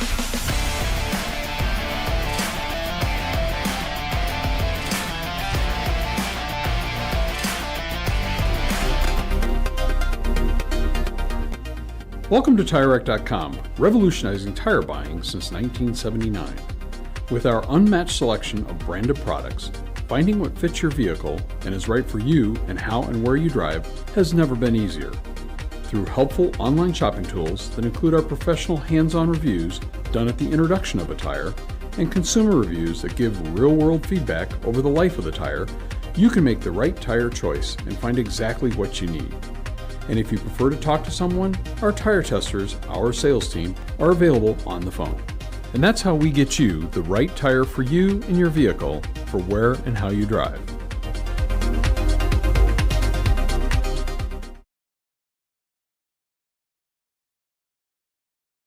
But he went to AutoZone, where a friendly AutoZoner guides him to the right wipers and makes sure everything is working smoothly.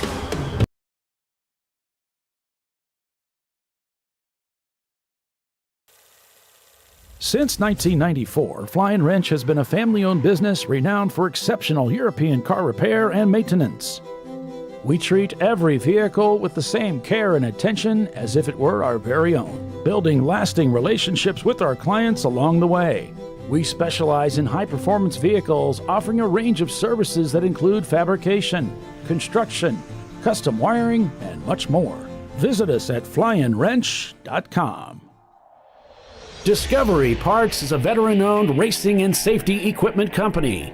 While we're located inside Atlanta Motorsports Park in Dawsonville, Georgia, Discovery Parts can also be found at the tracks, supporting a number of Champ Car Series events. We take pride in being a reseller of the best of the industry to Champ Car teams and drivers. We know racing, love racing, and look forward to tomorrow to even more racing. Visit us at discoveryparts.com. Lifeline's continuous commitment to research and development ensures that we supply the most innovative and cutting-edge products available. Used by the majority of the world's motorsport championship-winning drivers, teams, and constructors, Lifeline has a stringent and proven history of success. Lifeline's continuous commitment to research and development ensures that we supply the most innovative and cutting-edge products available.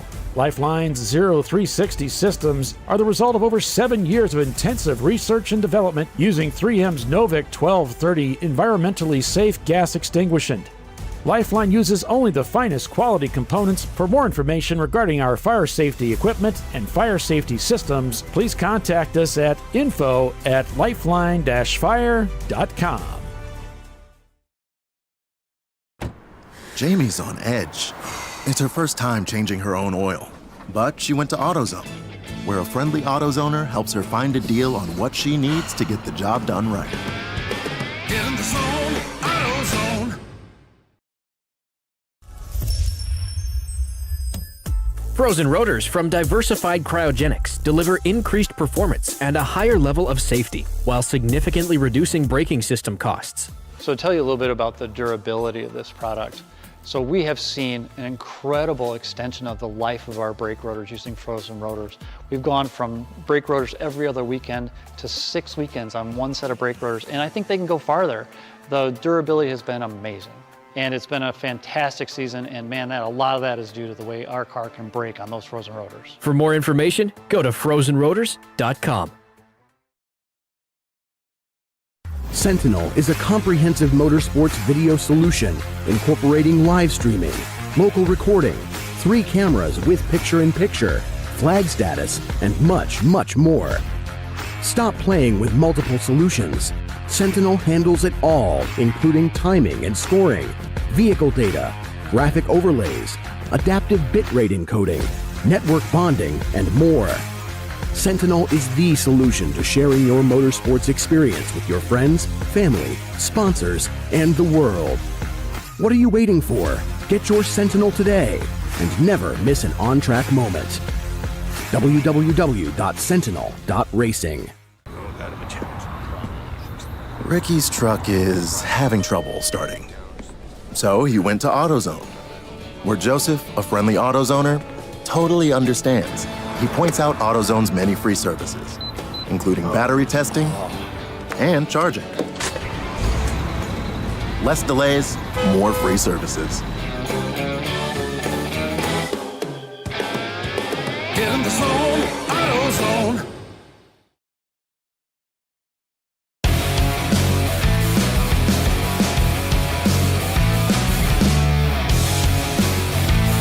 And welcome back to ChampCar.Live, presented by AutoZone. Boston Winer's in the pits right now. The 450 coming in, as well as that Lightning McQueen liveried Mustang also coming into the pits. Get their pit stops done. Hopes and Dreams is coming into the pits. They're down in 11th spot right now. Everybody else ahead of them is on the racetrack. So this running order is the same. We've got Whiskey Tango Foxtrot having split the Salins cars, like Turning Concepts back on the racetrack. Andy Vocal back in the car for Turning Concepts. Jeff still in the Suns Out, Guns Out car. Paulie, sent from the Gourds, have worked themselves up into the top 5. 3 of the top 5 spots being held down by C-Class cars, and that rounds out your C-Class podium. So another strong run for these guys. We saw this at Mid-Ohio, and much of the same this weekend. Yeah, Rubber Soul's also in the pits right now, and they are currently in, I think I had them in 17. Yeah. Yep, good call. Got the 830 car is being noted in the race control logs. That's one of the MDR cars over in turn 16. So that's the old note from when he was stranded over there. But now they've got the car up in the air. It looks like they're back behind the wall. Looking at that car. Such a tough break for those guys this weekend. They have just absolutely been been fighting a lot. So 90 Racing has worked themselves back up into the 7th position, Paulie. Just taking it easy. Last lap was a 2:06.4. I think they found a good pace where they can be pretty competitive. I remember about this point in the race yesterday, this is when we saw the pace drop off substantially for a lot of teams, and they kind of just went into conservation mode as we see the Salins cars, our leaders, kind of almost in tandem there. And but Whiskey Tango Foxtrot continues to break up the trio in the middle. 943s continues to lead about a lap over its team car, but Whiskey Tango Foxtrot is still about a minute 41 behind them, hanging on that same lap, coming to complete 89. So definitely keeping in tow. Just saw the 53 Two-Face, the EC car going by. Boston Winers continues to lead the EC division here over Two-Face Racing and Suns Out, Guns Out. Another rough day, unfortunately, for our Racer X buddies. But hopefully they can get it fixed and get back out there.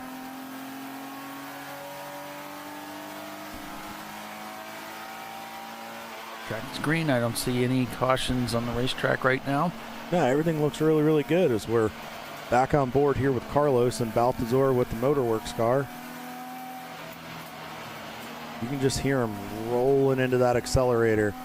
We noticed he was fighting the wheel a little bit earlier, but you see him now. He's just trying to be real patient with the car, not do anything foolish. We're just about to just over the halfway point in this race. So as we start to get into the later stages, we'll have to see how these teams have managed the tire wear, and if anybody's got anything left. They're trying to work by Glenn Racing here. Been an eventful day for that team, and I know that the team, he was not too happy with that one. But they've kind of been in the news quite a bit today, and I know Champ Car Race Control is watching them very carefully. Yeah, Carlos kind of waved, but that was more of a thanks, but that was almost really bad. But he's been doing this for quite a while. Carlos is a veteran of the series, and very smart move of him to be very patient there. He picked his spot exactly where he needed it to be, adjusting that helmet, making sure he looks good on camera for us. But sometimes with the movement, I'm jokingly saying that, but sometimes the helmet will shift a little bit and you just want to adjust it, just especially with that balaclava. Just make sure it doesn't, because sometimes it'll slide and get in your vision, and just making sure. And those little distractions sometimes can cost you a couple tenths. So I think they're telling him I'm talking about it. He gave us a thumbs up. So, yep, doing a great job there, Carlos. Got to look good on camera there, buddy. Looking really good right now. You're sitting 5th in the C class and 8th in the race overall. So, hammer down, bud. Keep rolling. Oh, see, a little bit of wheel spin right there, folks. He got on that gas, and it spun those tires real hard, and he had to catch it. So that's just something you have to manage.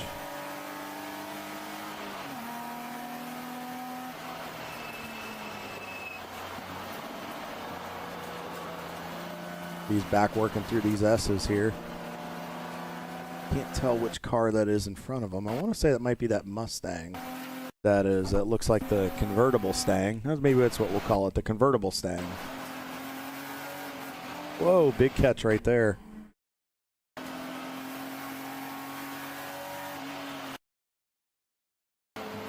So Ramen Racing, second in the A class today. Another good run for those guys. 2:29 last lap, but I think they were just coming off, might have just come off pit road, or they might have just got caught in some traffic. But a solid day for those guys so far. Noodles has been pretty consistent. These guys had a good run yesterday. We're pretty quick. Much of the same today. Best lap of the day so far is a 2:02, about 54.5 seconds behind the Gourds. And then Bavarian Mustache Works back in the 9th position right now. The car up at the EC car up there. Remember, the EC cars are in their own as Baltazar's headed into the pits. Oh, yeah. So they've decided to bring it in. Go back on board with Sent from the Gourds here. Sent from the Gourds team, yeah, we kind of, Kyle said these guys are pretty solid. They're up in 4th place right now. Having another really good run of it. These guys always seem to be up at the front.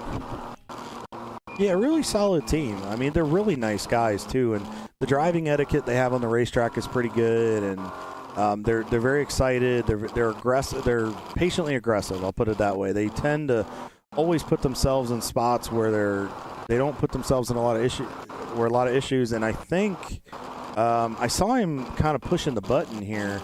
I wonder if he's coming into the pits. I wonder if he's telling the team, confirming.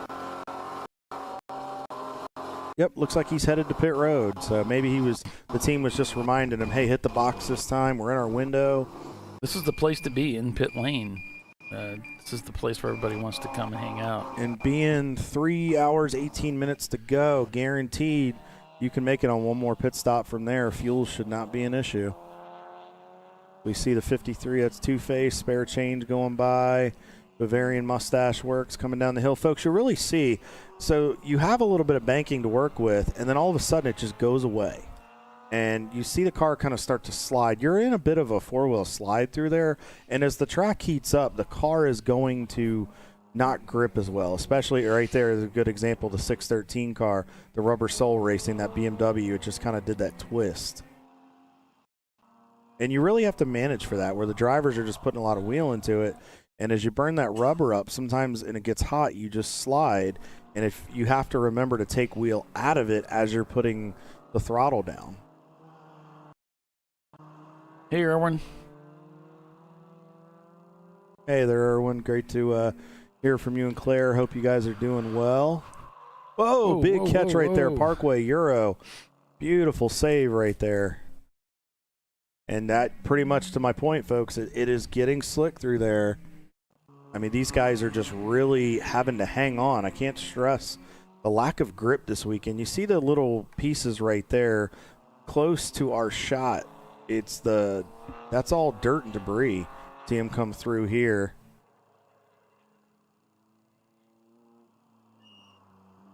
There's Hero Time Racing going by. Should see the Parkway Euro car come by here in just a moment. Yep, there it is. See, he was offline a little bit by about a half to 3/4 of a car length, and it threw him off, and I think when he got into the junk, it just threw the car sideways. But you're also turning left, and then you have to turn right, and it's almost like a mini corkscrew. If you watch races at Laguna Seca, the famous corkscrew, you have to be ready for that change, and I think it just caught him off guard. So as we see the Gourds are in the pits for their pit stop, just got a message from my buddy Andy Fiffick. Andy, thanks for tuning in. Please tell Bill Snow. I know it hasn't been the day you guys have wanted, but look forward to seeing you guys back at either hopefully Road America or AMP. Yep, gloves going on in the Balthazar car. Oh, yellow gloves. Windshield screened. That's what, 5 horsepower? Right there. Yep. That's how you win these races, folks. That's a pro tip for you. Don't they already get an automatic 10 because they have their own camera, or is it only 5 if you have your own camera? It's only if I put the camera in the car. Okay. That's the only way it works. Gotcha. So, well, if you put it in, it's one of my cameras. So 294 there being viewed. That's quite a wang he's got on there. It is. Man. Got a 9 Lives Racing sticker on there, one of our Champ Car sponsors. Could drop that down and plow snow. Well, we are going to Road America in 3 weeks. Might need it. Everybody might want to bring a snowplow with you if you've ever been to Road America with us at the end of October. It's usually one of the races we tend to not deal with rain so much as we deal with more snow. So if you like snow racing, come join us at Road America. My first trip there was driving a BMW for Thomas and Laura that used to be part of Champ Car. Drove their BMW, and I tell you what, that last 20 minutes of that Sunday race was cold and frigid and slick. I came out of turn 1, and that thing stepped out, and I think Code Brown was inevitable. Did you meet Jesus? Oh, I met I think I John Forced it. If you ever heard him on the Dale Jr. download about his experience in Memphis, how he met Jesus at 1,000 feet, I think I met Jesus at the exit of turn 1. And he was like, "Not yet, my child," and he straightened the car out and let me keep going. So getting the service work done. I thanked him, but I sounded like I was up a couple octaves. So we're back on board with Jeff here. We'll get back to the race instead of my sad racing stories life. Change tires. Tire degradation continues. Yep, and so Les is reporting they just changed tires. So the story continues with tire wear. But look at the debris and the junk that you're picking up on the racetrack. I mean, yes, that's coming in, and that's a hot tire, but just how beat up that tire is. Put it back on there. Yeah, Rotate it. Just flip it over. Just put it, just put it on the other side of the car, and completely, it'll be a NASCAR slick at that point. Still on board with Jeff here. Good day for these guys. Up to second in the EC class behind Two Face Racing. I think Boston Winers was just into the pits. It looks like, Paulie, I just saw the the Hopes and Dreams guys came back out. I guess they had an issue, but they're coming back out on the racetrack, and the convertible staying is into the pits. I'm not sure if it's what's going on. All and right. I think we're going to have a guest in the booth here momentarily. So that'd be good. Get a little bit of a different perspective from the booth. Kind of a bird's eye view, I would say. From the eyes of birds. If you were a bird, what would you see through your eye? I don't know. What kind of bird would I be? I'd be an sky. Oriole. I am from Maryland, and I do like the Orioles baseball team, so I'd probably be an Oriole. This is one of the Rad Air cars being serviced again. Yep, 974 car. So Team Salem leads this race by about a lap over Whiskey Tango Foxtrot. There's a gap, enough of a gap there that we don't have the time. Turning concept of the race due to transmission failure. Oh. They were trying to get the stick in fourth gear, something concern last. However, third gear was just a tad bit too slow to hold the pace. So the transmission issues has taken Turning Concepts, another car falling victim to the endurance racing woes. So it's Turning Concepts now out of the race with transmission failure. Another heavy hitter, Paulie. It has been attrition this weekend. And we saw, when they were in the pits at that one point, we saw them under the car because you could see the shifter moving very rapidly. So that kind of confirms what we were looking at, that it was transmission. But we have a guest in the booth, Mr. Jeremy Briner. Welcome to ChampCar.Live, presented by AutoZone. Thank you for coming up and joining us. Now, you are you get a unique view of these races and events each and every weekend. So give us a little background about you and how your racing story got started. I mean, it mainly started just being in love with motorsports. As a young kid, through the parents, both were into cars from their early ages and everything. Dad got me into photography, and then it was handing off the 35 millimeter film camera and just playing from there. And then playing turned into learning and, learning the fundamentals. And then was hooked into racing when I think my first ever motorsport race was the 2001 Formula One Grand Prix at Indianapolis. Oh, wow. So hooked from there, core memories from that, and then just wanting to bring the camera to everything. So throughout, even before college, playing with a point and shoot camera and just kind of working my way up the levels and just learning. It didn't have any clients or anything like that. It more of a explore the concepts and storytelling, and then eventually starting in college back in 2010, I was down in Savannah, Georgia. So one or two tracks really close to me.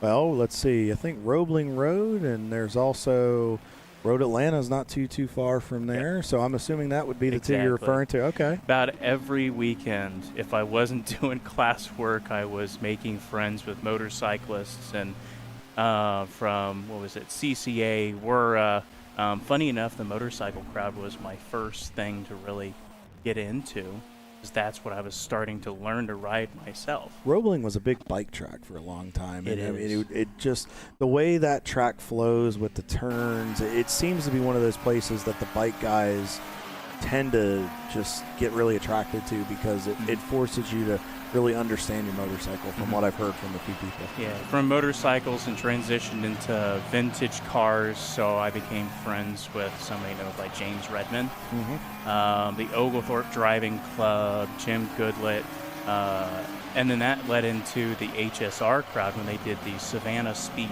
Classic there on Hudson Island. And then that's kind of what kicked it off, is these amazing people would give me opportunities of, give us some photos, we'll give you a press pass. And now it's just wide open, no fences in the way. And then from 2010 onward, it was, this is fun. I can start making a little bit of money at this and, upgrade the lenses, upgrade the equipment.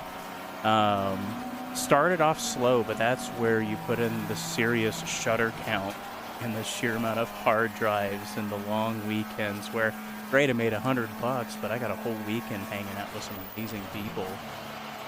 The networking goes so far. Networking is huge. It's always, not always what you know, it's who you know.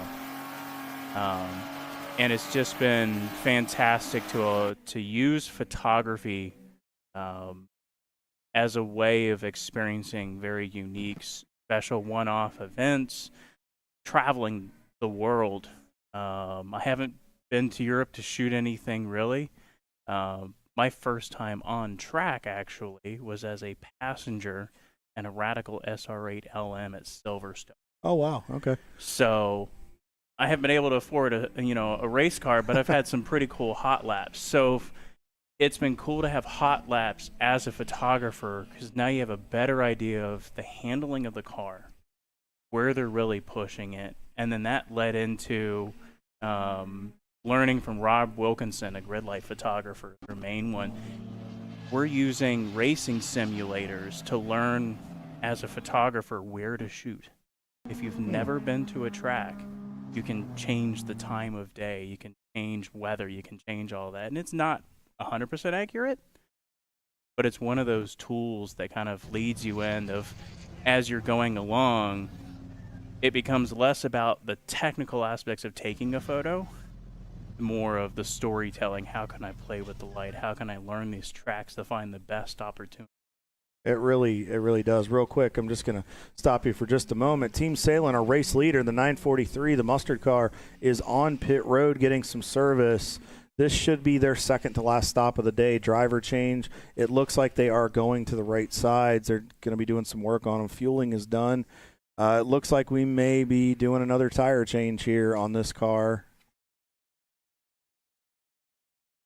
We've seen just that tire issue all day, so that doesn't surprise me that they're putting some fresh meats on it to be able to go after it so this car can contend. That will move Whiskey Tango Foxtrot up into the lead. I also saw Ramen Racing.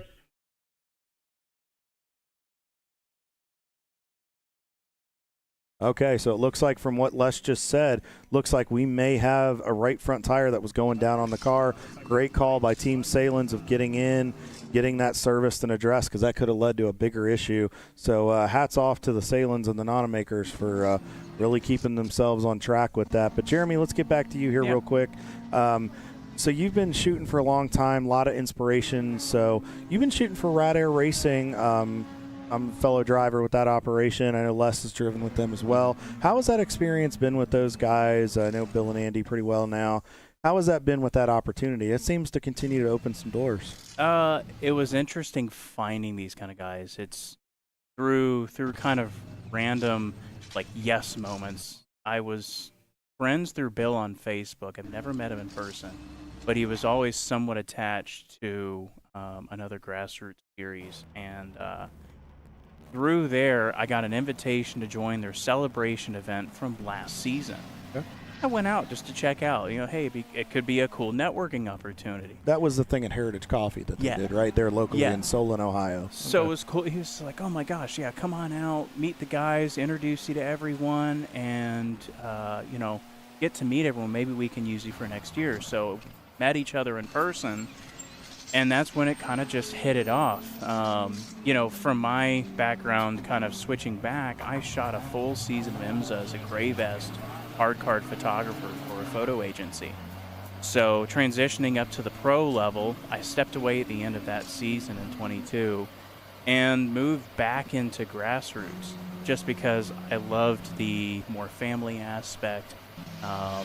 There were more opportunities for photo gigs and various things, but also to spread the network, travel to the smaller tracks, and have some fun. So when Bill reached out, I'm like, great. It's just like endurance racing with IMSA, just brought down to the average Joe level. There's constant variety, and just from the people I knew on the team, I knew it would be a good time. But working with them this season, I have never seen a car taken apart, put back together so many times, unfortunately. But their determination on diagnosing and learning the tools and how to figure out if there are issues, super quick. I mean, I swear they could be on a Nitro Funny Car team on how quick they tear apart a motor. Yeah, these guys, I've driven with them. We've had involvement with them. They're very good. I mean, the car and the motor look like Joe Frazier on occasion, and not in a good way. And but they end up looking like Mike Tyson on top. Yeah. Like, it's incredible. Not what once they do. have they faltered. Not once are they just like, we're just done with it. It's if there's spare parts, it's going on here, and we will fix it. And we want to get back out because they want to deliver on the seat times that they have promised, and they'll do what they can to fix it. Absolutely. And it's like, I've never been around Dodge Neons or anything, so that in itself is pretty unique on the cars they chose to race. Nobody thinks what a Neon can do until they come out and see what these guys do. And there's other Neon teams that I think surprise a lot of people. So real quick, before we want to close out here, because we got to pay some bills on our own here for Champ Car so we can keep this thing alive, what is the coolest shot that you've gotten at a racetrack or you feel has been like the epitome of your portfolio so far? I would have to say so far doing a long exposure, I wouldn't say light ping, but just long exposure shots, so a long shutter, 13 plus seconds at Road Atlanta during Petit Le Mans back in 22, setting up the tripod, and I've got all these different cars lit up, going over the green and blue curbing. So these long streaks, and I got it printed up on a big print and framed and everything in my living room.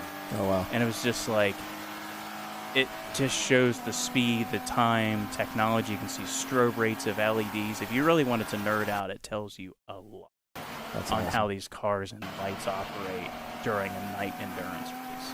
That's really cool. So looks like we may be going to a yellow here. Jeremy, I want to close this out. So if somebody or a team or if somebody's looking to use your services for this year and going into next year, how can they get a hold of you? Where can they find you? And how do they get these amazing shots that you provide? Primarily through Instagram or Facebook. Downforce Media or DWNFORCE.media on Instagram. That or find me in the paddock. I'm in quite a few different places between several different series, but I'm always rolling around with a camera. Awesome. Well, thank you so much for coming up and appreciate it. So make sure you guys go check out Downforce Media. It's awesome. We are under a code 35 here at Pit Race and Paulie.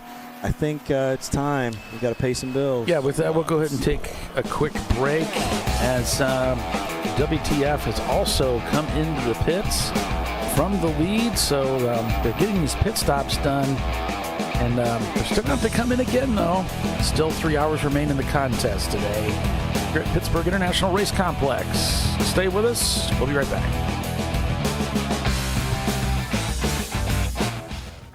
You know, I'd buy tires online, but then what? We've thought about it. We're TireRack.com. They should let you ship directly to a mechanic. Actually, we call them independent recommended installers. They should have like 1,000 mechanics. Try over 7,000 installers. Then you just make an appointment.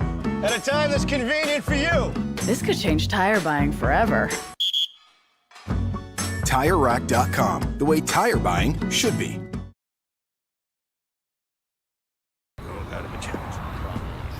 Ricky's truck is having trouble starting. So he went to AutoZone, where Joseph, a friendly AutoZoner, totally understands. He points out AutoZone's many free services, including battery testing and charging. Less delays, more free services. Get in the zone, AutoZone. Since 1994, Flying Wrench has been a family-owned business renowned for exceptional European car repair and maintenance. We treat every vehicle with the same care and attention as if it were our very own, building lasting relationships with our clients along the way. We specialize in high-performance vehicles, offering a range of services that include fabrication, construction, custom wiring, and much more. Visit us at flyinwrench.com. Frozen rotors from Diversified Cryogenics deliver increased performance and a higher level of safety, while significantly reducing braking system costs. So to tell you a little bit about the durability of this product. So we have seen an incredible extension of the life of our brake rotors using frozen rotors. We've gone from brake rotors every other weekend to 6 weekends on one set of brake rotors, and I think they can go farther. The durability has been amazing. And it's been a fantastic season, and man, a lot of that is due to the way our car can brake on those frozen rotors. For more information, go to frozenrotors.com. Welcome to Parts Badger, where we want to be your online machine shop. Through our online platform, we connect our global manufacturing capacity to your fingertips. You can request a quote, place an order, manage your parts, and even share that information with a colleague right online. If you prefer, you can work with our experienced team of sales representatives who are supported by our design engineers and project managers as well.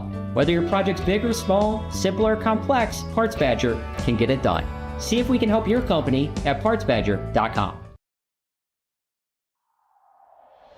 Discovery Parts is a veteran-owned racing and safety equipment company.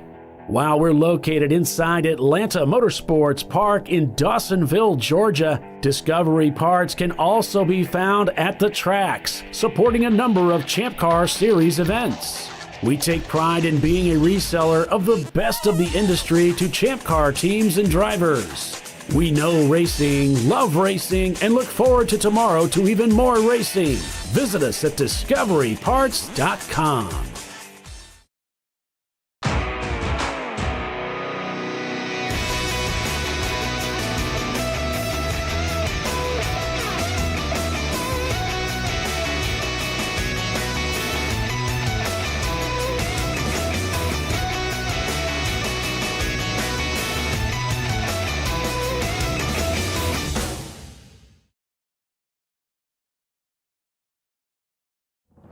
Lifeline's continuous commitment to research and development ensures that we supply the most innovative and cutting-edge products available. Used by the majority of the world's motorsport championship-winning drivers, teams, and constructors, Lifeline has a stringent and proven history of success. Lifeline's continuous commitment to research and development ensures that we supply the most innovative and cutting-edge products available. Lifeline's 0360 systems are the result of over 7 years of intensive research and development using 3M's Novik 1230 environmentally safe gas extinguishant. Lifeline uses only the finest quality components. For more information regarding our fire safety equipment and fire safety systems, please contact us at info@lifeline-fire.com. Sentinel is a comprehensive motorsports video solution incorporating live streaming, local recording, 3 cameras with picture-in-picture, flag status, and much, much more. Stop playing with multiple solutions. Sentinel handles it all, including timing and scoring, vehicle data, graphic overlays, adaptive bitrate encoding, network bonding, and more. Sentinel is the solution to sharing your motorsports experience with your friends, family, sponsors, and the world. What are you waiting for? Get your Sentinel today and never miss an on-track moment. www.sentinel.racing. The Jimenez family are having battery issues. But a friendly AutoZoner tests their battery and helps them find the right Duralast battery to get back on the road. Get in the zone, AutoZone.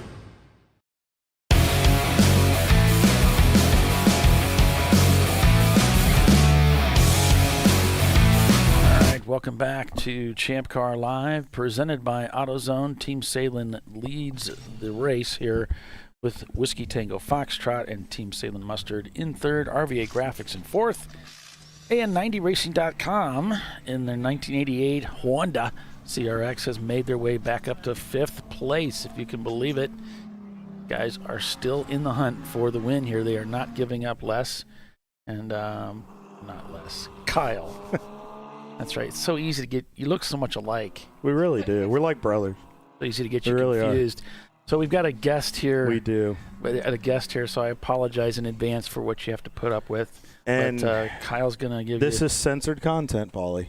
We're gonna have to talk to our censors. Oh, okay. It's the gourds. The Canadians gone wild. Hide your kids, hide your wives, man. The Canadians are here. Got it. They're stealing our hardware, and now they're stealing our airtime. Ahmet, welcome to ChampCar.Live, presented by AutoZone. How has your weekend been so far? Oh, the weekend has been fantastic. It's our first time here at Pitt. You know, we've been wanting to come for so many years and hearing about it, and a lot of Canadians have come down, but we haven't. And but unfortunately, it's this is the last run for us. So, yeah, we're loving the track. We're loving the weekend, and the car was doing pretty well until we had some issues yesterday, but so far so good. Yeah, you guys were strong at Mid-Ohio. I think you podiumed both days. Yeah, we did. We did third, I think, and fourth and third or something like that. I can't remember exactly, but yeah, we did really well. Yeah, you guys were strong there. And seeing it here, this has shades of Mid-Ohio in it, so we expected you guys to run well. You always bring a strong BMW entry when you come here. So yeah, it's this track actually. We have a home track near. I'm from in Montreal, and the rest of the guys are from Ottawa. And we've got a track, Calabogie, which is near Ottawa, and it has a lot of the same feel as Calabogie. So the length and technicality of it. So for us, it kind of just fits into what we're kind of used to. And we didn't get much testing time, unfortunately, on Friday, but we picked it up pretty well. Yeah, I mean, you guys have tended to do that this year where you elevate yourselves to the competition. You do what you need to do to make it happen, but your driver lineup is strong. Yourself, Derek, others. The consistency, we look at the lap times from senior drivers. You guys just seem to bring it to another level, and you just stay in contention. I mean, you guys are 7th right now. You're 5th, rounding out top 5 in the C class. You're right there. You're in contention. Yeah, we made some game time decision this morning that kind of dropped us a little bit. We took an early P35 because we were worried about our fuel in our car. It seems we just barely make an hour 45.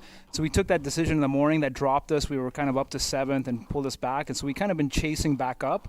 And we were trying to catch this last one, but unfortunately it didn't work out. But we'll be there. There's still plenty of time left.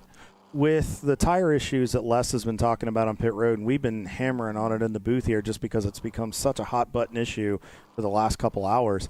How are you guys doing on tires? Are you guys experiencing some of the same cording and wear issues? And how are you getting around that? Are you getting to a point where you have to back the driver down? Do you have spare goodies to put on? How are we doing? Yeah, so yesterday we definitely ran into that issue. We showed up with, I think our tires are soft. We're using a Nankang CRS. So yesterday we changed a left front kind of halfway through. We actually broke a stud on that changeover. And then the final stop, we changed a left rear and we broke 2 studs. So we were having issues there on its own, so that kind of killed our day. So today we've managed it. We changed the front left, and it was when we just changed just now, this last pit, it was completely corded on the left side. Okay. Yeah. So really having to keep an eye on and make some adjustments and just make sure to get it to the end. Yeah, we've talked a lot with each other. It's just, we got to keep things really smooth, really listen to what the tire's doing, how it's feeling, when to back off a little bit, when to push. It's really a tire conservation track, you can really tell. Yeah, it's been weird because I didn't think traditionally that this place really was that bad on tires, but for some reason this year it has just been absolutely beating these things up to no end and throwing you guys for a loop. I was dealing with that in the car yesterday, so So a little bit of background on you guys. So Sent from the Gourds, how did this whole thing get started and where did the name come from? So this is a kind of like a little bit of a Canadian thing up there. Our buddy Derek, he had a shop in Ottawa, outside Ottawa, and they just used to yell at each other, "Hey Gord, what's up Gord?" and not call each other by their name. It was just went by Gord. So what is Gord? Because some of us down here in the U.S. we don't understand. Is that it's not even a Canadian? It's just going like the typical guy would be go as a British guy named Gordon. Okay. So we just shorten it to Gord, and it just gets yelled all over. So between the three of us, Derek and Ryan and I, we were kind of best buddies and known each other forever, and we just yell at each other, Gord, Gord, Gord. And there's this guy named Larry the Enticer that is in Canada. He runs around in his snowmobile, and he does all these crazy Super Dave type jumps and things. He's got a mullet and all that. He's your Canadian Travis Pastrana. That's okay, right. That makes sense. Yeah, all right. But he's just fair enough. Total hillbilly, and he's got and it says on the back, "Was just going to send it." So the whole "just going to send it." Oh, he's a hillbilly. Then he's their Cletus McFarland. Okay, that's right. All right, there we go. Now we got it. So we put it all together. Yeah, so we kind of put it all together, and it just so happened, and we just yelled at each other, and that's just how it is. So we've got the bald eagle down here in the States. Does he say stuff about like the maple leaf and all that? Oh yeah, up there in Canada. 100%. Is his blood like pure maple syrup or like what? Yeah, exactly. Okay. But the funny thing is that I'm actually an American. I'm from Indiana. Really? Yeah. I've been living up there for 25 years and kind of just embraced it all. I'm like from here. I'm going home to visit my parents in Indianapolis. I'm renting a car and spending the week down there. So, but yeah, these the boys are my hillbillies. I'm the brown guy in the hilly land. So that's what I like to call it. But no, we're good buddies. We've been like I said, we push each other. We're instructors for a BMW club and PCA, so we're lapping and tracking quite a bit over the years, and we really are always kind of one-upping each other. And we're every weekend it's like who got that best lap time, who was consistent, and so it's really great when you've got somebody that guys that you can really talk to and get back to and push each other and communicate with what you're struggling with and what you're good with. So that I guess has helped a lot with our our consistency. And I mean I've been driving since 2013 in ChampCar Canada initially, and same with us, same with Ryan and Derek we brought in later on, and it's been super great. I mean, you guys just seem like when you come to the racetrack, and now we have a little more background that explains that you guys just seem very close. You have fun. You guys fight adversity well together. You overcome a lot of what the little goofy things that happen in the sport of auto racing. Yeah. So it's fun to watch. So what's on deck for you guys next year? When will we see you next in 25? Yeah, so that was what we were trying to figure out. Like, we're definitely going to be at the Glen. We missed the Glen this year because all our vacation schedules are off. So we went to Gingerman. We did well there. That was I think we finished 4th there. So yeah, you guys had a good run up at Gingerman. Yeah, so that was a first time for us over there. So we'll be back at the Glen. That's one of our favorites. And then definitely, I guess, Mid-Ohio. But for us, it's a long haul for us to go anywhere. So we're trying to see what we can fill out, depending on what you guys replace with Pittsburgh.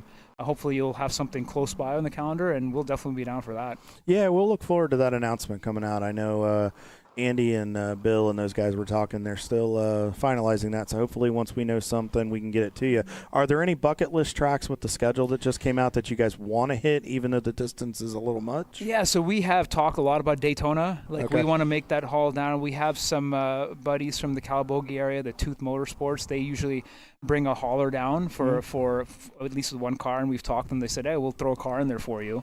So we're trying to analyze, because Derek spends a lot of time down in Florida in the tail end of the winter. Okay. Because it's pretty cold up there. Guys ought to come down and run Sebring sometime. Yeah, so that's the kind of thing, is like whatever we can kind of figure out in the area, we're trying to make it happen. That's our goal. Okay, awesome. Yeah. So we don't want to take too much of your time. We know you want to get back down there and be with your team, and we don't know. Are you going back in today? Yeah, I'm the closer today. I was the opener perfect. yesterday, so yeah, I'll be back in there. All right. Well, real quick, any sponsors, partners you guys want to thank that make this thing go round? Yeah, absolutely. Definitely Auto Vacation, which is Derek's shop. He is our lead head gourd. That without him, we would be kind of nothing. You know, I call myself, and Ryan calls ourselves, we're the YouTube mechanics, and he's the real mechanic, right? You guys should put that on the car. You should put head gourd and then YouTube mechanic gourd. That's right. YouTube mechanic gourd 2. That's right. So that's definitely. Thank you so much for everything he does. And then I have a thing called GarageIst that I've been working on. It's a provenance app for tracking all your records and logbooks and stuff. So that's one of our sponsors as well. Okay. And and then the rest is just the Gord life, you know. Yeah. Awesome. So can they find you? Are you guys on any type of social media, the team? Social media, we're not really out there. We're just kind of, it's just independent between us. Me, I'm pixel.ca is my Instagram. Garageist.co is the other Instagram. And you'll find us. We have a YouTube channel a little bit, so you can search for us and we'll be on there. Awesome. Well, thank you so much for coming up and joining us. We really appreciate it. Try not to steal too much of our hardware. We try. You know what? We're always right there. The sailing guys is the tough one. We're tough. We're up there with our little four-door sedan. Try to knock these sports cars off. You know? Well, you're up to 5th, and you guys have run a 2:02.9, best lap of the day. You're right there in the fight. Yeah, so, yeah. Just stay after it. Yeah. You'll be right there near the podium. Yeah, we're trying. But thank you so much. This is a great series. I'm glad you guys do a fantastic job. Thank you. And really appreciate everybody involved. And once again, thank you to the Pit Race Complex and all the staff and everything. For first time here, I feel emotional, even though it's my first time of having to leave and not come back. So it's always sad when you see kind of a member of the family go away. Yeah, exactly. Well, thank you again, guys. Absolutely. Thank you so much. Thank you so much. Good luck to the rest of the Gourds. Watch out, folks. The Canadians have gone wild. and a Canadian adopted. Yes, exactly. All right. Good luck, guys, the rest of the race. So, Paulie, let's get back to it here. Team Sailing Ketchup continues to lead over Whiskey Tango Foxtrot, over the other Team Sailing, the Mustard Wagon, and then RVA Graphics and Wraps, and then Sent from the Gourds. Round out your top 5. Whiskey Tango Foxtrot continues to lead your A-Class right now. As we're still on board with the Haterade car here, our guys from Boston Winers. Let's go give you a rundown of the rest of the top 10 and our class leaders. So Bavarian Mustache Works is in 6th. Good run for those guys today. A little bit of adversity yesterday. Talked to Ben today. He said goal today, number 1, was just keep it on the track, keep it going, and just make sure that we wanted to get it to the finish. As we're looking through, we see some of the cars coming at us here toward turn 3. You can see the cars up on the backside of the course up there, the 12 and 13 complex. 90 Racing has been between about 5th and 7th for the last hour. I think they've just tried to hang on to a pace as they're making a move on one of the EC cars coming past us here in the booth. And then Ramen Racing, Noodles, is rounding out that A-Class podium in pursuit of 90 Racing. Best lap of the day, a 2:02.57. North by Northeast hanging on strong. And Hero Time Racing has worked themselves up into the top 10. We'll have Miss Lena Chen with us here momentarily in the booth after our next commercial break. And then let's talk about the rest of our folks here. In the D-Class, Spare Change Racing holds a 2-lap lead over MLC Racing. So the Mustang, the Ford, and Chevy battle continues with those big cars. In EC, Boston Whiners right now is leading that class over Two-Face Racing, and then Suns Out, Guns Out round out the EC podium. And then our F-Class cars, don't want to forget that. Boston Whiners right now, folks, is poised, if they can hang on for another 2 hours and 41 minutes, to sweep both the EC and F classes for the weekend. But they're up over 3 laps over Luce Brothers, but that is not a substantial margin with a lot of time left to go in this race. So we see the Team Sailing guys continue to put on this performance. It's been fun to watch. We appreciate everybody that's tuned in today. It's been just such an interesting race to watch these guys as we see them come through that turn 3 and 4 complex. You can see that's the S2000 right there. Pardon the camera. The signal's been a little goofy today for us, so we've worked on that. I know Paulie just hopped up to check with the production team to make sure everything is on point there. So as we see Red Barn Racing going by down the hill, you can hear those engines winding up, and you can hear a little bit of the slipping of the tires as they come through there. There's the EC car coming through. You can hear him just rolling into it really smooth. You notice he didn't want to get the back end of the car stepped out there and do anything abnormal. Back on board here with your F-Class leader here, Boston Whiners, back at the wheel. They had to overcome a little adversity earlier in the day, but they worked themselves back up into the lead, down to 4th, into 3rd, headed into 18. Going by the water tower, using a little curb there. See him opening that wheel up as he's applying the throttle. Then make sure you guys tune in to, you can check out Red Mist, but make sure you pull up in another browser the Marching Ants. If you go in, make sure you subscribe to our YouTube channel here for Champ Car Endurance Series, the TireRack.com Champ Car Endurance Series. I don't want to get in trouble. Those guys will call me up and say, you didn't mention me. So make sure you guys tune in and kind of find out where your favorite car or team is running on the racetrack. It'll also give you where the condition is in that portion of the racetrack.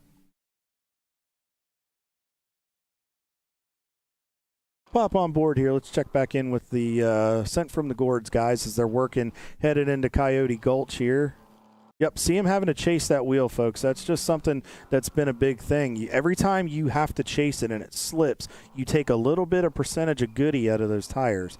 So we just have to, you have to remind your driver, talk to them on the radio. If you have a way to talk to your crew, if you have radio connection in there, just, hey, remind them, hey, you're slipping the tires a little bit. Be smooth. Just real easy on that accelerator. It's easy to do in those rear-wheel drive cars. Check in with our buddies here with Bavarian Mustache Works. The camera's been a little bit choppy in that car today, but good day for those guys so far. About 18 and change back from the Gourds guys, so a good battle. Last lap time for those guys was a 2:10.03. Let's take a look at the consistency. That's something we've been trying to focus on last few weeks. So they are actually up into the they're up 5th in class right now. Last 4 laps for this car is a 2:11.4, 2:09.5, 2:09.8, a 2:10.03. Mind you, if you see something that's a little bit odd there, sometimes that's traffic or maybe they just had a slip of the tires. So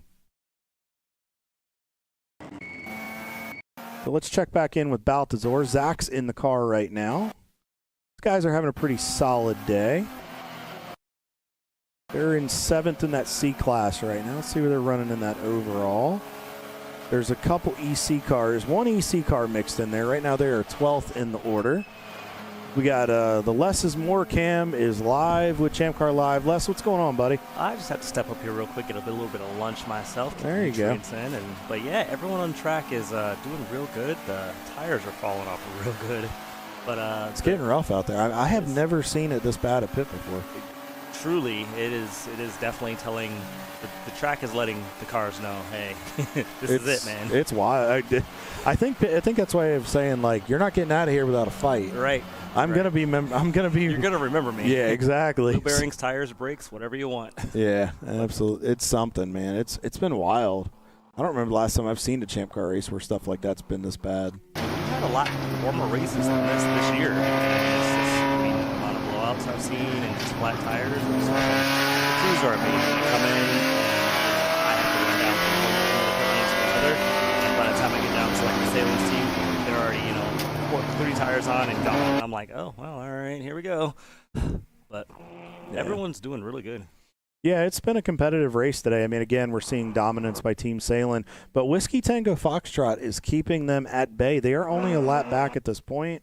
Last lap for Whiskey Tango Foxtrot was a 2:03.93. I think Salem's knows they've got a pretty good piece, and the fact that they've had to swap and push fresh meats on them so much, I think they've backed down a little bit just to save rubber and not abuse the car. Plus, it's been a weekend of attrition. A lot of mechanical issues.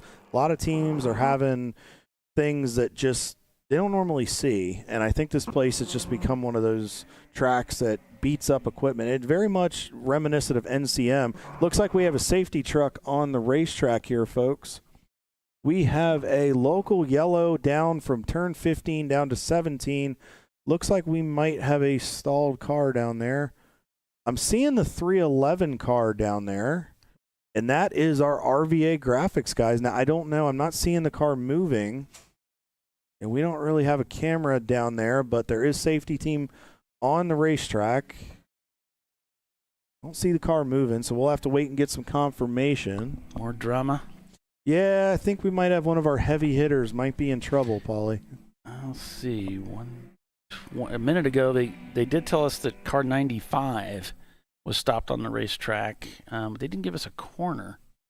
17. The 95 is up toward 18 and 19 up by the entrance to pit road, but I might have been a glitch with that, but I was seeing the 311 didn't look like it was moving. So, Les, as we get down here, as we're still green at this point. It looks like it's just a local yellow. They may be able to do a hot pull. So, Les, as we get down to the end of this race, what are you thinking? What are you seeing? You're a driver as well. What would you be telling your drivers if you were a team principal how to get through the last 2.5 hours of this race? I have been fortunate to never been in that position to make that call to tell someone to do the thing. I've always been the guy in the seat to do the thing, so I'm very bold and audacious with my thoughts of things. And sometimes it comes down to the send it or end it, because I definitely want champagne. I like that top step; it feels good. And I tell a lot of people, kind of a long-winded joke, but we got time. We do. It's you think back to the pyramids and the mummies and stuff like that, and King Tut and stuff, and like nobody really knows anything about them, right? But years later, here we are, touring them around, doing all the things, So I tell myself, go get your pyramid, bro. Like, just go get dare to be great. Go get your pyramid. Absolutely. Climb up to the top and, grab all the gears, do whatever you can, because at the end of the day, like, as you're a winner now, Kyle, you know these things. It feels good to be admired by your peers, and also for them to recognize you as, hey, you came out, you put the work in, you did the thing, and the race doesn't just start on race day. It starts in the off season. It starts at the gym. It starts, during iRacing. It starts during all those things and tests. Convincing your wife, like, hey, we're going to the track this weekend. Good? Yeah. So it's those things. And then racing is a team sport. If you have a family unit too, everyone has to chip in and put in and believe in you. And so when we get down to the end of the race, I always say just go for it, because you don't want to wish that you went a little bit harder. But if you're in that position as a driver, how hard is it to back off? Do you feel like it throws you off where you're hammer down, hammer down, hammer down? When you get a call like that where it's, hey, I need you to save gas, I need you to save the tires, we got to run a certain pace, do you feel like that throws drivers off because it takes them out of their rhythm? I think it does. So I think when there's a lot of drivers that are good at the different aspects of driving. You know, the IndyCar guy's name that's really good at saving fuel. Scott Dixon. So whenever I have to save fuel, I say, all right, you're Scott Dixon today. You're Scott Dixon today. When I got to push really hard, I say, I'm Lewis Hamilton. You know, like, are you, hey, you know, I'm this person, you know. And I always try and say I'm better than them, obviously, right? When I got to hit all my marks, well, I'm we Ayrton know Senna. that. We know you're better. We know you're better than I looked that. at myself in the mirror and said that this morning. I meant it. But it's you kind of going to get into a mindset of that, and then don't trip up on yourself. Don't sweat the times that you mess up.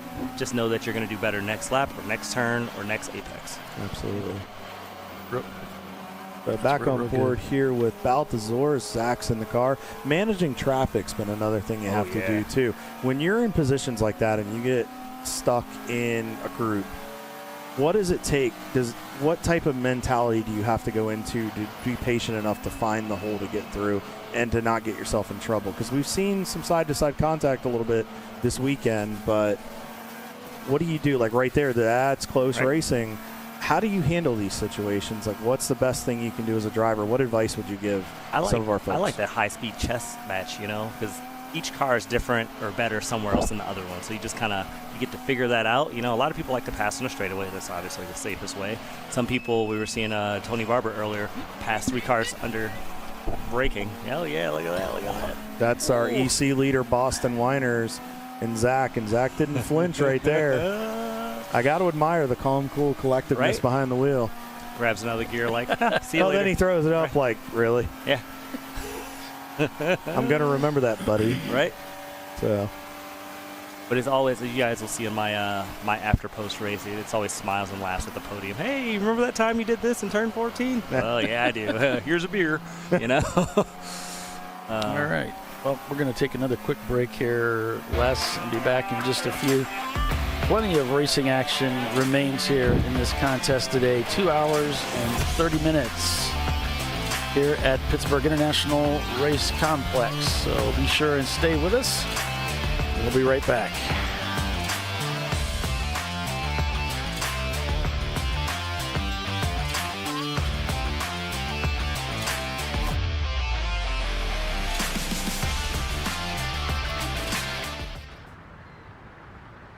I probably need new tires. You do. What if they sold tires online? We do. We're TireRack.com. They could offer lots of tires. We have so many tires. And help you find the right tire. It's called the Tire Decision Guide. Oh, and they could ship them to a nearby mechanic. We shipped over 7,000 independent recommended installers. This is an amazing idea. Sorry. TireRack.com, the way tire buying should be. George and Junior are fed up. They weren't planning on having to replace their brakes today, but they went to AutoZone, where a friendly AutoZoner helped them find a deal on the right parts. In the zone, AutoZone. Since 1994, Fly & Wrench has been a family-owned business renowned for exceptional European car repair and maintenance. We treat every vehicle with the same care and attention as if it were our very own, building lasting relationships with our clients along the way. We specialize in high-performance vehicles, offering a range of services that include fabrication, construction, custom wiring, and much more. Visit us at flyandwrench.com. Discovery Parts is a veteran-owned racing and safety equipment company. While we're located inside Atlanta Motorsports Park in Dawsonville, Georgia, Discovery Parts can also be found at the tracks, supporting a number of Champ Car Series events. We take pride in being a reseller of the best of the industry to Champ Car teams and drivers. We know racing, love racing, and look forward to tomorrow to even more racing. Visit us at discoveryparts.com. At Parts Badger, we're not your typical machine shop. When a market-leading mountain bike manufacturer was looking to reshore their hardware components, they turned to Parts Badger. Within weeks, we had deployed a dedicated manufacturing cell, ramped up production, and had guaranteed capacity to meet their demand. We're looking to be your manufacturing partner. See what we can do for you and your company at PartsBadger.com.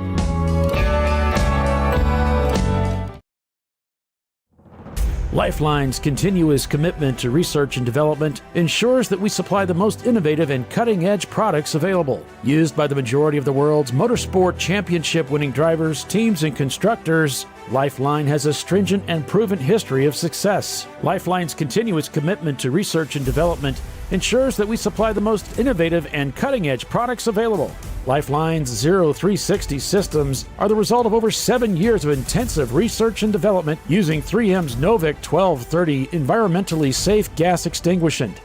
Lifeline uses only the finest quality components. For more information regarding our fire safety equipment and fire safety systems, please contact us at info@lifeline-fire.com.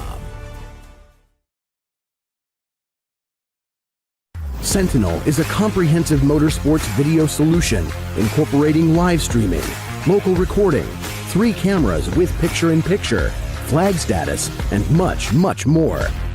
Stop playing with multiple solutions. Sentinel handles it all, including timing and scoring, vehicle data, graphic overlays, adaptive bitrate encoding, network bonding, and more. Sentinel is the solution to sharing your motorsports experience with your friends, family, sponsors, and the world. What are you waiting for? Get your Sentinel today and never miss an on-track moment. www.sentinel.racing. Dave's Twitch is bad. That's because his wipers need replacing. But he went to AutoZone, where a friendly AutoZoner guides him to the right wipers and makes sure everything is working smoothly. Get in the zone, AutoZone.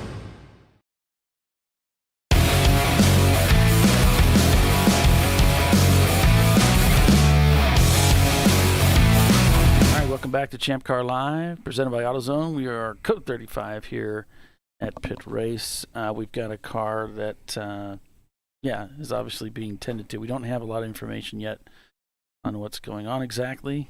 We do know that we had a car 95 that was off, but I think that was over at Pit Inn, so that should be resolved. So don't have all of the information yet. Nevertheless, we have another guest. We do. Kyle, you want to take it away?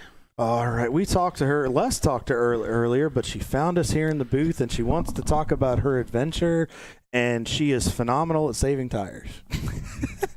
Miss Lena Chin, guys, welcome to ChampCar.Live. We're just teasing you. Now, you guys have had a rough weekend, but you've been fast. You've had so much speed, but I know that's got to be frustrating knowing that you're having to balance that. Want to be quick, but then you got to save the tires. Absolutely, yeah. Kyle, Paul, thanks for having me on. We have definitely had to deal with a lot of issues this weekend. Throttle body is kind of going out. The K24 harmonics are really bad. And then we love Pit Race, but it chewed through tires. So we actually went through like 6 tires between like the test day and yesterday. So we tried a different set this morning. They lasted about an hour and a half before I blew a tire. Did it actually blow out on you on the racetrack? Oh, yeah. So it was down when you were coming in. Okay. Mm-hmm. So it was a little bit rough. I wasn't sure because when we heard you had tire issues, we weren't sure if it was going down or if you felt the – oh, yeah, we saw that picture. That is a huge – that's crazy how much it's cording. So Brian said you guys put some Continentals on now, and those seem to be doing a little bit better for you. So Yep, we actually switched to our rain tires, so maybe not completely optimal, but we're still being able to put down some laps. So. Yeah, I mean, you guys are still running 8th. You're leading the B-Class right now. A lot of the B-Class cars have kind of had some issues today, so it sounds like just playing a conservative route. I mean, you've got a good 5-lap lead right now over Red Barn Racing in their Mini Cooper. So if you guys can just keep a solid pace, I think you guys are on pace for a good finish today. So let's get into, as we see RVA Graphics is on pit road right now, getting some service. Yeah, they got some body adjustment going on with the front bumper there. Oh. Not probably an aerodynamic change as far as like an advantage, but looks like it got mashed up pretty good in the corner there. I don't think that's optimal for the draft at Daytona, but maybe not of their own making, you think? No, this is not intentional, that's for sure. No, not at all. So hopefully they can get that where they need it and get back into the fight. So Lena, how did your racing career get started? What's been your journey to get to where you're at now? Yeah, so way back in the day, I did a lot of racing games, of course, as many of us do when we're younger. And then, honestly, I kind of feel like it was Chump Car back then, but Champ Car was kind of my first foray into wheel-to-wheel in full-body cars. So I did a Chump Car race, I think it was like 2008 at Road Atlanta. Okay. And had such a blast. Oh my gosh. So you were back in the Chump days. Yeah. Okay. All right. Yeah. Lot of fun. Had a really good team, and we really enjoyed it. I used to live in Florida, so that was like one of our closer races other than Sebring. Okay. Awesome. So what was the game of choice that you used to play all the time? So my favorite was probably Gran Turismo 3. Very nice. Good title. Yeah. PlayStation 2? PlayStation 2. PlayStation 2. Yeah. A lot of Laguna Seca. Definitely a bucket list track still. Yeah. The music was just so good on those Gran Turismo titles. Great. Like, even the title screen, it was just, Oh, yeah. It hit all the right You could things. listen to that on repeat all day. I think you can find it on YouTube somewhere. You can just listen to it. You probably could, You probably could. So from Gran Turismo 3 and then to those early days of Chump, now Champ Car. So what is it that keeps you coming back, and what's it been since then? It's just the competition always keeps me coming back. It's like a drug. I'm kind of doing some more Champ Car. I also do some GLTC. I have a Honda S2000 that I do that in. But yeah, I really cut my teeth through Champ Car, which was really cool. Like, I don't think you can get more seat time with better experience of how to deal with different drivers anywhere else. Yeah. It's just, and the crop of drivers just continues to grow in the experience level. I mean, folks that make their first, like yourself, that make their first impressions of wheel-to-wheel competition here, all to pro teams and drivers that come down and play and dabble in this series. You learn so much, and you never know who you're racing against either, and that's got to be really big for experience and just confidence on the racetrack. Totally, yeah. I remember vividly there was a few races where Randy Popes came out, and knowing that I was racing him, like I knew he was in the car, and we were just having some great battles around Sebring, and that was such a confidence booster, and it was like the cool thing I could tell my racing friends, like, oh, I was rubbing elbows with Randy Popes, so. And he's such a nice guy, and he's always willing to give you advice, but he's so respectful on the racetrack, but he pushes you to another level, and you feel like after you race Randy, you can do more, and he shows you, I think he shows you without you knowing he's showing you what to do and how to do it, and it's really cool that he kind of passes the torch down to these younger drivers like yourself, and that's really cool. So, what is on tap for you the rest of the year, and what's your 2026 looking like? Oh, so there's been a few calls for me to come down to Sebring since I have quite a few laps down there, so I might come down and join you guys there. Ring in the new year with us? Ring in the new year. All right. Yeah, maybe see some family, but definitely to go racing. And then for 2026, I would love to see that Lime Rock's on the schedule. I love Lime Rock. And then the other bucket list track that I haven't been to yet is VIR. Okay. So come do the doubleheader there next year? Yeah. All right. Cool. So do you have aspirations of going to any higher levels of IMSA? Do you see yourself maybe dabbling in some other forms of motorsports as well? I would love to. I think I have decent pace. I think last I checked, I still had the fastest lap of yesterday and today. So that was a kind of a little feather in the cap. Yeah, I would love to. If anyone out there can help, I would appreciate it. But if not, I certainly just really appreciate the grassroots level. Like, even if I did pro stuff, I think I would still come race here because I don't think you get this vibe anywhere else. That's the common theme we hear from a lot of our guests. And even when we had Bill Riley on at Mid-Ohio and we had Ben Keating on at VIR, you hear that, and we asked them, why do you come back? And they said, it's the people. It's the people and the environment. I mean, they talked about just coming and hanging out with your buddies and racing a car. As we are going back to Green Flag Racing here at the Beaver River Grand Prix, we are live on ChampCar.Live with Miss Lena Chin. She's giving us some background. And so 2:01:10, does that sound like the lap of record that you had? Okay, that sounds about right. I did a 1:59 yesterday. Okay. when it Yeah, was a we little saw bit that. cooler. We talked about that, and we were like, I think you found the afterburner. So that's awesome. All right. So you said you have aspirations. You would love to, but you need a little bit of help. If there's people out there listening that may want to help you, how do they get a hold of you, and how do they make your program go round? Yeah, you can find me on Instagram at @1LenaChin, or Lena Chin Racing on YouTube is my YouTube channel. I have a bunch of in-car stuff there. So okay. Yeah. Any sponsors, partners you'd like to thank that help you stay on track? Hero Time Racing has been great. So Doriku is Charlie, the team principal. He's actually out there right now. Would love to shout out to him. And then ASM Services in Plover, Wisconsin did a great job setting up the car, and they're my main sponsor back with my S2000. So awesome. Well, we'll let you. Are you racing anymore today? Are you finishing? I might finish. We're gonna see how it kind of pans out. If they want me back in later, I'm more than happy to jump in. Is Brian wanting to go in? And I know Brian. Does he want to go in there and get that lap time? Because I know he's licking his chops. He is. Awesome. Well, just knowing that you're going to possibly get back in, we're going to let you get back down there and get with your team. It was a pleasure to have you come up here. Thank you so much. Good luck. Kyle. And we really appreciate it. And hopefully we will see you at Sebring, right? Yeah. All right. Sounds good. You go hang loose out there, all right? Thanks. All right, Miss Lena Chin, everybody.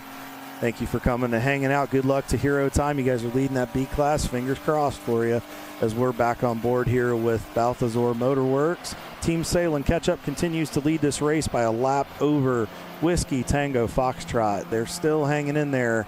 As John Wittenauer said, the hot dog between the mustard and the ketchup. I told you there's relish in there that needs to go, but I think chili is not here this weekend. So, but Team Salem just continues to put on a good performance. A little bit of a rough day yesterday, but a solid recovery. RVA Graphics and Wraps still running. So I think I was mistaken in what I said earlier. I thought I saw them stalled down there, but it may have just been that the graphic hung up, so I apologize on that one. And then Sent from the Gourds, C-Class cars continue to hold down 4 of the top 5 spots. 90racing.com in 6. That's your second place A-Class car. And then followed by Bavarian Mustache Works, who are on the same lap with Hero Time Racing. So possibly get out there and get some more laps in as they're working by the 944. That's the Mad Magnus guys. And then North by Northeast is still hanging on. It looks like Racer X is headed back onto the racetrack, so that's a good sign to the EC car. And then to round out your top 10 is the 591 Ramen Racing. Noodles is still hanging on. So let's do a quick check on the remainder of your classes. MLC in the Corvette continues to lead D-Class by a couple laps over Spare Change Racing. EC is still being led by Boston Winers. They're on the same lap as Two-Face and Suns Out, Guns Out. So this is going to get exciting. And F-Class, Boston Winers has retaken the lead in that class over Loose Brothers. That has been a fight going back and forth the last 2 or 3 hours. So we'll have to keep an eye on that as well.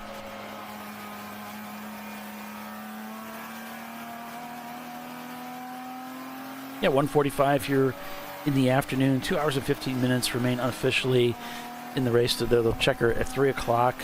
Did I get that right? No, it's at 4.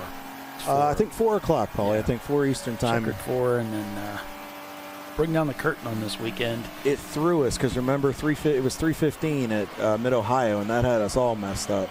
That definitely because we started at that quarter hour. Doesn't take much to mess me up. That was so strange for me. It's like, what? Now I got to remember this too. This is not going to work. I can't work in these conditions, I know. people. We need to talk to our agents. Yeah, my agent's been rotten. He won't return my calls. My agent's sitting behind me. My agent's lucky if I'll get a ride home to my house tonight. Bucksnort coming down the hill. They're still out there, slinging rubber around the track, trying to get it done. So Team Salem, Whiskey Tango, Team Salem Mustard in third. I think that ketchup car still needs to do a pit stop. Yeah, because they're all going to have to still do a pit stop. Everybody, because we're still over 2 hours. No one's exempt. We'll have to see when some of these guys come in, because right as we get to that 2 hour mark, that pit window will open up. We'll have to see if cars stretch it a little bit to where they know they're safe on fuel, but we'll also have to, maybe we'll see if Les can go down and maybe pick and prod a couple of these team principals and see if they can release how many tires they got left that they might be able to throw at it, and we can kind of get the scoop on that. He's like our version of ET for racing. It's an unusual limitation. Most teams don't even have to worry about running out of tires, but you might bring an extra set. You're expecting your set to get you through the weekend, so you bring an extra set because anything could happen. You have a tire that goes bad or whatever, and then but yeah, shoot, if you're going through a couple sets every race day, you're gonna run out pretty quick. So that's definitely factoring into the race, and you're right. We could have a team that's doing really well and just run out of tires and have to retire.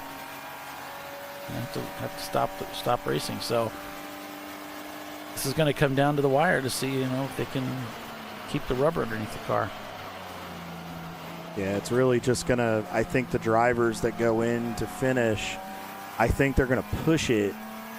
Because like Les said, they're going to want to go for a trophy. They want to spray champagne and celebrate, but you also don't want to risk doing something foolish as well, especially for championship contending teams, knowing we're only a couple months out from VIR, and you don't want to put yourself in a predicament where you're having to go to VIR and break in new equipment. So if you can just kind of keep it refreshed and ready to go, that's kind of the last thing you want to do. That would be a predicament to avoid. And this race is so 180 from yesterday for Team Salins, who seem to have no luck at all. And now they seem to be hitting on all cylinders and things are going fine. But we've seen them, they're not exempt from breaking down right before the end of a race.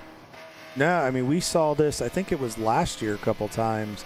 I remember seeing Team Salin where one day they just were getting kicked and pushed, and then the next day they came back and they either won or were on the podium. So I agree wholeheartedly with you there, Paulie. Every race is a new day. It's nothing like Formula One where you kind of know who's going to win. Yeah. It's always the same people on the podium. So different. Yeah, it's sometimes sometimes they can be that way, but they surprise you sometimes. Every day's a new day. Any given day, something can happen. Now, some days you kind of know before you get out, before you take the green flag, but hey, you make your picks. See, the 830 still out there chugging along. Mike and the guys got that Miata rolling. We're actually on board with these guys. Yeah, things pretty clean on the race control logs. And yesterday we were seeing a lot of spin-off, spin continue, pour-offs, that kind of thing. We're still seeing a lot of that today. I think those track conditions, we talked about that. Les touched on that quite a bit when he popped in with us briefly. The track conditions I really think are going to be a factor at the end of this race. As the dirty nature of all the rubber buildup, if you get a car offline or you have to make an evasive maneuver, how quick can you get the junk off there? Can you keep yourself going in the right direction?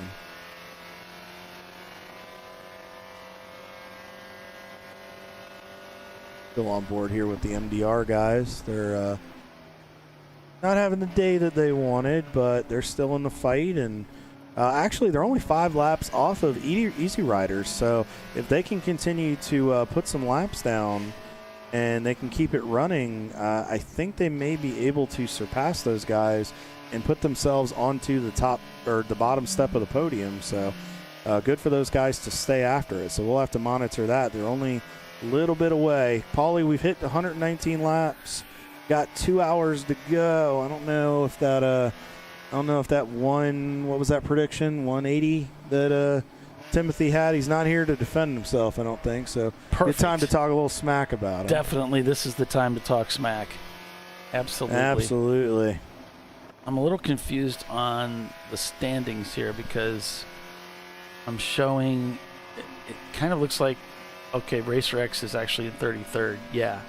So it looks, you gotta, the way the pylon works is it top 10 are the top 10. Then it cycles the remaining running cars. So notice Fred said, hey, Racer X is really kicking butt in class. They're down quite a bit, actually, because the way that the pylon cycles everything. So Racer X is 4th in the class right now. So 4th. they're having a solid day, and they just got back out on the racetrack. So if they can make some ground up, I mean, they're not. I mean, I don't think they're in contention for a win today. But I think the podium, if they can make up some time and a little bit of racing luck, never say never. Oh, got offline there, and you could see he was really slow out of the corner. Yeah, speaking of Rex. and then their teammate actually just went by him there in the Porsche. Little tight quarters right there. Brian, a little bit of a rough day for the Neon boys. Not the day they've wanted. They're sitting okay right now in class. They're 4th in class. They're about 20 laps off of the S2000. The 975's had a bit of a rough day, but 974 is hanging on for the time being. So we'll have to see. Let's see where they're running in the overall. They are 31st in the overall, probably in the 20s. There's some ECs mixed in there, so take out the ECs, and that's their running position. But thanks for checking on them. Hope you're doing well. Hope everything's going well over there at Wycliffe and Atomic Auto Sport. And hello to Bill Snow. I don't know if he's here this weekend. I know Andy Biffick's here this weekend. I just heard from him through text. So, but wish you guys well the rest of the day. So Team Salem Ketchup continues to lead. They're still holding down there. Whiskey Tango Foxtrot continues to just keep those guys separated, and RVA Graphics is not too far back. Whiskey Tango Foxtrot on the same lap as Team Salem Mustard. This whole field has slowed down, though, quite a bit from this morning. The Salem's guys are running 205s and 207s. Nobody's cranking out the lap times that we were seeing at the beginning of the race this morning. It's just the track itself has slowed that much.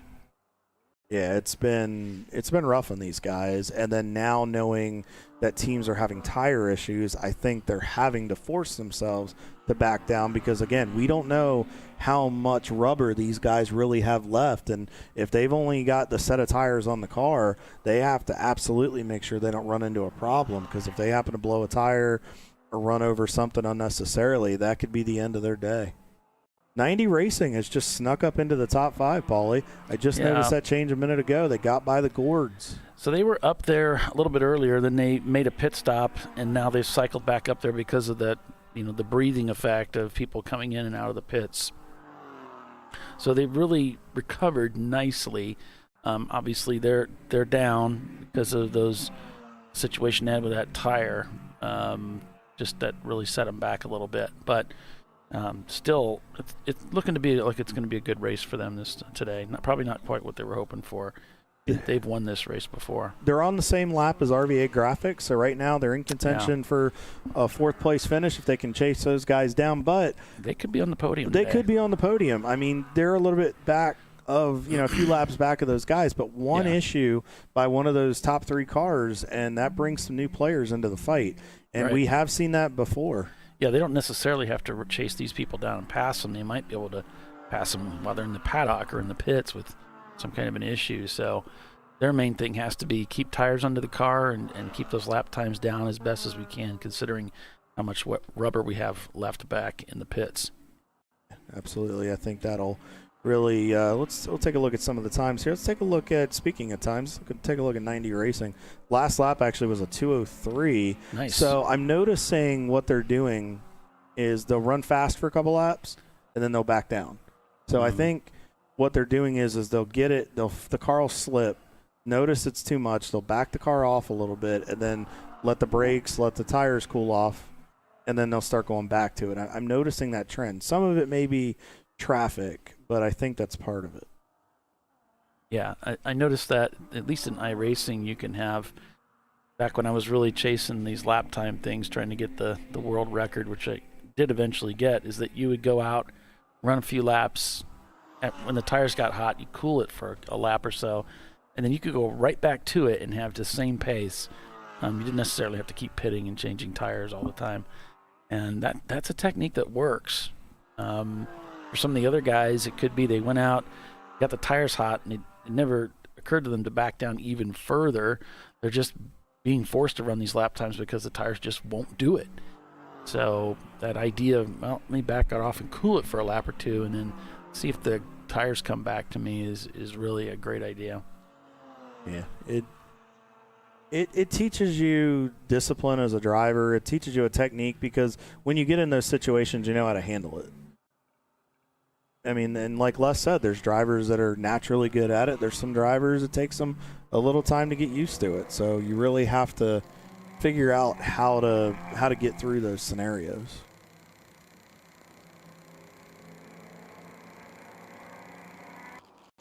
Back on board with the Gourds. Running in 6th spot right now. It's going to be a good battle for 4th. RVA Graphics, 90 Racing, and the Gourds are all on the same lap right now. And then behind them, Bavarian, Mustache Works, and Hero Time are on the same lap as well. And right now, things are looking pretty good for the Boston Whiners again. They've got their EC car. They got their F-Class car. And the EC car, it leads EC, it looks like. 115 laps turned so far by this team. 123 by the leader. I think we're slowly chasing down on that number we talked about. We'll have to see. Hopefully the latter part of the race can continue to stay lean and green. Yeah, coming up on just 2 hours to go. So real quick, let's we've talked about them a little bit in certain scenarios, but Parkway Euro Racing in their Boxster running in the, I think, 15th position right now. Yeah, 15th position right now on the racetrack. These guys are having a solid day and doing pretty well in the C class. Last lap was a 2:11.67. They've been about a average 2:10 the last 4 or 5 laps, so just laying laps down, but great job by those guys. That was a phenomenal save by the driver earlier over there in turn 4. And then looking back, MLC Racing, I think that was that's your D class leader. They're up into 16th in the overall, so good run by those guys. Paulie, our highest running F class car, is in the top 20, the Boston Whiners car. They just continue to lay laps down. Yeah. Yeah, they're getting it done. Luce Brothers Racing is up there as well. They're up in the top 20. Justin Steck behind the wheel, 2:22 flat. Last lap, they've been about a 2:20, average 2:22, 2:23 most of the race, so just continuing to be consistent. Hopes and Dreams Motorsports is running so well earlier today. Unfortunately, they've fallen down the order quite a bit. BFE Racing, we've seen them. They've had a little bit of trouble at various points of the race, but they're still out there chugging along. 98 laps complete. Looks like they're about 6 laps behind the 11 car. Last lap was a 2:26.23. Last 2 laps have been 2:26s. They've been consistently between 2:22 and 2:24. So they might have a little bit of an issue there. Maybe they're just saving some tires, not wanting to hurt their program. EAD Racing looks like they were just back on pit road. And then, unfortunately, we know Turning Concepts is done for the day. The 187, the Type 3F guys, we haven't talked about them much this weekend. They're in the pits. Looks like they've been in a little bit. Looks like it's extended, so they may be working on something.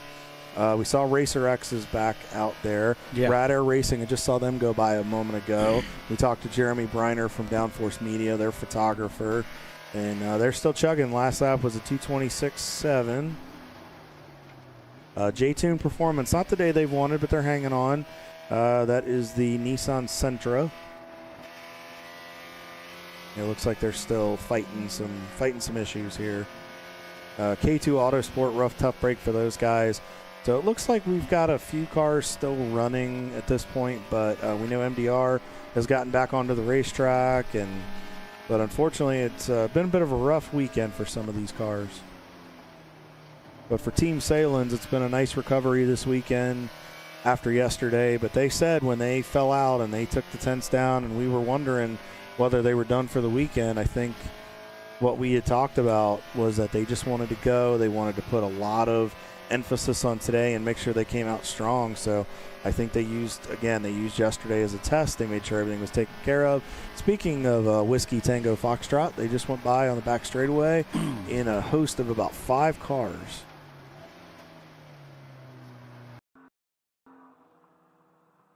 Big move right there. Yeah, you see him working through some traffic. Nice job getting through there. Those guys just continue to execute all weekend. They have had a lockdown on that A-Class bit this weekend, too. Yeah. Although 90 Racing is gaining some ground on them. They just ran a 2:04 last lap. It's a 4-lap difference, but folks, 4 laps in an endurance race like this is not a substantial amount of time. I mean, we're getting down. We're inside of 2 hours to go. They definitely, if they can make up some time, they want to try. But if that Miata has a problem, the 90 Racing is right there to pounce. And then behind them, Noodles isn't too far away either, so we'll have to keep an eye on that as well. John Wittenauer said a little bit ago, who has tires for the last sprint of the race? That is a great question, John. Maybe we can get Les to find out. Maybe we can get some of these team principals to share some secrets with us. But the only problem is I think they know other people in the paddock are listening, so I don't know.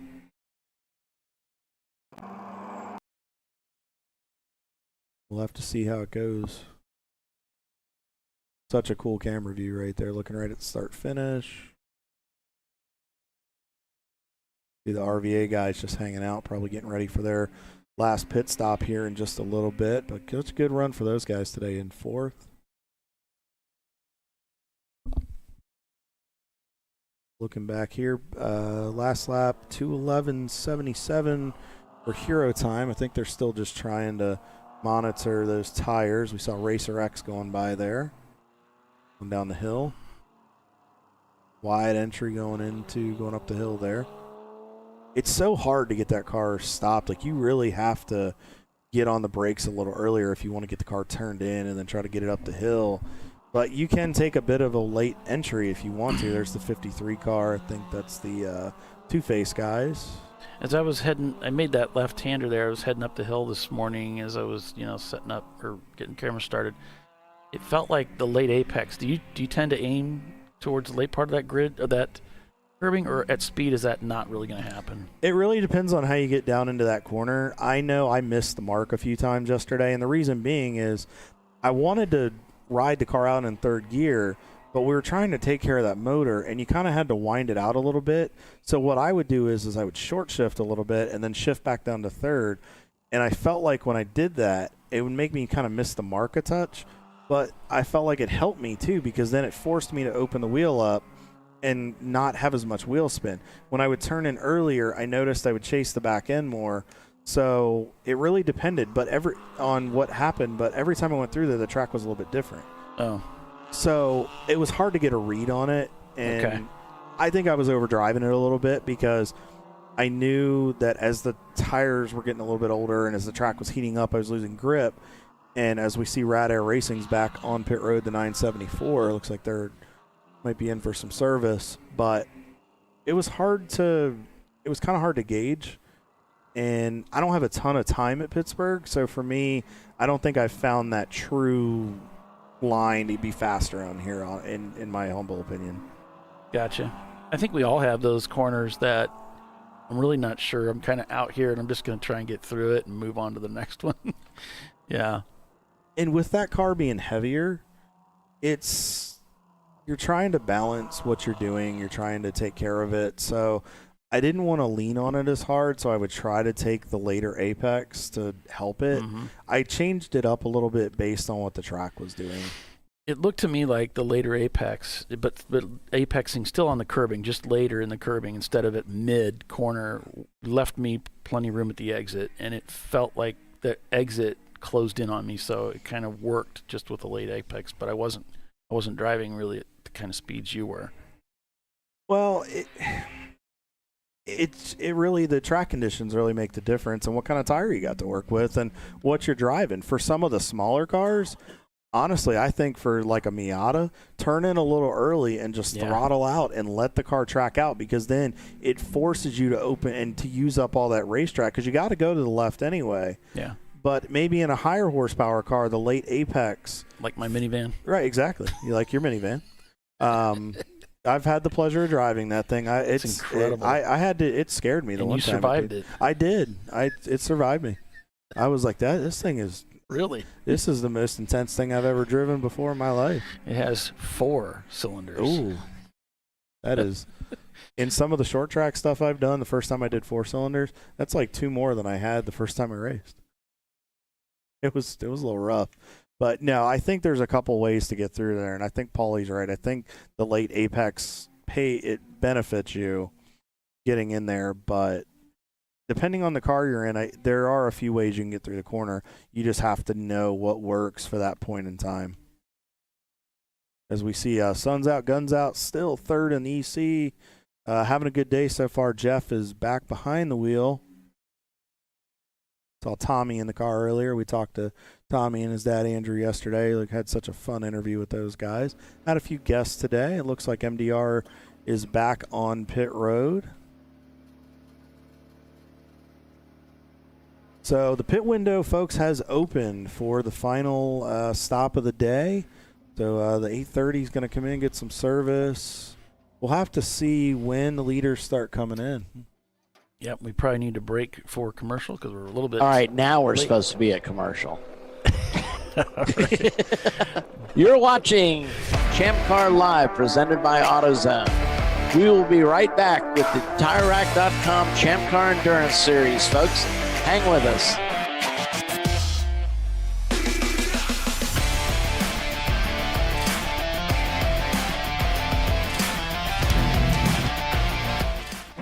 An important decision is afoot.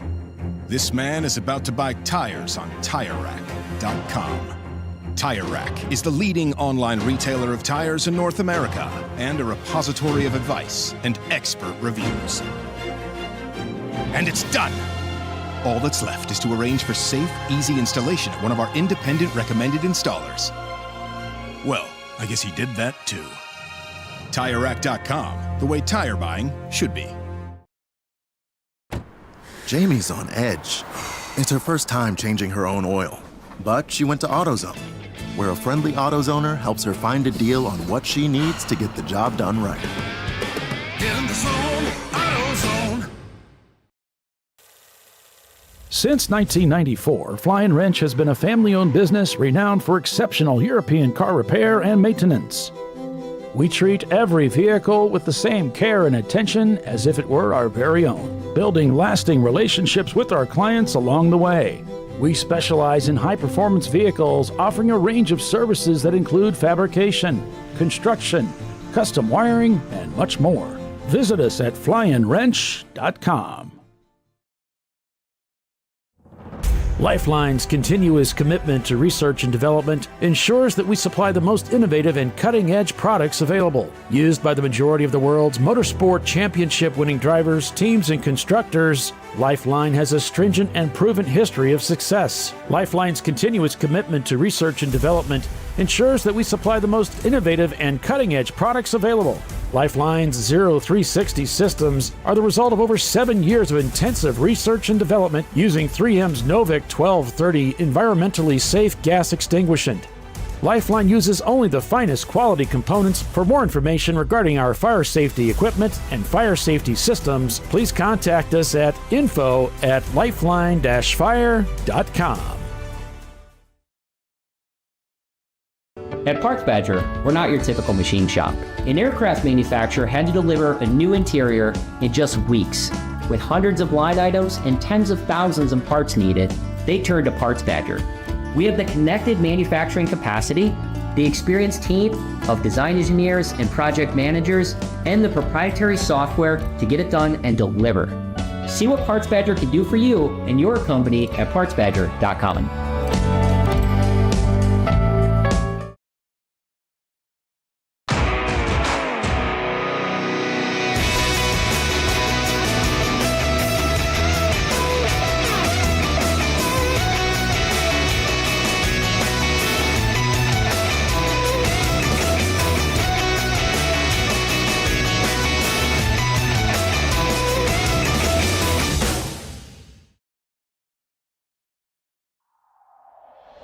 Discovery Parts is a veteran-owned racing and safety equipment company.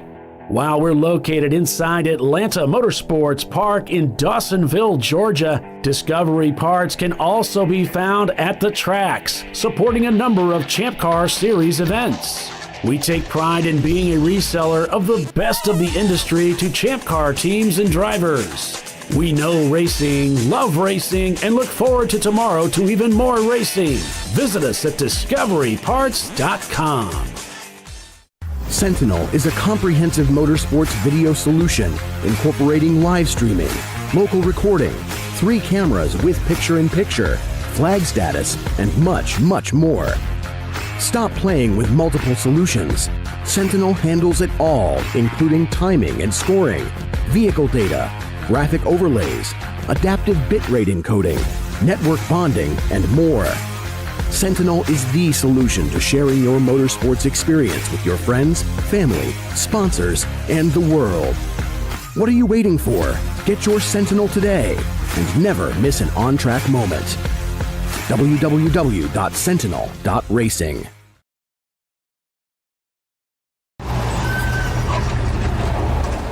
George is fed up. And so is Junior. They weren't planning on having to replace their brakes today. But they went to AutoZone, where a friendly AutoZoner, Renee, helps them find a great deal on Duralast Gold pads and rotors. No headaches, just the right parts, and friendly service. Get in the zone, AutoZone.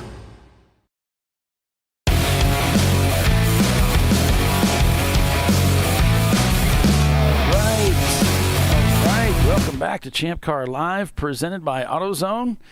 It's the TireRack.com Champ Car Endurance Series final race at Pittsburgh International Race Complex, Day 2. And we're coming up on, what is it, about an hour and 45 minutes remaining in this race. Yeah, not much has changed. Now, Bucksnort and Red Barn Racing both showed that they were in the pits. So they're making pit stops or completing their pit stops. And I did hear that if we didn't mention it before, the team Turn-In Concepts has retired from the race with transmission trouble. They had actually changed 2 transmissions between yesterday and last evening. So they've gone through a lot of transmissions this weekend and still fell victim to transmixer problems. So tough weekend for the Porsche Boxster team, but they're going to be back and be strong once again. So, but thanks for joining us, everybody. 130 laps completed so far on the unofficial timing and scoring system here. Team Salem leading. It's like their delta's off just a little bit, that lead car right now. We have the ability to see their deltas and how they're doing. Where are they coming in? They are in the pits. They have come into the final pits, pit stop. so that would explain why. So we'll go to that camera, and there you have it, folks. They came into the pits, so your lead car now in the pits, and lost my little thing. And it looks like Bavarian Mustache Works is headed into the pits as well. Yeah.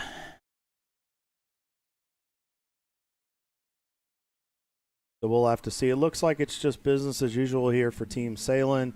This is your race leading car, guys. So this should be the final pit stop of the day. Yes, this should be it for them, or at least they want it to be it for them. So that way they just take it to the end from here. 208 car going back onto the racetrack. That's Apex Predator Motorsports. They have a 2001 Ford Mustang, and they've made it it's a convertible, so they've taken the convertible part off, and they're racing that this weekend. North by Northeast is just coming into the pits as well, Paulie. So looks like this may be, they're inside that window now. We have about an hour and I believe, was it 44 minutes to go. Yeah, and they they don't have a choice. They're having to pit now. They probably were hoping for a caution, but it's not there. Yep, looks like I think that's the 613 car maybe coming into the pits as well. The Rubber Soul Racing, those guys will be bringing in. So the chess game continues, as Les likes to call it. A fast-paced chess game continues. Here comes the 613 into the pits. Right in front of us here, Rubber Soul Racing. So they'll get serviced, head back out. Good battle between some cars coming down the front straightaway here. But yep, here's our looks like our F-Class leaders in the pits as we're on board with them. Gatorade coming in for some more fluids and headed back out. Looks like the leader's still in the pits here. And it looks like they are working on tires as best as I can tell. Again, as Kyle indicated earlier, with the easy ups and the position where we're at in the tower here, it's kind of difficult to see. It's actually not as bad as it usually is it, Kyle? Normally we're so high above them, like on the third floor or something. Well, all we see are easy ups. But and that's where Les really comes in handy. But in this case, we can just see underneath them a little bit. They're still working on that overall leader's car right now, and no doubt they're rolling rubber. So everybody is having to add rubber to these cars to keep them on the track. Yeah, it's been the common theme of the weekend with the tire degradation that we've been seeing, unfortunately. And and here comes another car onto pit lane. It's the number 651. Is that right? Yep, Hero Time Racing. Hero Time. That is right now, I believe that is still your leading Class B class car over Red Barn Racing. They got about 7 laps over those guys. So we just had Lena in here a little bit ago, and she said they're trying to manage those Contis that Brian Vang had put on the car, and they said they're just trying to, ironically, they're running some rain tires. It's not optimal for these conditions, but they're doing the best they can with what they have to work with, and it looks like so far it's working out for them as they continue to lead that class. Run what you brung. Yeah, absolutely. That's all you got. And they're top 10 overall, and they've had a nice recovery after what they've had to deal with. And I think if they manage it, and like Lena said, she just wants to go out if she finishes, manage the car, take care of it, I think they're in for a good day. You can really see, folks, you watch these cars just climb out of turn 18, and then it finally levels out as you get to almost the pit entrance. You really just have to get back to that power. And for those small cars, those Miatas, you really have to get to the power quick, or it'll cost your momentum down that long straightaway. Because the kink at turn 19, you don't lift at it. It's just a slight left-handed turn, and you're increasing your speed as you come through, so there's no need to lift, which makes it nice too, but it allows you to carry a lot of speed. And then as you come down the front straightaway, it goes downhill, and then as you get to the brake zone, it goes back uphill. So you want to get as much as you can as you come out of the corner. Yeah, this is one of the MDR cars here. I don't have it labeled. The Miata. Yep, that green on those cars, that real light green's always a giveaway there on the mirror. But these guys have done a solid job. They have worked themselves. Paulie, they're back up onto the podium for F-Class. That's crazy. They surpassed the Easy Riders after all the issues they've had. They've stayed after it. Last lap was a 2:31.7. So this was a car that was struggling to get down the backstretch that was parked. Ramen Noodles is on pit road. Noodles is coming in for the last stop of the day. That is your 7th place car, 3rd in A-Class. We're going to have to keep an eye on it. And it looks like the Salins car has left the pit box, heading down. Looks like everything's good to go. I think that's Billy down there in the white T-shirt.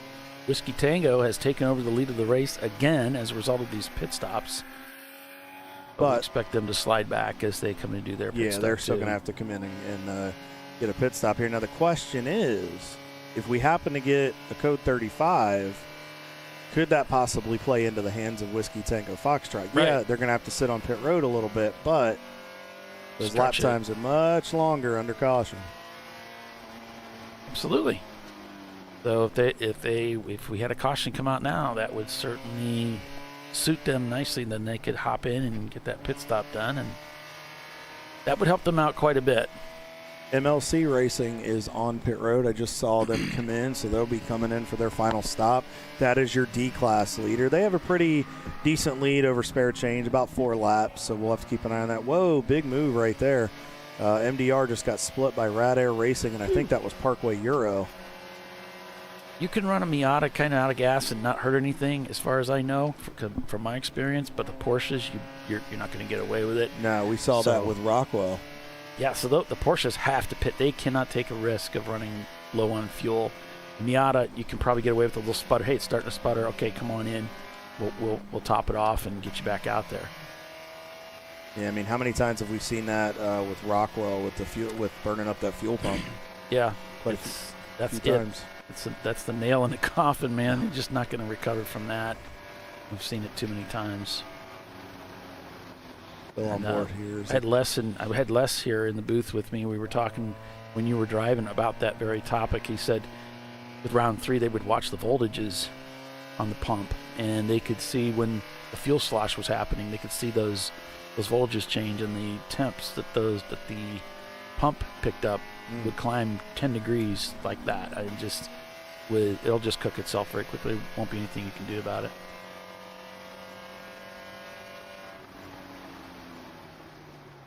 But you got to imagine, for a street car, that would be pretty terrible. Yeah. If you ever run out of gas somewhere, you'd hurt your fuel pump too. Yeah, that's the last thing you need to do. You can't just, go get some gas and put it in it and finish driving. Oh, that's why they always tell people, like, don't run your car down to, 5 miles to go. I mean, if you get down to below quarter tank, plan accordingly and hit the gas station. Or, if you get down to an eighth of a tank, that usually doesn't hurt it too bad. But you don't usually want to get too much lower than that. Fortunately, us males don't have a problem with pushing things too far like that. It's funny you said that. A friend of mine I went to high school with was having a conversation with his wife. He lives down in Florida. He was in the military. I think he's in the Air Force. I think Alan's still in there. He's talking to his wife, Jessica, and he was going to take her car somewhere, and he said, "Hey, I'm going to take your car. Has it got a full tank gas?" "Yeah, I think I just filled it up." He gets in the car. It's got 20 miles left. So he's like, thankfully they live close to a gas station. So. She thought about doing it. She just didn't get around to it. Yeah. So that was kind of funny. And he was like, "Yeah, I guess it's not full." And he got a hold of her. He's like, "Yeah, you didn't fill it." So he went and got gas. And I don't know if he's listening to this or whatnot, but Alan Noel, hope you're doing well. Hope you guys are enjoying down there in sunny Florida. So thank you to everybody that's tuned into. Yep, full Florida. He's on the Panhandle. I think he's still in Pensacola, because I think that's where he was stationed or still is stationed. We're going to be in Florida this year at the end of the year. We are. Maybe I'll have to get a hold of him, see if he wants to come out to Sebring. He's a big drag racer. His dad and his brother Brian, they were drag racers all over the Mid-Atlantic area, originally from Maryland. They'd go to Maryland International Raceway a lot. They'd go to ATCO when it was still there. Up in New Jersey, all over the place. The BMP down in Petersburg and Richmond. So. I was a drag racer guy. Did a lot of that before. I road raced, and then I started drag racing and went back to road racing. Yeah, it's definitely a different animal. It'd be cool to get it'd be cool to get some drag racers out here and see how they like that. I know a couple, like Ron Capps, actually. It's funny you mentioned that. He actually dirt races for fun, and so does one of the Pedregon brothers. Yeah? Yeah, they did that Tony Stewart Prelude to the Dream at Eldora a couple times, and I think Ron loved it so much. Like, he actually started racing more regularly on dirt, which is kind of cool. So it's cool to see the different disciplines. Looks like the EC leader Boston Winers, actually a second-place car. I apologize. Don't want to cut the Two-Face guys down, but no, Boston Winers is in the pits for their final stop of the day. Oh, he's wiggling the car a little bit. Whether he's checking the suspension, the steering, or just trying to keep it going, the fuel slosh. Ooh, somebody, the 240 car was pointing fingers at somebody as they were coming in. I'm not sure if it was at RVA or if he was pointing at Salins, but doesn't look like he was too happy with some on-track incidents there. So I think this is Boston Winers. I think this is the sister car. I could be wrong, but I'm not sure. Because it's got that same telemetry. So I think that might be the 444. Yeah, it is the 444. I think I had called that a couple times wrong. So 90racing.com just came across the start-finish line. Start another lap 133. It just turned into 204 on that last lap. And the The guys up ahead, 206s, except for Team Salem Ketchup. They somehow mustered that a was a good 202. one. Come on, guys. But can they relish in the glory in an hour and a half? Oh, no. Hopefully it won't be too chilly tonight as the temperatures drop. I don't know. I tried. I'm very trying. I think we're doing so well. I think I just learned one of the RVA guys came out from underneath his tent. He yawned, so we're keeping him entertained. He's either really tired or he's listening to the show. So we're doing well. But Boston Winers with a driver change, fuel looks like standard practice here. Doesn't seem to be anything that they're focused on other than just the standard hooking up the radio, hooking up the cool suit.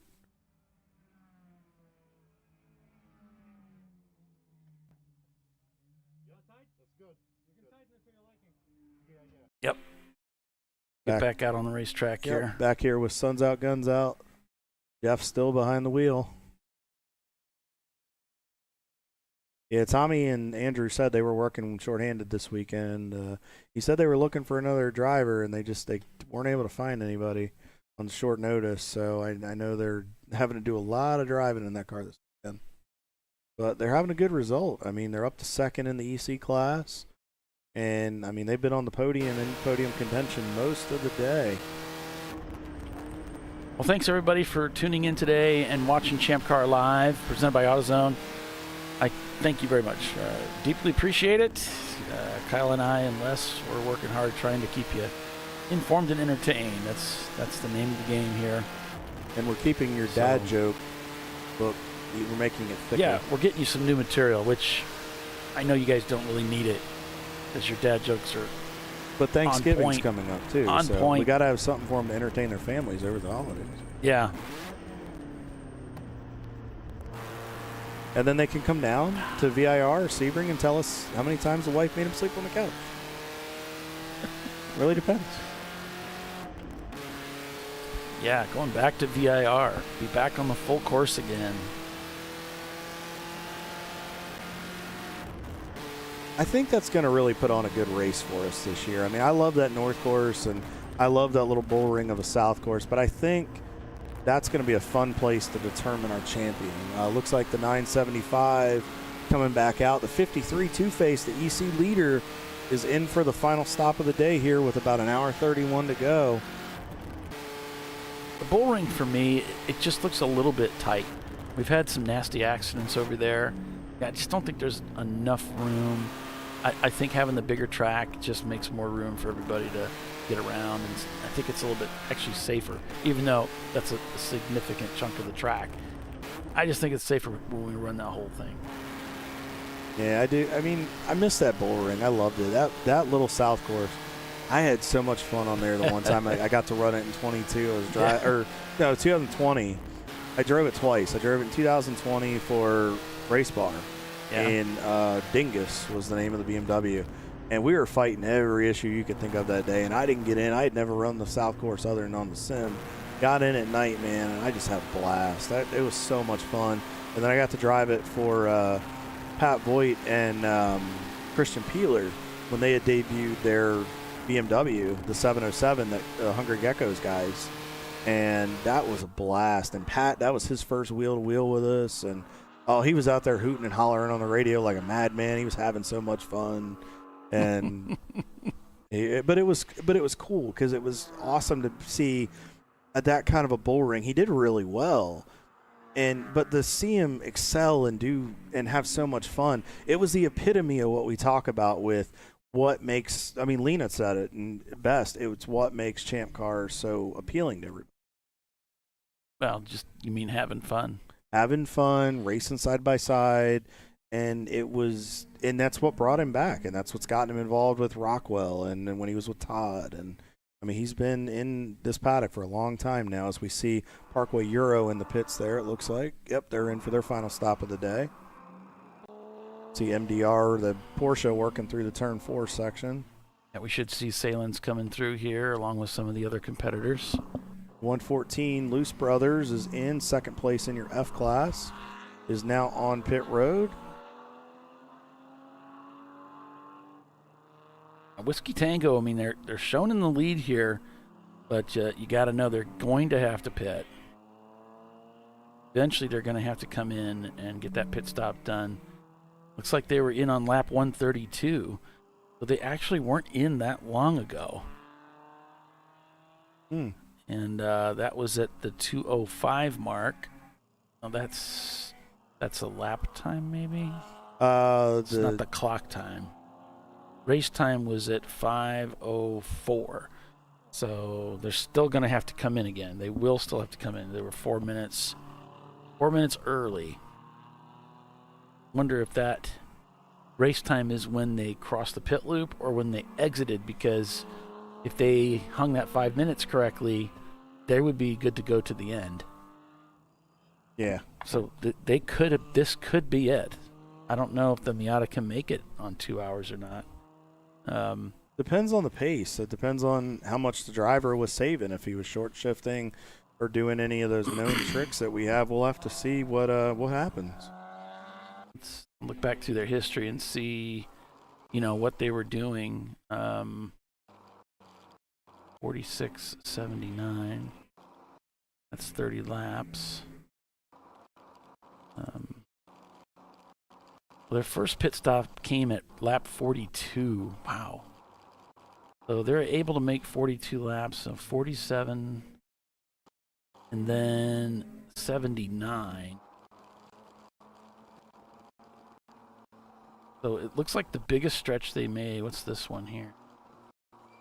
Lap 100 to lap 132.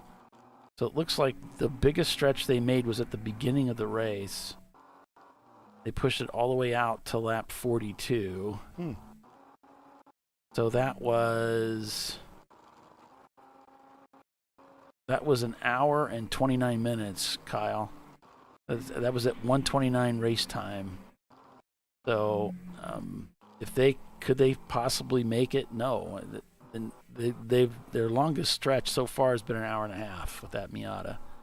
So it does look like they'll need to stop again. But that might be why they're waiting a little bit, because now we haven't. They might be trying to stretch it a little farther, because now we're inside of 90 minutes to go, and if 90 minutes is the absolute limit, then they don't want to leave themselves short. Because the fact that they're in fight for this win, they're going to have to put their shoe in there, and he's going to have to put the hammer down to go stay with these Team Salen's Porsches. So if they can just hold on long enough, they just got out. They've got plenty of time to wait for a yellow, and that's really what they need. They need that purple 35 to hit at just the right spot, that they can get into the pits, get that pit stop done, get that fuel, get out there before that caution is lifted, and they should be in good shape. I think, Salen's is going to have something to say about that, because they still haven't pitted their mustard car. No. So both of those cars may be roughly on the same strategy. Looks like they pitted at 3:54 race time. So 4 o'clock. So there's a 3 hours there. So it could be they're both kind of riding that same strategy. We may see both cars compiling in here. And if they do, it's just going to be a matter of, who gets out, who gets the advantage. But if both those teams, are, what if they don't get a caution? Then what? I think Whiskey Tango's in trouble. I think they're going to have to pit first. I don't know. Both of them got a pit, so somebody's gonna pick up an advantage of the caution. Maybe the other one will too, if they can both get in on time. If it's a brief caution, that could really throw things off. If it never goes purple 35 and it's one of those, he's off the track, we go caution, somebody jumps into the pits and gets the advantage, and the other one's on the wrong side of the racetrack. Paulie, their lap times are coming down, way down. They just ran a 2:11.4. Now, that might have been a little bit of traffic, because they ran 2:08s 3 in a row and then a 2:09. They're going up.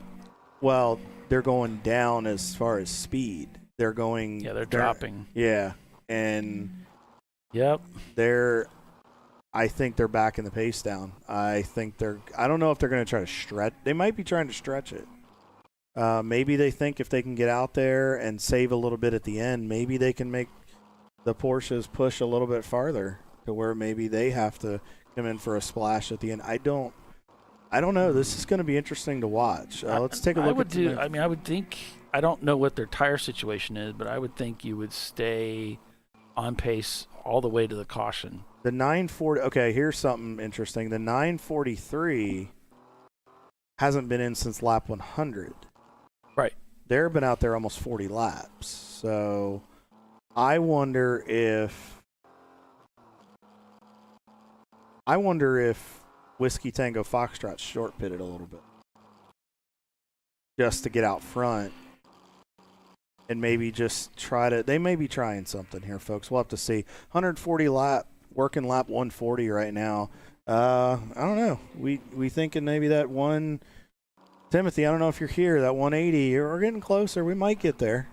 That was what he picked first, right? I think it was like 186. See, and we've got it all text. Yeah, We've and got then he it all tried to right steal here. mine and go down to it was like 185 or something like that. He tried to steal mine when he saw the red flag come out. We were trying to keep him honest here. I think it was his idea. But, I think it was.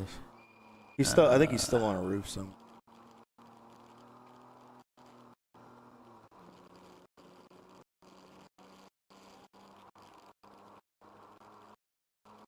Was back on board with the Gourds.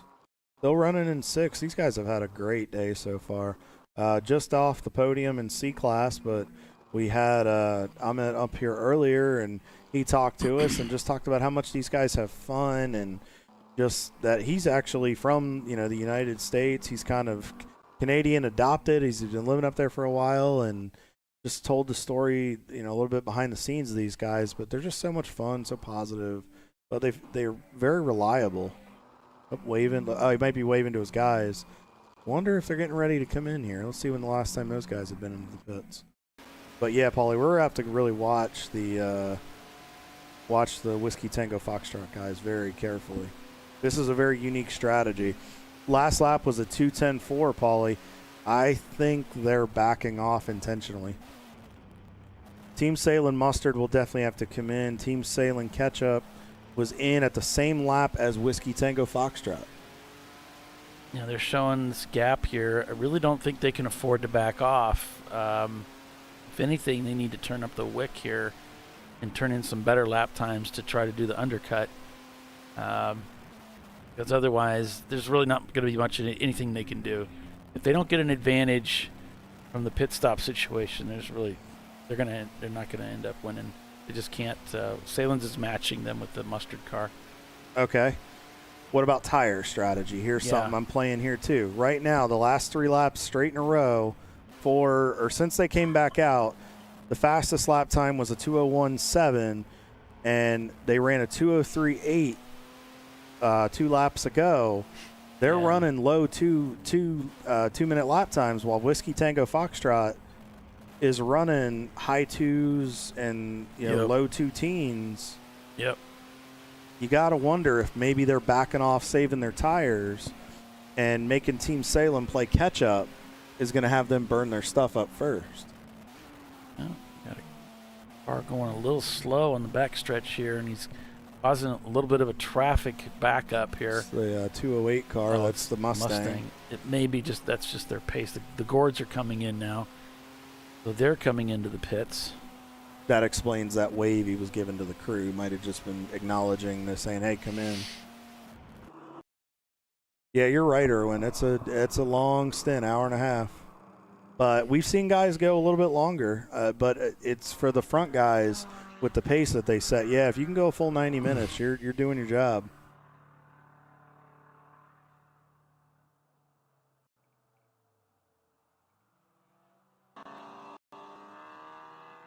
We're watching the field work through 4, 5, and 6 complex down here.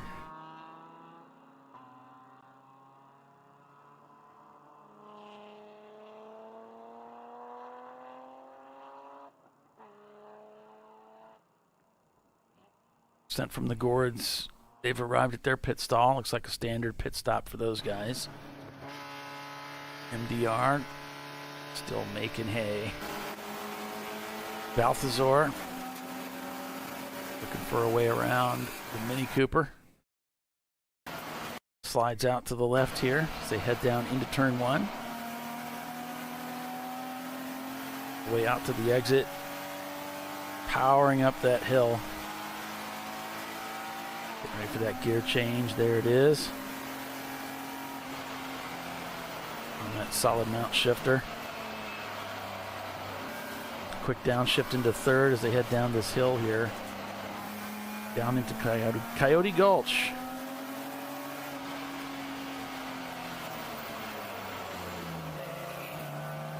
My wife was telling me over dinner last night, she said it'd be fun. I should write a book, a little story, and since there's Coyote Gulch, have Coyote Gulch, there'd be other areas of the track with other type animal names, and then come up with like a child's themed story for the track about someone coming out here and doing some kind of a race. A lot of character here. Yeah. All right, looking for a way by the Porsche. Not there yet. Yep. Carrying around together there. It's so hard when you change directions. It does not seem very... Poor Carlos. He's had a headache today with a lot of these lap traffic guys. Here he's got a good up. This is a popular passing spot right here, but doesn't really shove it in there. He's just going to wait. He's experienced enough to know to not get in, put himself in a position like that. I think he knows he'll probably have the legs on the straightaway. Yeah. He's right at the bumper. Here we go. Oh, he almost had to pedal it, didn't he? Well, I thought he was going to center punch him there for a moment. If he hadn't backed off, it could have been a bit of a punt. Yeah, that Porsche changed direction Carlos, really quick. Yeah, Carlos, great drive. Heads up driving there.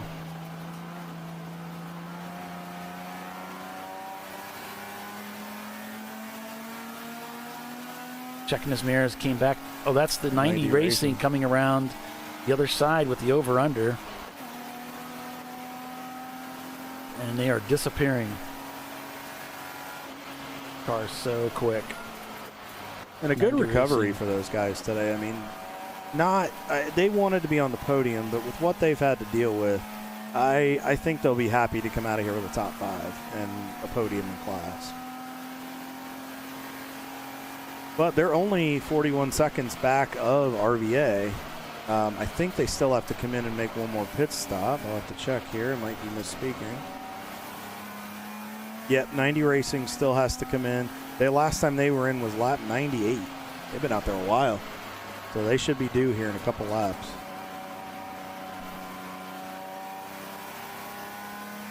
And then before that, 64. So...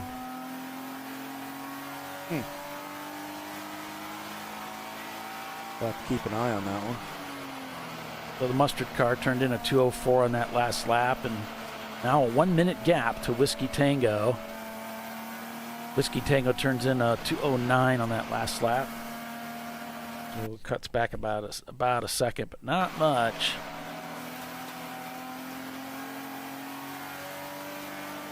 Their fastest lap time here today, a 2:01.5. I said this earlier. If you look at the top 3 cars, look at how close those times are of their best lap of the day. Right. That tells you that they can run with those guys, but in the situation that they're in right now, playing fuel strategy, you can't run those times. And the question is, I don't think Team Salem can run those times consistently like that too. With the when they stop, are they going to be close on fuel? Because if you push it really, really hard, what are you going to have left at the end of the race? At this point, I think that it's just, again, it's a waiting game. Can the Miata just keep things going here until to get to the yellow? And if they can't, I think things fall back into the hands of Team Salem. They seem to have the upper hand on the lap times for sure. They've only got a 1 minute gap. That's now 57 seconds. So they're continuing to play the game, and it's going in their favor, right? But Mustard has to come in still. Yeah. The question is, how quick can ketchup get to them, but how hard do they have to run the car to get to Whiskey Tango Foxtrot? That's what's intriguing to me is I feel like that 983 is running hard enough to run a decent pace, but I feel like they're forcing Ketchup to have to push the car harder, which, knowing as many times as we've seen Team Salins change tires today as the EC, the 8 car, those guys, they've had a rough day. Nichols, it's not been the day they've wanted. They've been in and out quite a few times. But I think they're forcing Team Salin into a box. Well, it looks, if you look at the pit stop that Ketchup did was actually at 5:07 race time, which means they're probably good to the end. So Ketchup may not need to stop again, but the Mustard car will. But that's the off sequence, the way they're playing these two cars. And maybe that's their strategy. Maybe it's, we're going to off strategy these two cars with this 7-hour thing so that we've got some kind of a strategic advantage here coming up to the end of the race. Yeah, that's just what's kind of got my attention is, I mean, they're 5 seconds off, 4.5, 5 seconds off in lap time, but I'm interested to see what Whiskey Tango Foxtrot is doing with this, and I think it's going to be interesting. The question is, can Salins have enough left in the bank at the end of this? We'll have to, and folks, I would stay tuned and drop your TV or your computer down, because I think it's going to get exciting here very, very shortly. Somebody's down there blowing up a calculator, crunching the numbers, I'll guarantee you. They need to go down to North Carolina, go get Larry McReynolds. He loved to run those calculators to death and burn those things up, calculating those numbers as a crew chief. I don't think it was ever even close to my strong suit doing strategy. I just let somebody else figure it out. I just went out and drove, let them tell me what they want me to do, and I was most comfortable with that, because the numbers, figuring out strategy was never a strong point for me. Definitely not my wheelhouse. Takes the right person to do it, man. You got to know exactly what you're thinking. You got to know exactly what lap times or range you got to be in. I just want to know what you need me to run, and I'll go out and drive it. That's about the extent of it for me. So I completely agree with you on that one, Paul. Yeah, I liked racing with Robin Bank for that, because he's such a master at that. So it was great. So you're saying an evil genius, a smart evil genius. So yeah, Yep. and he is, and their record in Champ Car and what they've done proves it, because they have overcome some stuff in the 10 year that I've been in Champ Car and raced against them and watched what they've done and seen some of the situations they've been in. It's fun to watch, guys, and you have to appreciate that, and that's one of the factors in racing that I think makes it so intriguing is, yeah, sometimes when the races kind of get legged out and you get in these situations where the field gets strung out, when the strategy comes in like this, it makes you wonder, it makes you think about it, because then you're wondering who's going to blink first. It's like the ultimate game of chicken. But it really brings the engineers and the strategists into this. I mean, the drivers have to do their part, but it's who's the smarter one that really played the strategy right. So last 3 laps in a row for Whiskey Tango Foxtrot, 209.82, 209.83, and a 209.4. Looks like they found a pretty good pace right there, 209.210. I think that's about what they want to do. Yeah, Whiskey Tango pitted with the Mustard car. They were race time 5:07 and 5:04. They were essentially pitted together. But it's the Salins car that's in a different position here. They've been out there much longer. They've been out there since 3:54 race time. So about an hour longer. Now they've gotten back onto the same lap. I did notice that. And yeah, 55 seconds. The catch-up car is 30 seconds back of the Mustard car, who is then 55 and change back of Whiskey Tango Foxtrot. So they're on the same lap. And look at that! Look at that last lap time for Mustard, a 2:12. They added a lot of time on that last lap. Anything could have happened out there, but we want to keep an eye on that. That car still has to come to pit road. Yep. Yeah, that car it has to pit. Yeah, it still has to pit. We've got a caution situation out there. This could be the reason for that slower pit time, Kyle, or lap time, Kyle. I'm not seeing anything on race logs yet. Sometimes those race logs don't get hit as we get towards the end of the race. I'm seeing a car over by 18. It looks like, oh no, is that 207? Is that Suns Out, Guns Out? Maybe it's just stuck there. It might just be it hasn't caught up yet, but we'll have to see. No, they're still running. So it might just be that the little thing hasn't caught up to where the car is. So now it's gone green. So now it's back to green. Huh. Okay. So that might be why they had slowed. Mustard just turned in a 206 on that last lap now. So that's a 6-second difference between those two laps. Huge. Oh, I do see a stalled car over here. Oh no, that's the camera on. Sorry. Okay. No, I saw the top of the car. I'm like, oh, we do have a car stopped. Oh yeah. Okay. You would think because I turned to that camera that I'm pointing out that there's a stalled car there, but that's not what it was. But yeah, this is gonna be fun to watch, folks. You're gonna have to hang on there. So it's gonna come down to an A-class car and a couple C-class cars. We'll have to see how this goes. 3 cars still on the lead lap here as we're knocking off 147 laps here. We still got about an hour to go. I don't even know if I'm going to get to 170. This is almost 150, 20 laps. Now here's where it gets really hard. I got to figure out the question will be the pace, and then also if we get an inadvertent code 35 is. Suns Out, Guns Out closes up on Red Barn Racing at the bumper. Getting that run up the hill. The Mini had it a little bit out of the chute, but I think Jeff's just being really patient here. I think he knows he's a little faster than these guys.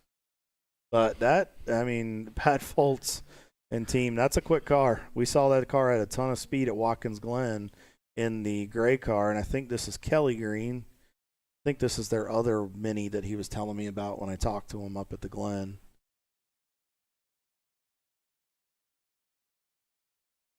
The last lap by Jeff was a 2:11.5, but mind you, that last lap was probably due to that local yellow in a couple zones.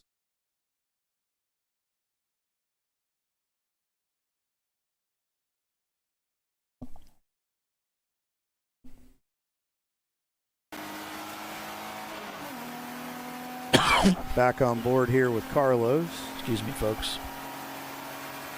Paulie just gets so excited. The anticipation, the end of the race. I get all choked up. He did.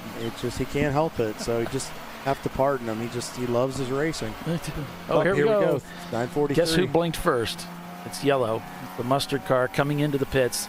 They must have decided, I can't wait any longer. I have got to get this car into the pits. Now, this could be because of tires. It could be because of fuel. It could be both.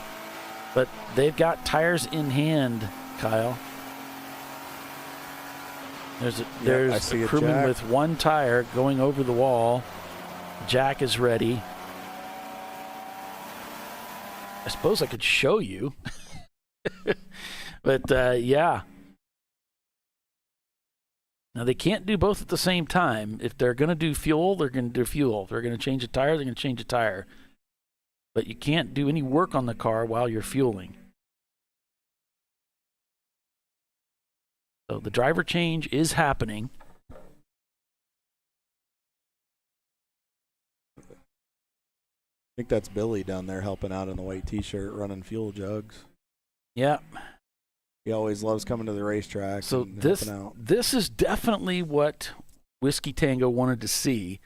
So what they need to do is they need to hold on for a yellow. If Salins can get out of here under green and then a yellow drops before they have to pit, that's exactly what Whiskey Tango needs. I don't know if it's going to be enough to give them the win, but it's definitely going to help them if that can happen, because I'm not a good strategy guy. But I'm not good at the math, but I would think that's what they would hope for. But I'm a little surprised to see Salins in here, but they must feel it's a fuel issue, like they know they cannot run this car out of fuel, or they know that tire is so bad they've got to come in. So we're just going to do these tires, and maybe looks like there's another tire. Maybe a little bit of both. I think they're getting ready to put 4 on it. I'll be honest with you. Put 4 on it and make it. This is the best shot they have for a win, and they're probably going to do everything they need to here to get this win. But we'll see. It's not given to them. They're going to have to earn it today. see the work going on there. They're making sure everything is exactly where it needs to be. So Team Salem blinks first. They bring in their Porsche that's spent some time leading the race today, currently in second place. They're going to change tires, refuel, change driver, and go back out, and then hope that the strategies play out in their favor. So next, all eyes are on Whiskey Tango Foxtrot to see what they're going to do, what they're going to be able to do. They turn a 209 on that last lap. They've turned in a lot of 209s, Kyle. A lot of 209s. They turned in a 211 and another 209. I think they're trying something. I really do. The more I keep looking at these lap times and seeing what these guys are doing, I really think that they're playing strategy somehow. I think they're trying to force Ketchup, who has pitted on the same lap that they did, and now Mustard's going to have fresh rubber as well. I think it's forcing those guys to have to push harder, because you think about it, every time Salins has come in the pits, they've had to change tires because they're pushing those cars so hard that they're burning the rubber off these cars. So we'll have to see if Whiskey Tango Foxtrot can keep something at bay and keep something ready to go for the end of this race so they can continue to hold these guys. Yeah, that's a good point. We've talked about how the track is aggressive as far as tire wear is concerned, but still, even with that, in a Boxster, you do have to change the tires during the race typically, but you don't have to change them on every lap or every stint, every hour and a half. That's crazy.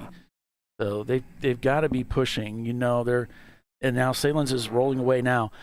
They've been turning in lap times very similar to the fastest lap time that they've been able to turn with that car in these hotter conditions, more difficult conditions. So they're driving that thing at the maximum, trying to get to this win. So I think what we need to do at this point is we're going to have to really pay attention to these lap times. Last lap time for Ketchup was a 2:05. Well, actually, last lap was a 2:03.78. There's a 2:03. They just crossed the start-finish line. Last lap for Whiskey Tango Foxtrot was a 2:10.78. Yeah, very consistent. Yeah, that's a big difference. But the question is, can Salins hold on for that long? Yeah, they may have put tires on that car, but how long until those tires fall off? Yeah, and I just don't think it matters. I don't think Ketchup's even in play here. I think it's the Mustard car that's going for the win. But we'll see. We shall see. Anything's possible here. That's the beauty of They could definitely do it. It's the beauty of Champ Car competition. I think that Salins has played this strategy beautifully. And the only thing that could upset the apple cart is if they have a caution. We have a car that's gone off in 4, but's gotten back on. Not in the best of ways either. He got right in front of that other driver there. But, just blew the corner and came right back on. Yeah, he just found a shortcut. It happened. He's getting his money's worth, Kyle. He is. Hey, this is the last time here. We're getting a little bit extra he wants to take home with him. All right. Oh, what is this? Whiskey Tango Foxtrot's in the pits. Oh, they couldn't do it. They couldn't go any further, folks. Whiskey Tango is in the pits. They're going to have to pit under green. And that's exactly what Team Salem needed to see. That is exactly what they needed to see. That man. Pretty much hands things back over to them. They've got 2 cars that can win this race. Now we'll just see where does the Miata come out after this pit stop. They just couldn't wait any longer, Kyle. They just couldn't. Whether it be tires, whether it be fuel, probably fuel, probably both, like you said with Salins. They just couldn't wait any longer. I don't know if this was planned by Whiskey Tango Foxtrot because they were just in on 132. This might be unscheduled. 132. Yeah. Yeah, they should have been able to carry this out. Unless they calculated. That was only 20 laps. Unless they calculated the numbers and realized they were going to be a little bit short. Or maybe they had an extra set of tires laying around. Yeah, it could be a tire problem because you would think you would carry it to the yellow. You wouldn't need to come in this soon for fuel, certainly. Not by what they demonstrated in the first stint. Yeah. So we'll have to see if maybe we can get Les on that and see if he can find out what's happening. But definitely, I don't think that was scheduled. I'll be perfectly honest with you. I think that was not in their strategy. Yeah.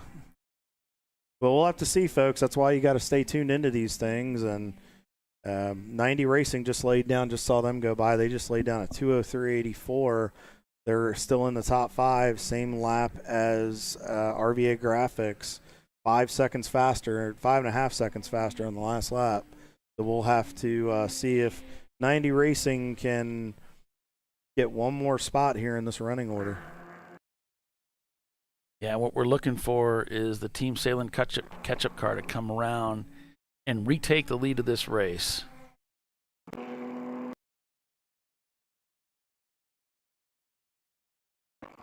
We'll have to see if we can find the car. Take a look here in the marching ants and see if we can find it. I believe it's still on the back side of the course. I haven't seen it yet. 942 car. Let's see. It looks like it's coming down through. Yep, there it is. It's just coming down the hill. So it was the 943. Yep, here it comes. 942 is just coming by us right now. So that will become your race leader. Last lap of 2:03.99. So that hands the catch-up wagon back the lead. Yep, that does it for them. And then the mustard car, they've still got a little bit to do. They have they're showing 2 laps down. So as they come through, that'll put them a lap. They'll be just 1 lap down. I don't know if they can get back around in time to get ahead of the Miata, but we'll see. So they've just gone across the start-finish line as the mustard car. And then it's a race to see if they can get ahead of Whiskey Tango here. I'll have to keep an eye on it and find out. Looks like got another car coming into the pits. I think that was that 8 car. Been a rough weekend for Nichols. The mustard car just turns in a 2:02 on that last lap. You don't think they're leaning into this thing? Well, it helps. Going for it. It helps when you have 4 Mr. Feelgoods. That'll do the trick for you. They are going for it. Now, this is the mustard car. It's been out there the longest time. So they haven't been in yet. And am I right? Is that no? It's the other way around. Came in. It's the other way around. They just came in. Yeah. So now both cars have pitted. The catch-up came in at 132. I wonder if they're going to have to pit that car again. It's going to be – I don't know if they can make it. If they can go a full 2 hours with those tires and feel they're okay, obviously, but they may run into a problem right at the end. I wonder if Here comes catch-up down the hill. 90racing.com is in the pits. This is their final stop of the day. Yeah.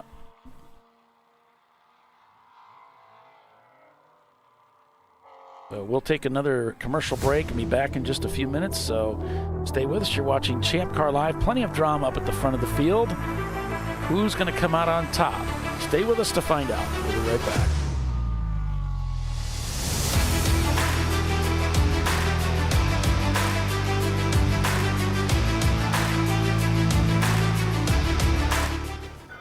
You know, Welcome to TireRack.com, revolutionizing tire buying since 1979. With our unmatched selection of branded products, finding what fits your vehicle and is right for you and how and where you drive has never been easier. Through helpful online shopping tools that include our professional hands-on reviews done at the introduction of a tire and consumer reviews that give real-world feedback over the life of the tire, you can make the right tire choice and find exactly what you need. And if you prefer to talk to someone, our tire testers, our sales team, are available on the phone. And that's how we get you the right tire for you and your vehicle for where and how you drive.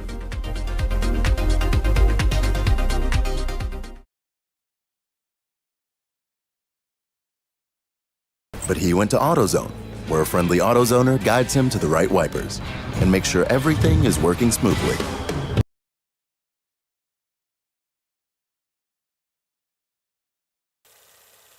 Since 1994, Flying Wrench has been a family-owned business renowned for exceptional European car repair and maintenance.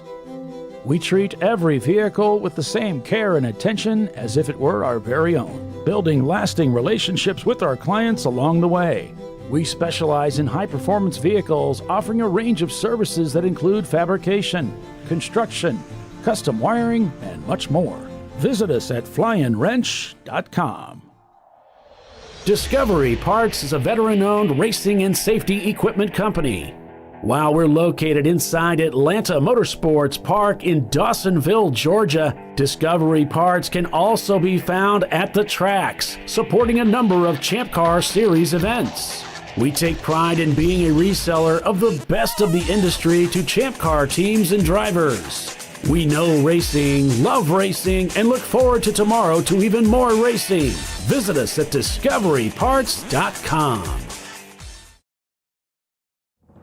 Lifeline's continuous commitment to research and development ensures that we supply the most innovative and cutting-edge products available. Used by the majority of the world's motorsport championship-winning drivers, teams, and constructors, Lifeline has a stringent and proven history of success. Lifeline's continuous commitment to research and development ensures that we supply the most innovative and cutting-edge products available. Lifeline's 0360 systems are the result of over 7 years of intensive research and development using 3M's Novik 1230 environmentally safe gas extinguishant. Lifeline uses only the finest quality components. For more information regarding our fire safety equipment and fire safety systems, please contact us at info@lifeline-fire.com. Jamie's on edge. It's her first time changing her own oil, but she went to AutoZone, where a friendly AutoZoner helps her find a deal on what she needs to get the job done right. In the zone, AutoZone. Frozen rotors from Diversified Cryogenics deliver increased performance and a higher level of safety, while significantly reducing braking system costs. So to tell you a little bit about the durability of this product.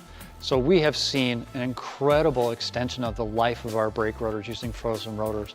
We've gone from brake rotors every other weekend to 6 weekends on one set of brake rotors, and I think they can go farther. The durability has been amazing. And it's been a fantastic season, and man, a lot of that is due to the way our car can brake on those frozen rotors. For more information, go to frozenrotors.com. Sentinel is a comprehensive motorsports video solution incorporating live streaming, local recording, 3 cameras with picture-in-picture, flag status, and much, much more. Stop playing with multiple solutions. Sentinel handles it all, including timing and scoring, vehicle data, graphic overlays, adaptive bitrate encoding, network bonding, and more. Sentinel is the solution to sharing your motorsports experience with your friends, family, sponsors, and the world. What are you waiting for? Get your Sentinel today and never miss an on-track moment. www.sentinel.racing. Ricky's truck is having trouble starting. So he went to AutoZone, where Joseph, a friendly AutoZoner, totally understands. He points out AutoZone's many free services, including battery testing and charging. Less delays, more free services. In the zone, AutoZone.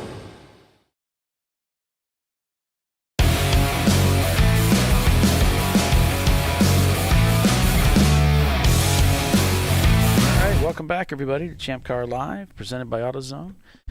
It's the final 50 minutes of racing here at Pit Race.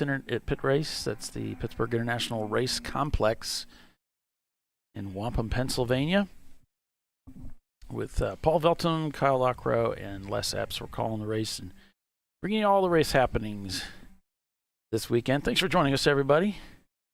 Hope you've had and are having a great weekend as we head into this next work week, and we've still got some interesting happenings on the track here, some strategies, some strategery that's at play. Team Salem Ketchup leads the race over Whiskey Tango, so they've come back out of the pits, and the mustard car is in third. So that's the format that we have right now. We're showing that the mustard car is just 12 seconds behind the Whiskey Tango Miata. Now, they just turned a 2:12, did the Miata on that last lap. Are they going to be able to step up the pace here, Kyle?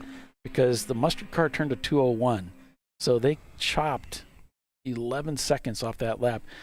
The Whiskey Tango comes across the start-finish line turns in a 2:09 on just this last lap, and it's a 2:04 for the Mustard car. They have now chopped that gap to 7.6 seconds. Well, this isn't going to take long for them to overtake the Miata with those kind of lap time changes. We're talking 5 seconds. That's huge.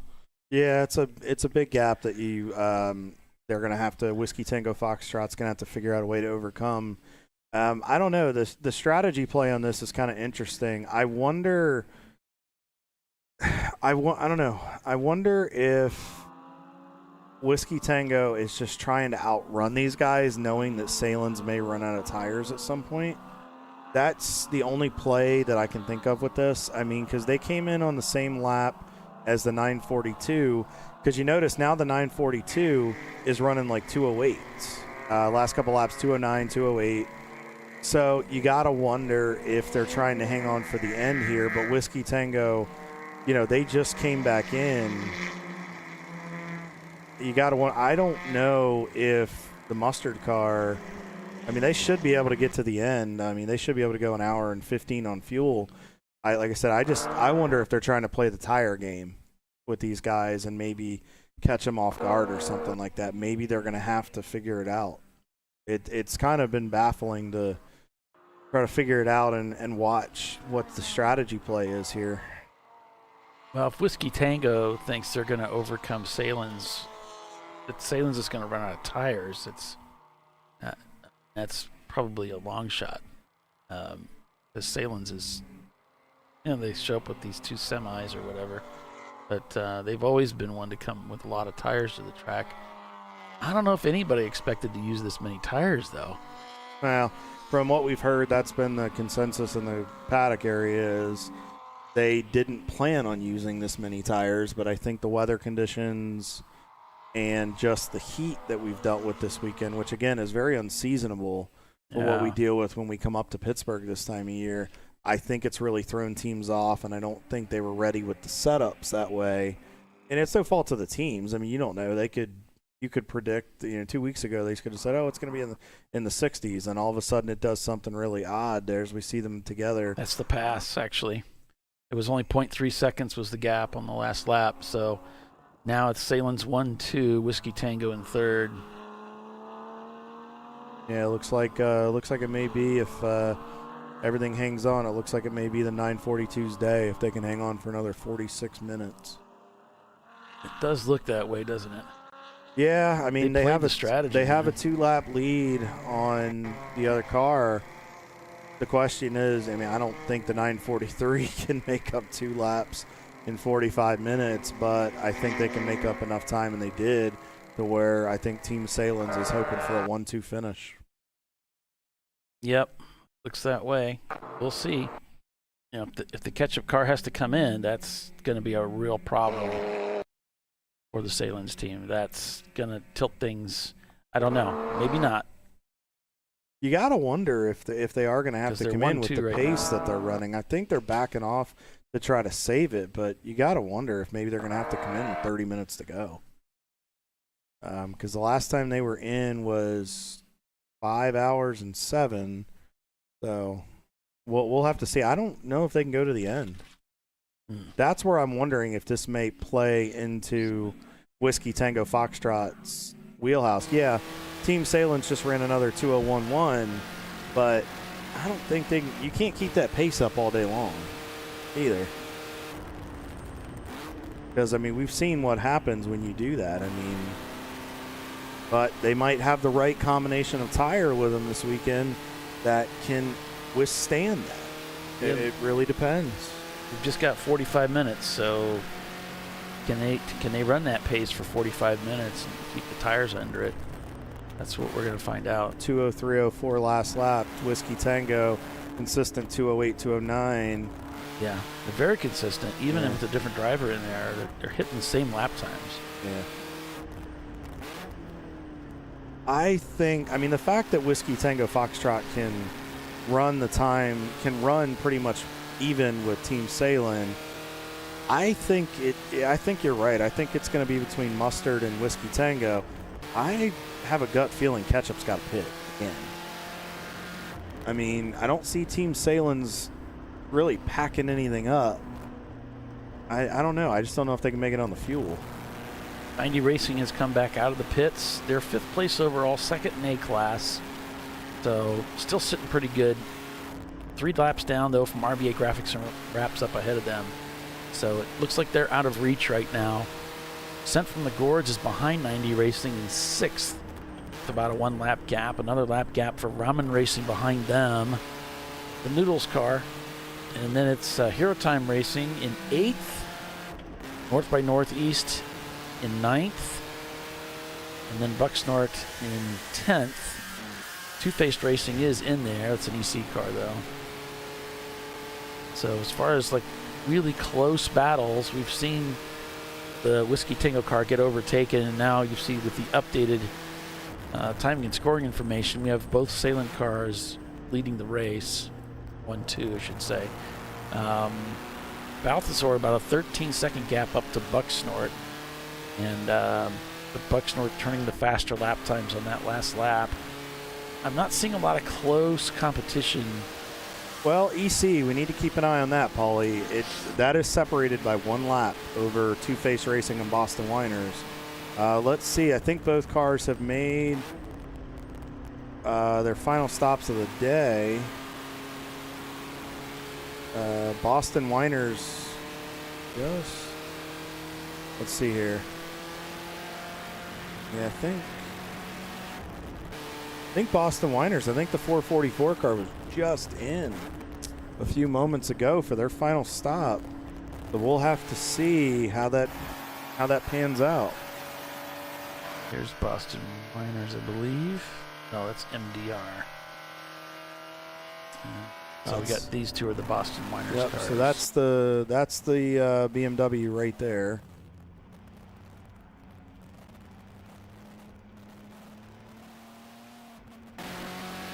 You heard him having to lift and play with it there. Car started on a 4-wheel slide. There's one of the Team Salen's cars. I think that's the 43. Paulie, I wonder if Whiskey Tango Foxtrot has gotten back around Salen's.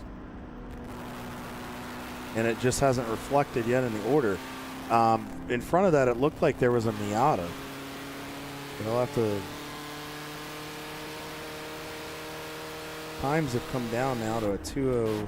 Last lap was a 2:08.06. 41 minutes to go. There goes one of the Salen's cars there.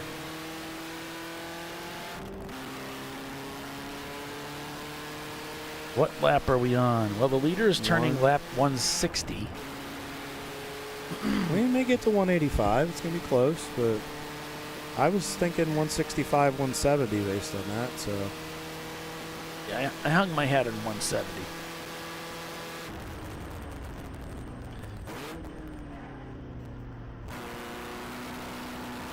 We're getting close, Timothy. I don't know. We'll have to see. Depends on how this. Maybe Paulie can wave his magic wand and we can get a code 35 and slow everything down. Yeah. But this has kind of been a fun battle between the Salen's cars and Whiskey Tango Foxtrot. Regardless of how the day turns out, got to commend the Whiskey Tango Foxtrot guys for giving Salen's a run for their money. And I mean, RVA Graphics, 90 Racing, this isn't a gimme for these guys whatsoever. I mean, they are pushing hard to make those Boxsters work for it. One of the actually, there goes both the Salen's cars. Yeah. And then that should be Whiskey Tango coming not far behind. The gap at the line last time, there it is. That's Whiskey Tango right there, the green Miata. Synergy green, I'm sorry. His last lap was a 2:09.96. Salen Mustard ran a 2:03.68. It reminds me of a Heineken can. A little bit. You gonna need a drink after all this excitement, Paulie? I don't really drink alcohol, but I don't know. Is Heineken even alcoholic or is it non-alcoholic? No, I think they might have a non-alcoholic. I don't know. I don't know. But it does remind you of a Heineken bottle with that color.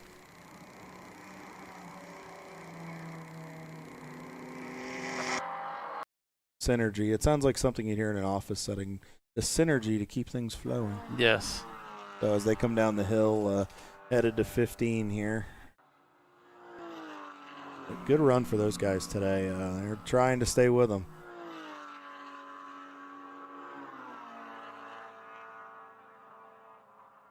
I don't know, I still think Ketchup's got a pit again. I don't know if you can go that far on fuel. Maybe they can. Maybe they can do 2 hours. But I know there were some yellows mixed in there. Maybe they're trying to stretch it. I just wonder if... Huntington does make a non-alcoholic drink. Actually, presented by Max Verstappen. Oh, okay. So Max Verstappen, yeah, I forgot that he did do that ad for them. RVA, looks like those guys are... We know they're not coming back to pit road. They're packing their stuff up. They're just below us here. Looks like Salins is starting to pack some stuff up. So maybe they're not anticipating bringing Ketchup back in. We'll have to keep an eye on that and see.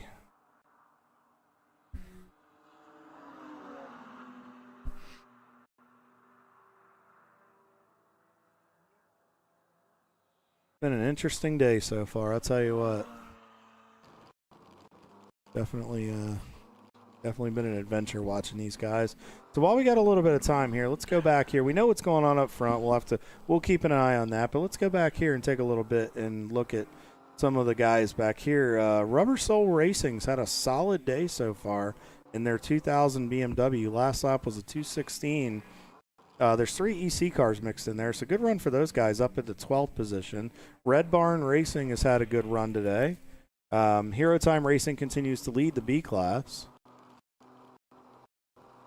I think Red Barn has got a nice hold on second in the class right now. Rad Air Racing has worked themselves up onto the podium in the 974. Nice job overcoming the adversity for that team.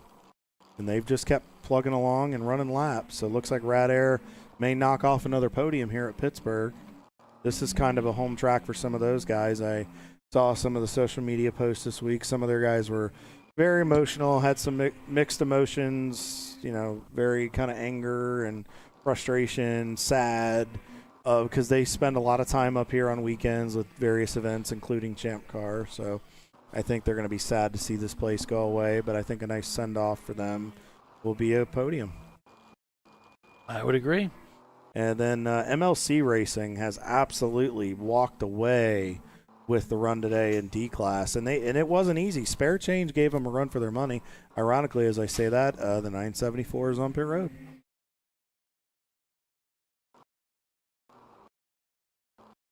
So, Spare Change Racing, yep, good run for those guys, but MLC so far looks like they got a lock on D-Class, if they can continue on.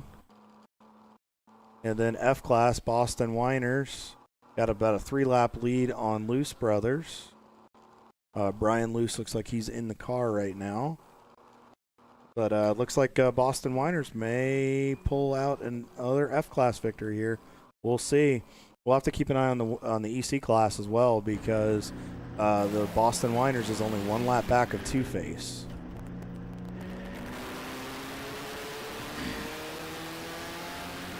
Back on board with Boston Whiners. There's your F-Class car. The Haterade cars. They're trying to run with the MDR Porsche Boxster. And I'm seeing one of the RVA drivers is getting suited up, so they'll be bringing that car in to do a driver change for the last stint, last stretch to the finish to that checkered flag.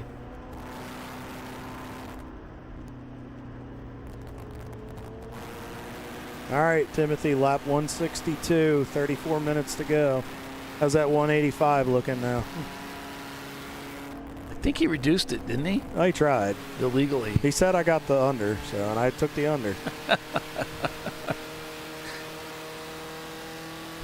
We'll have to see. I'm sure this will be a talking point at Road America when he brings the hardest turtle out to compete. But it'll be good to see him bring the turtle back. I don't remember the last time. I remember racing against the turtle a couple of times. I don't remember seeing it in the last few years. I want to say it was Nelson who brought the car to when we did the Was it last year maybe? Last year? I remember running against it in the 24 a few years ago at Nelson. DJF Racing came in and it's Red Barn Racing that came in their Mini Cooper. I'm watching the Salem Porsches come down the hill through 15.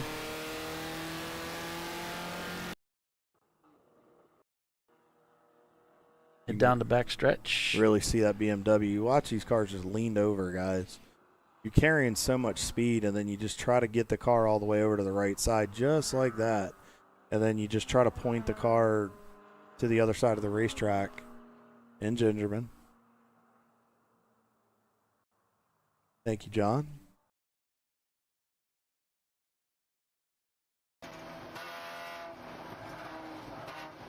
I know I raced with them, the Turtle, back at Gingerman a couple of years ago. I think it's been 2 years. Yeah, okay. Yep.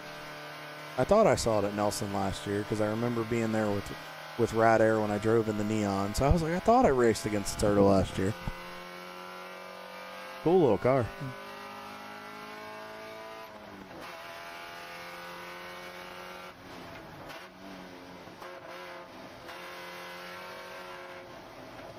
Yeah, good memory there, Dylan. I think it was Nelson. I think he was there for both. I want to say he was there for the 24, but I know he was there for sure last year. So, but we'll look forward to seeing him out there at Road America in a few weeks. But Two Face Racing still continues to lead EC a lap over Boston Whiners. They've been consistently faster for a little while. So I don't know if Boston Whiners will have enough to sweep the EC for the weekend, but right now they're on pace to do it in F-Class. Whiskey Tango Foxtrot still holds a solid now 3-lap lead over 90racing.com. And more dramas for the Racer X team. A little bit earlier, they were meatballed for exhaust falling off the car. Oh, jeez.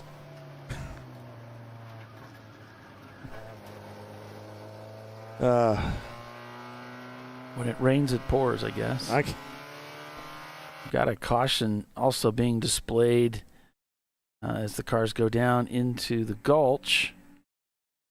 And we'll look to see what we can find there.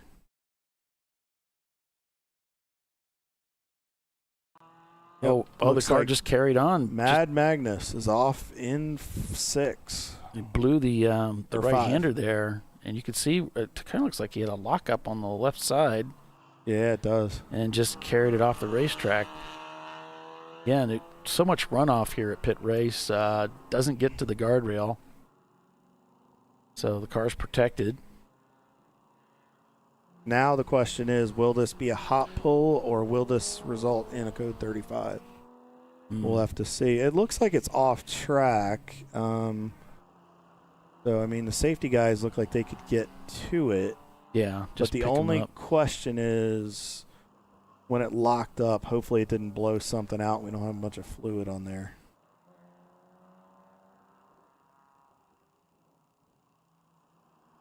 .90racing.com and Salen's are tooth and nail right now. They've been so for the last couple of laps now. They are fighting with each other. I'm not really sure why. I know 90 Racing probably doesn't want to go down another lap, but really it's probably kind of a different fight. Really, that's different probably race, what really. it is, honestly. It could just be having some fun together too. I'm sure it'll be kept respectful. So we've got rescue teams coming down to grab that stricken vehicle. And once they get them pulled out of there, they'll be able to go back to green in that section of the track. It appears the 943 has gotten by 90racing.com, but got it done. If I know those guys, they had to work for it. I bet it took a very, very late braking maneuver by the Porsche to get by that Honda. As we see the safety teams, it looks like it's just going to be a hot pull. Again, thank you to the Pit Race safety team and staff this weekend for agreeing to do the hot pull. Sometimes at some of the places we go to, it can get kind of to be a touchy subject, and we appreciate them taking the time. But I also want to commend our Champ Car competitors and teams for being respectful of the safety team and not buzzing the safety trucks and really slowing down. I noticed a lot of teams waving off in the mirror to fellow competitors saying, hey, we got some stuff here, need you to, back off. And so it's been good. And the more that this happens, the more we can start getting back to hot pulls and less of code 35s. Obviously, there's a few places we go, hot pulls are not going to happen just due to lack of room. But at places like Pitt and others, it's good to know that we're starting to integrate that back into the series. So an attaboy to everybody for respect this weekend. So, Paulie, well, we have a few minutes here. Looks like at the ranch. Actually, we got a break for commercial. We got one last commercial. So we can go ahead and knock that out and be back in a couple minutes. And then Kyle's going to pick it up from there. Tell us what's on his mind. Yeah, just 30 minutes remain here in this contest at Pittsburgh International Race Complex with Team Salem leading the way. Who's going to take the win? Who's going to take the win? You might as well stick it out with us to the end to find out. We'll be right back. I'd buy tires online, but then what? We've thought about it. We're TireRack.com. They should let you ship directly to a mechanic. Actually, we call them independent recommended installers. They should have 1,000 mechanics. Try over 7,000 installers. Then you just make an appointment. At a time that's convenient for you. This could change tire buying forever. TireRack.com, the way tire buying should be.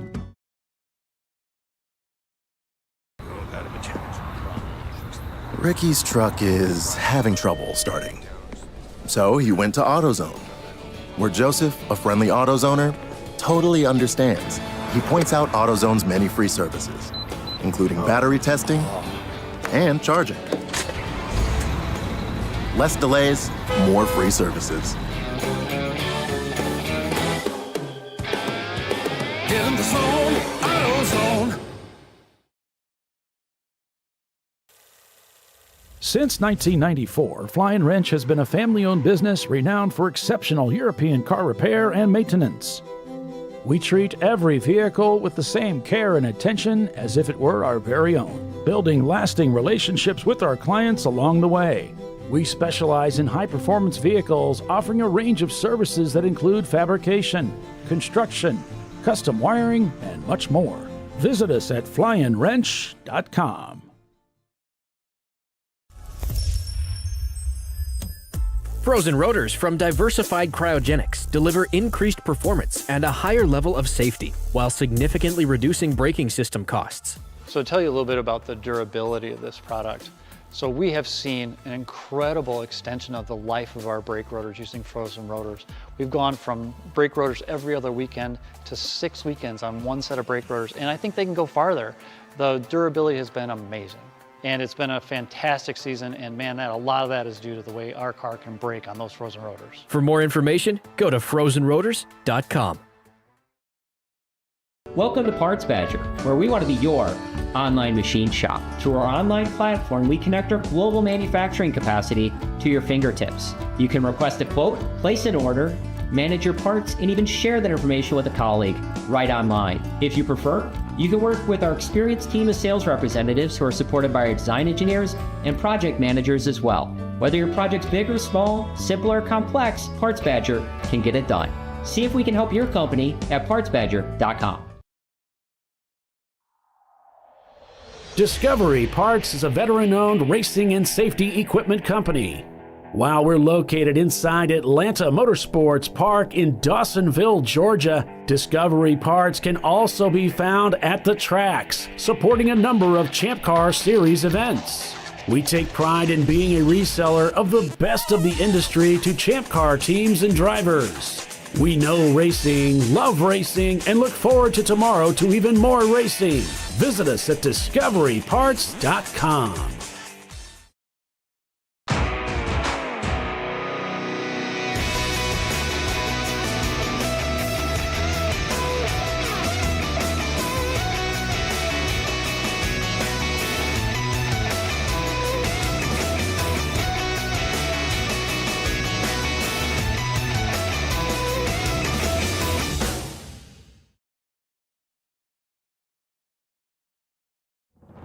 Lifeline's continuous commitment to research and development ensures that we supply the most innovative and cutting-edge products available, used by the majority of the world's motorsport championship-winning drivers, teams, and constructors. Lifeline has a stringent and proven history of success. Lifeline's continuous commitment to research and development ensures that we supply the most innovative and cutting-edge products available. Lifeline's Zero 360 systems are the result of over 7 years of intensive research and development using 3M's Novik 1230 environmentally safe gas extinguishant.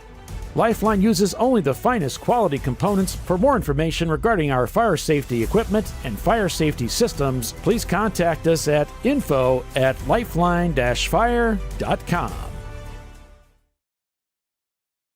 Sentinel is a comprehensive motorsports video solution incorporating live streaming, local recording, 3 cameras with picture-in-picture, flag status, and much, much more. Stop playing with multiple solutions. Sentinel handles it all, including timing and scoring, vehicle data, graphic overlays, adaptive bitrate encoding, network bonding, and more. Sentinel is the solution to sharing your motorsports experience with your friends, family, sponsors, and the world. What are you waiting for? Get your Sentinel today and never miss an on-track moment. www.sentinel.racing. The Jimenez family are having battery issues. But a friendly AutoZoner tests their battery and helps them find the right Duralast battery to get back on the road. Get in the zone, AutoZone.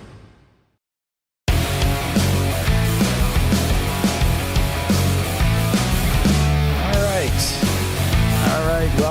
Welcome back to Champ Car Live, presented by AutoZone RVA. Graphics and Wraps is coming into the pits just now, and they're getting that driver change done.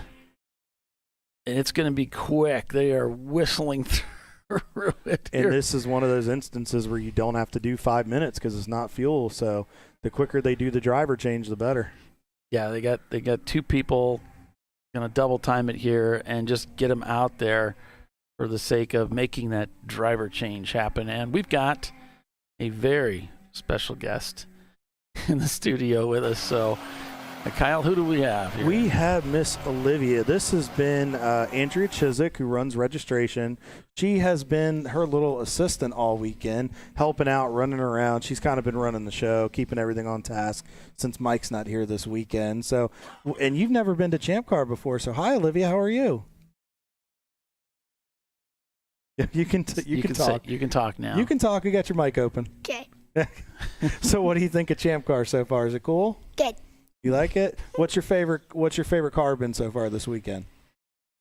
Well, I just found out one today. You just found out one today. So, which car is it? You said you had a favorite number, right? 983. 983. So you like our Whiskey Tango Foxtrot guide. You like that green Miata? Is it real cool? Yeah. Well, that's great. What is it you like about it? Is it the color or the color? The color. You like that green I color. like the light. The way the light hits it, and then you get to see it. Yeah. So what's been your favorite thing you've done this weekend? What have you enjoyed doing this weekend? I know you had some colors. You were coloring and doing some art stuff. Babysitting Dean, the baby. Tom's baby. Yep, helping Tom's little guy. Yeah, he's fun to play with, huh? Yeah. Yep. He wasn't so happy a few minutes ago. He was crying. Yeah, he's having a bad day. I think he's ready for the checkered flag. So how old are you? How old am I? Yeah. 7. Okay. All right. So what do you think? You want to come drive Champ Car one day? It depends. It depends. If you got a chance, do you think maybe the Whiskey Tango guys will let you drive their green car sometime? Maybe. Well, maybe we'll have to work that out. You get that driver's license, you have to come race with us. Yeah, it might be fun. Get to drive around the racetrack. So that's cool. Do you have a race you're coming to next? Do you know if there's another race you're coming to? I don't know. Don't know yet? Okay. All right. Well, maybe I have to talk to Miss Andrea and see if you can come to another one, because I think we got a couple races down, I think closer that's not so far away. So that'd be kind of cool to do. So what? So you're 7. So are you in second grade? Yes. Second grade. So how's second grade going so far this year? Good. So that's cool. You see, this is kind of cool. Now you have to go home and tell all your friends that you were on TV with us. And I was talking to you a little bit yesterday. I was asking you what was your favorite subject in school. I think I talked to you about that. Yes. And what was it you said? Reading in recess. Yeah. Reading in recess. Yep. Recess is always fun. What do you like to do at recess? Jungle gym? You play swings? What do you guys do at recess? Swings? I just started the big playground today. The big playground? Wow. Okay, so what's the difference between the little playground and the big playground? The little playground does not have swings. Oh, it does not have swings. Okay. So, did you figure out kind of swinging back and forth with swinging the legs, and have they taught you any cool tricks to get all that height on the swing yet? I know how to swing really good. Oh, you do? Okay. You get really, really high on the swing. Okay. Is that competition with all your friends? I'm going to get higher than you. Sometimes. Sometimes. All right. That's cool. So what do you like so much about reading? Like, what's your favorite book you're reading right now? Well, it depends what book I want to read. Okay. Well, what's the next book in Olivia's library that you want to read? I know I have a favorite chapter book. What's that? Judy B. Jones. I have never heard of that one. Oh, yeah. I'm still working on Go Dog Go. I'm still working on Go Dog Go. You can ask Miss Tanya behind you. We're still working on getting me to sound it out. Oh. But that's really cool. So hopefully we'll get to see you back at some Champ Car races. So what do you think? You think the team sailing guys? All right. Well, let's ask you this. You like hot dogs, right? What do you think? Ketchup or mustard? What do you think? Who do you think's going to win today? Ketchup or mustard? Ketchup. Ketchup. They're leading, and we only got a few minutes to go. So I think you're right. I think she's right. Might be right about that, Olivia. So you thinking throw a little ketchup on the hot dog and then go celebrate in Victory Circle? I don't know. We'll find out here in about 15 minutes. But thank you for coming in and hanging out and joining us for a couple minutes. No problem. Well, you have fun. Keep Miss Andrea in line out there, okay? Okay. All right. We'll talk to you later, okay? Thanks, Olivia. All right. So that was Miss Olivia there coming in to give us her take on the race today and what we can expect. She is one of the team WTF Whiskey Tango Foxtrot. That's the car that she likes the most because it's green. So great to hear from maybe a future racer coming down the line. We don't know. New Champ Car fan. Yep. Of all ages, new Champ Car fan. That's always good to see. So, Paulie, I think she called it. We're thinking Team Ketchup might be able to pull this off here. They got a pretty good gap, and we'll have to see. Yeah, we're running out of laps here. It's not going to be long before that checkered flag's going to be out. And, wow, quite a difference from yesterday for that team, for sure. But as I was talking to Will Nonamaker, one of the drivers for the team, he said, it's just racing. We've had a lot of really great ones, and we're going to have some lousy ones, and that's just the way racing is. And so they take it in stride. They take it in stride better than probably anybody I've ever seen. So it's really amazing. Back on board here with Balthazar. Looks like Carlos is going to be the one taking it to the checkered flag today. He's had an eventful day from some of the onboard footage that we've seen. He's had it thrown a hand up here and there, but he's been very patient. He's adjusted that helmet. He still looks good on camera here, so he's all set for the finish. Last lap was a 2:10.2, but he's giving that car a good ride today. And those guys have had a solid run. They've been pretty good in the C class. They're still sitting 7th overall there, and in the running order, they are in 11th spot. There's an EC car mixed in there, so nice job today for those guys, the 294. Well, unfortunately, I lost out. Apparently not the Swami of lap counts because we're now working lap 173 as the leader. So my prediction of 170 didn't work out. I'm over too. So I was 165, 170. So how much you want to bet Timothy's going to end up getting this one? It's getting there. Carlos is shaking his finger at somebody. I don't know if he's waving. I don't know if he's waving to his crew guys, because that's about directly across from the pits. I guess he's just pointing them by. He was waving Salins by.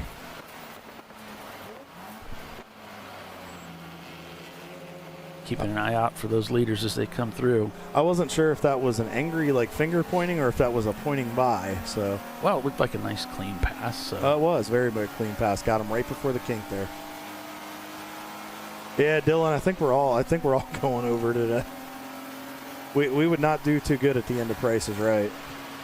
Well, yeah, we haven't really had much for cautions here at the back half of this race. No, we have not. And I got to commend the field on what they've done. I mean, they've given each other a lot of room. Yeah, a little side-to-side contact, but that happens in racing. But everybody's been pretty respectful of the room, and most of the things where we've seen off tracks for the back half of the race have been guys going off due to mechanical issues or just sliding off due to lack of grip with the heat we've endured. So definitely proud of all of our Champ Car drivers today on what they've done. Carlos looks like he's not too worried about getting by the Porsche. It looked like he's kind of just staying in tandem with him and really just letting the Porsche, I think that's MDR, just kind of poke the hole, and he just tends to go with him, which isn't a bad thing to do if you're in that position. If you know you're pretty even on pace, let that car do the work of making the opening, and you can slide through and save your car. Looks like the Nichols Racing Team, their EC car, did a spin and continue. They've received what's called a pit lane warning, which is where they notify the crew, hey, your guy lost it, did a spin, we saw it. Let's be careful out there, but don't make it a habit.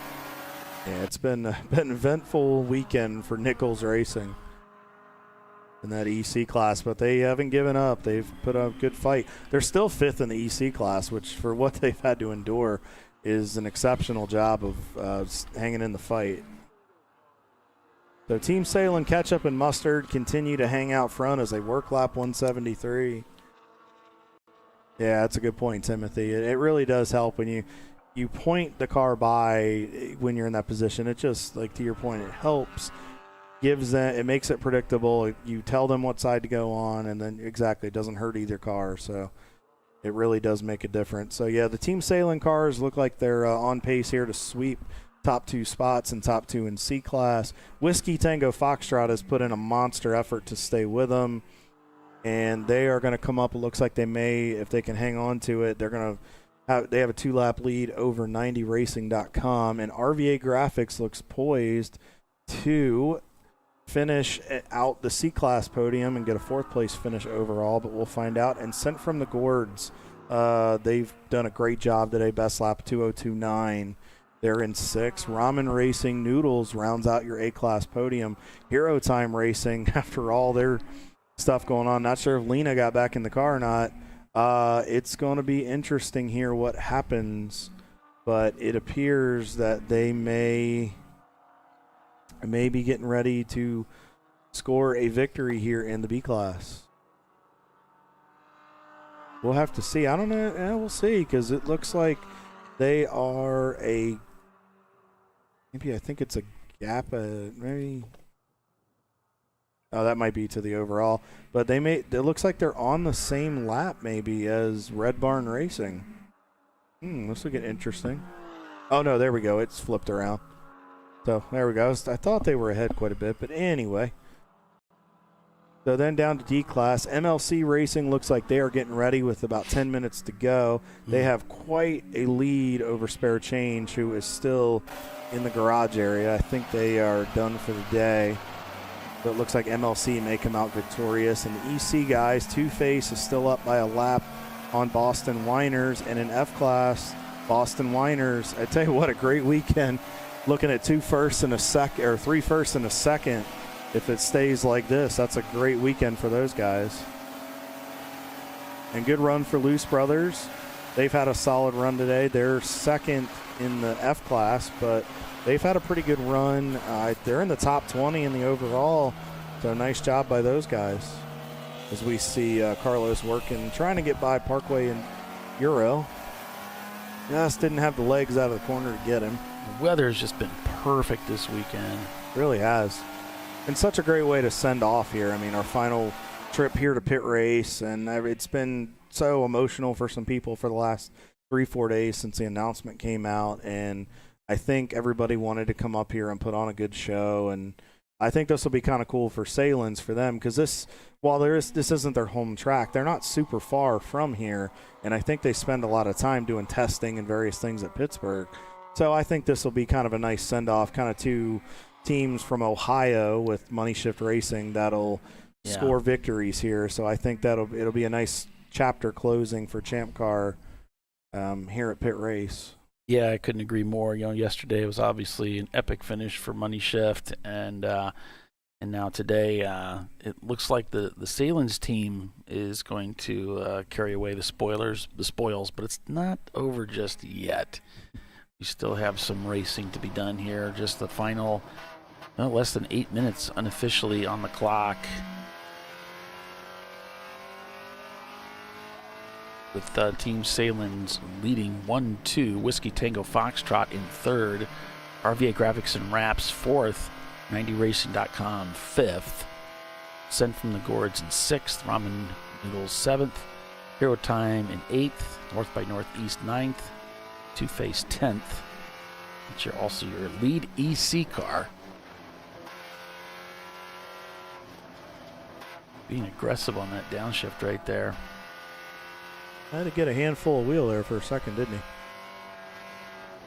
He's getting after it. I mean, they have clawed to get back to third in that F class, and these guys here, I mean, they were down quite a bit. I mean, they're not going to get second, but I got to commend these guys. They worked hard to get by Easy Riders because there was a gap that had to be made up, but I commend Mike D'Onofrio's guys. They've worked really, really hard. I know this isn't the weekend that they've wanted, but they'll be back. They're 13th over in the C class with the Boxster, but these guys have busted their butts in the Miata. The leaders working lap 177.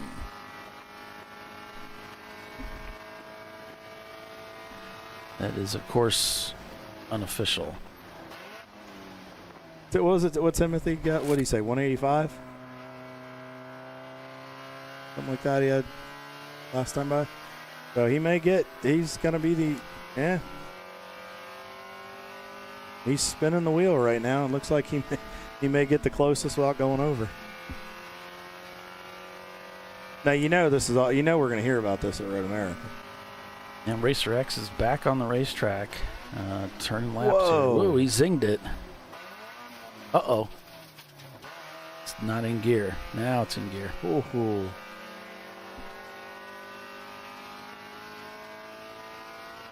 Had that Miata singing. Ooh, my heart dropped for him there for a second. We've all been there. Hit that one where either you hit the wrong gear or something. Uh-oh. I don't think it's in gear. I think it's in neutral. I do too. Well, I'm noticing he's got this habit of slamming the car in gear. Yeah. And I don't think he's getting it in all the way. Right. Don't think it's going in either. Yeah. When he shifts it goes in, but he's got this habit where he takes it and he just slams it up, and then he takes his hand and it's like he pitches the shifter. Yeah, I think it's actually occasionally bouncing right back out of gear. It's not really engaging, not giving the synchros time to match up the speeds. Yeah, he might want to slow down when he shifts. Like, you can tell he's amped up with the adrenaline, but you gotta slow down on these shifts because, I mean, also too with those Miatas, those gear, those clusters they're close together, and if you slam it and don't get it pronounced, you could go to first, and that would be a really bad ending to your day.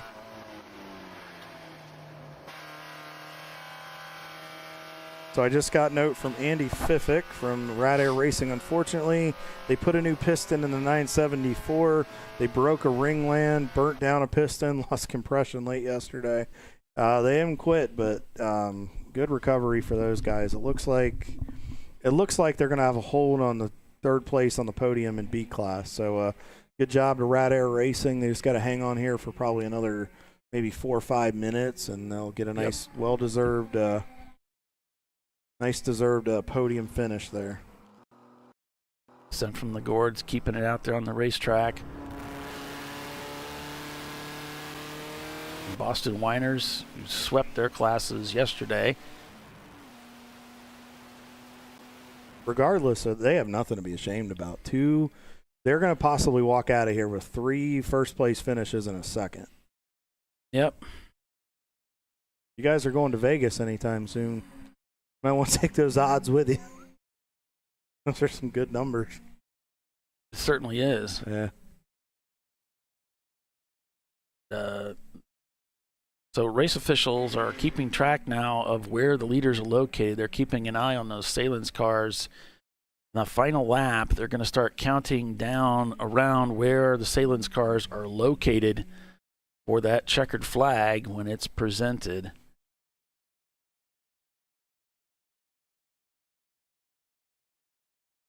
So far, we don't know if we've got the one to go. I think it. I don't see it yet. Yeah, I haven't he still has seen his it. hands clasped, so it looks like we don't yet have the one to go. Less is more cam there at the start-finish line.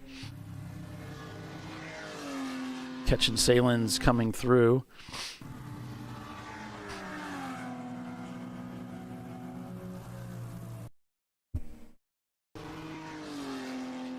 Could be coming here momentarily. We're a couple minutes to the top of the hour. And usually, we talked about this yesterday, usually they want to be like right on the money with ending right at when they want. It's less. So now I see him leaning out there. This may be offering up the one to go. 943 cars on the back straightaway. Yep. Across from us, which means the 942 can't be too far away.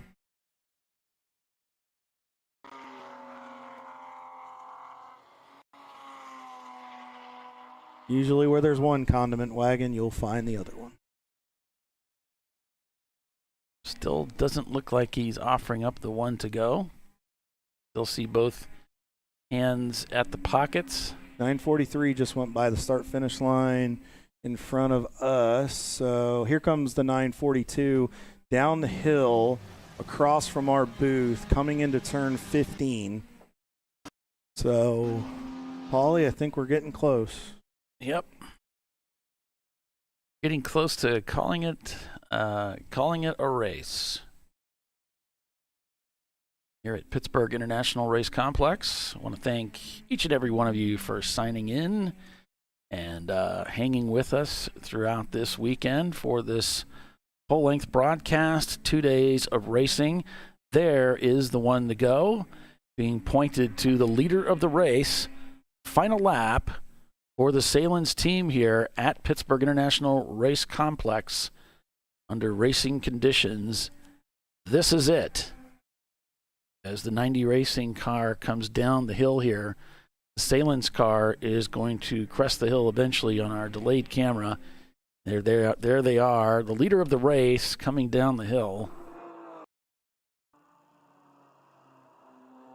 The team's being given the one to go.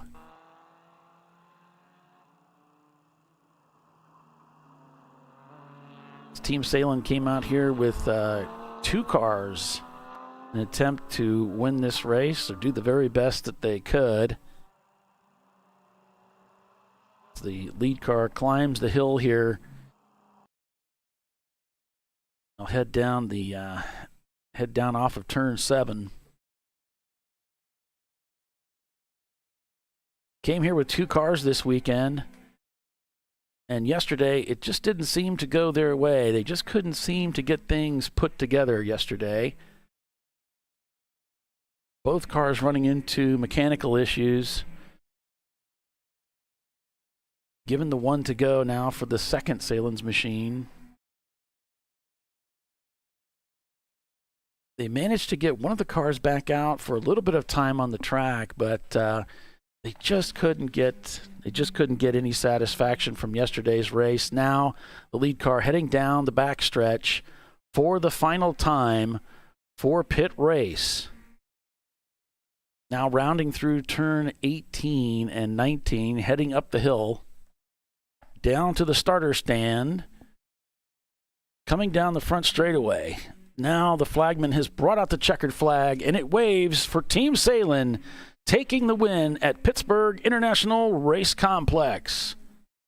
Team Salem takes the win on day 2 after a hard-fought weekend to get back onto the podium for Team Salem. So Team Salem takes the win here at Pit Race. The final race at Pit Race for the Champ Car Endurance Series. It's Team Salem taking the win. 1-2. Whiskey Tango Foxtrot will take home 3rd place. Then it'll be RVA Graphics and Wraps and 90racing.com, the top 5. So Whiskey Tango Foxtrot takes the lead, takes the win in A class. Hero Time takes B class. Team Salem's wins C class. And MLC wins D class. Boston Whiners is going to win F class again today. And it's Two-Face winning EC. So as they say, to the victor goes the spoils. And they are elated down here on pit lane as these cars come by. The ketchup and mustard car go 1-2 here at Pittsburgh International Race Complex. So, folks, we got to say thank you so much to everybody for joining us and supporting us here on Champ Car Live, presented by AutoZone for the TireRack.com Champ Car Endurance Series. So we're on to our next race. But until then, for Kyle Lockrow and Lester Epps, I'm Paul Veltum saying so long, folks. We'll see you next time. Take care. Bye.